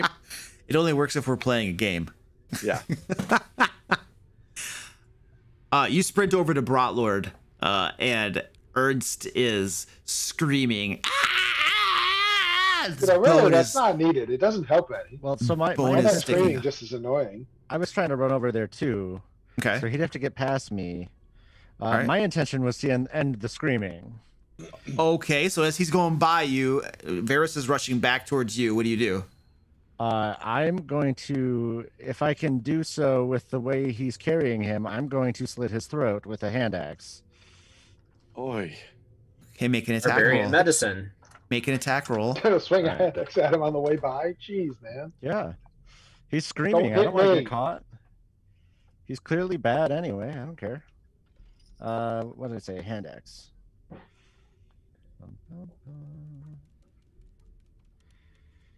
Oh.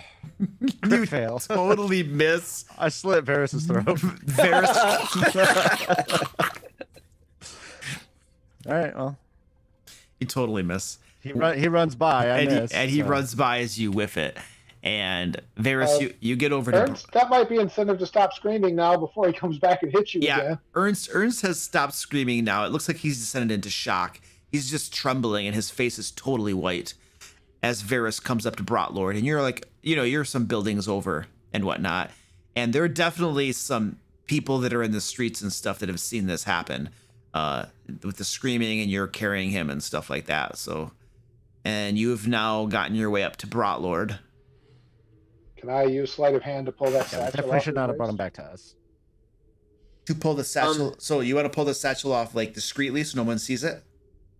That's the plan. Okay, yeah, make a sleight of hand check. See, the right thing to do would have been to do that back where he fell, and then leave him there. Leave him there. I'm not going to leave him there. I may think this is the funniest thing I've seen in years, but I can't leave the guy laying there. I mean, we hired him to do this, and the first thing he's going to say if the Burgermeister finds him is, "Hey, you know those guys who stand out? They hired us to do this." Right. But I got a 24 on my sleight of hand check. You managed to get the satchel discreetly onto your person. As I'm kind of putting him down with throat, Lord, can you set this bone or something? The guy fell. Did you see him? He fell and hurt himself. I know medicine. Yeah, right. No, you don't. No, I do. I'm trained in medicine. Yeah, I believe that. Brotor. He's a cleric. I am a cleric. I believe that you are very good with what is it? Autopsy? Yes, really, they're very good with that. No, I'm good with living things too.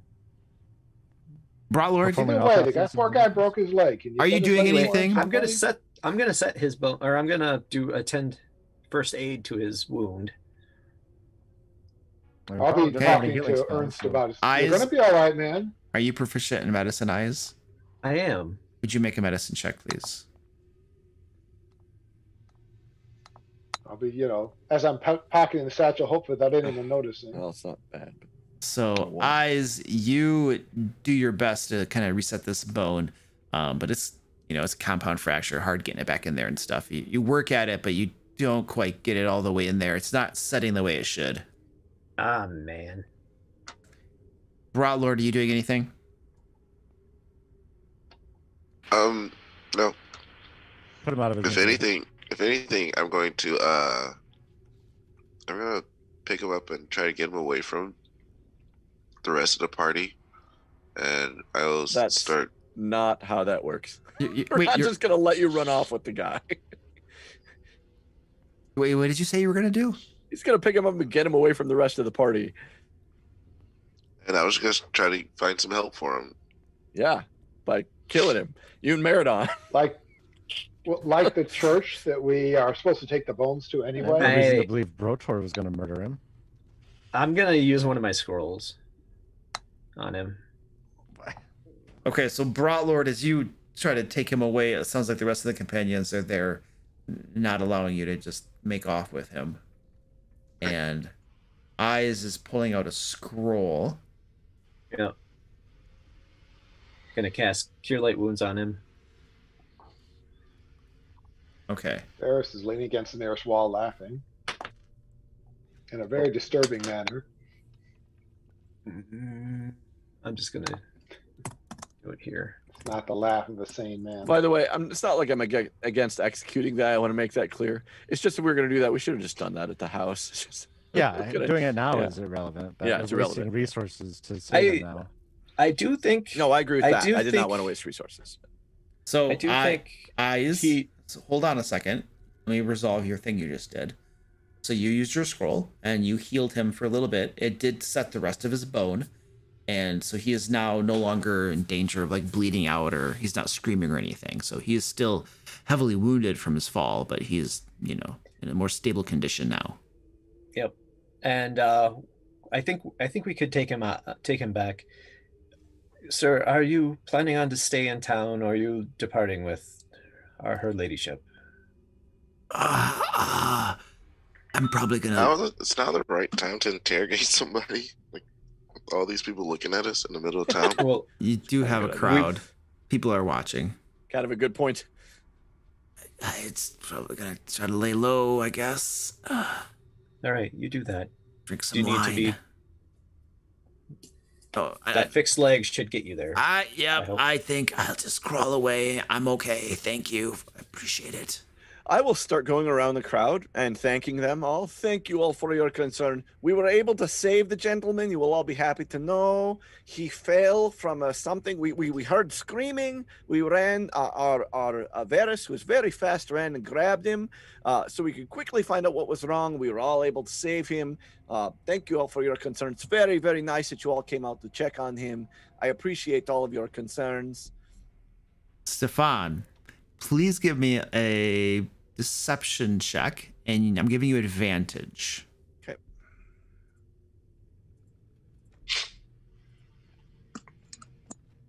There you go. Your explanation seems to satisfy the crowd, and a few of the Vallakians kind of nod at you in appreciation for helping one of their own, especially considering that you're outsiders and stuff like that, you know. And a small little girl comes forward with a wilted flower and gives it up to you and says, "Please, sir." I will take it. I will say thank you. You would be happy to know that makes me very happy that you have done this thing for me. She smiles and runs off, and as you take the flower, the last petal on it falls to the ground. You know, that upsets me a lot. I'm the one who cast the spell and tended his wound, and you get the flower, and then you kill the flower right in front of me. You did the work. He's upper management. He takes the credit. That's right. Upper management. All right, so good. You guys, are you letting Ernst go then? I think so, and I would like to. I will say I am, but I am not. Have you looked in the bag yet? Oh yeah, we should check the bag. Maybe Once I can be sure no one's watching, I'm going to check in the bag and make sure what's in it. You peek in the bag, and there are bones in the bag. Can you like ritual cast detect magic on them? I think if you lick them, you can tell they're magical. Do they taste magical? Hey, Rocker's Exotic Meats is just down the road.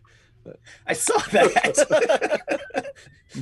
I added that last session. That's funny. I really don't feel comfortable letting this guy go, but well, like I said, at this point, he wasn't lying. At this point, I am letting him go. But that's me. I'm not going to dictate now from what the party does with him after that. Did you give him his 10 gold? I've done my business. No, you gave him a scroll. That's what you gave him. So that's between him and us, then I guess. I'm okay with that, but I didn't know. The scroll is worth more than 10 gold. We saved his life and gave him a scroll. I think that's a fair trade. I'm good with it. I just need to get these bones to the church, assuming they're the correct thing. Yep, let's do that. No, but from here, honestly, Brotor, Meridon, I know you guys, like, if you want to go, knock yourselves out. I don't care now. My business is done. He can die. I don't care. I don't want him to die. I wanted him to die when he was potentially... When he was screaming? Like, yeah. He's almost dead. Yep. I think the best thing that could have happened was him dying from the fall, but... And I wasn't going to cry. Like, if you'd have slit his throat, I was going to be like, why'd you do that? I was just saying, you know. Yeah, I just think he's useful. But then we drew a crowd, so then, yeah. I was just thinking he's useful. It may come in useful in the future. All right. Is that trustworthy, dude? You see how fast he turned on Lady? I know, right? What are you talking about? He's probably the most trustworthy of us all. We need to get the bones back. You can trust him with gold. I would like to see if we can do that tonight. You guys mind if we end it here before we do that? Yeah, no, I think that's what we're gonna do. We're going to say that you still have Ernst and you're still standing there. It sounds like there's still discussions going on about what you're going to do with Ernst and stuff like that. So instead of trying to resolve that, it seems like it's drawing itself out a little bit. Let us just call it there. And when we come back, you can pick this up. hoping for a level. Yeah, but that's not going to happen within the next few minutes here. Yep. By the sounds of this discussion. So. Okay. I think we all were, but Yep. I run the bones back. I ignore everybody. No. Yeah, no, we're fine. We'll figure it out. Arius gets a level, we all suck it. Yeah. Good night, guys. I return the bones. All right. See you later. Stay Dude. fourth level. Bye, guys. All right. All right, guys. We'll see you in 2 weeks. See you guys. Later.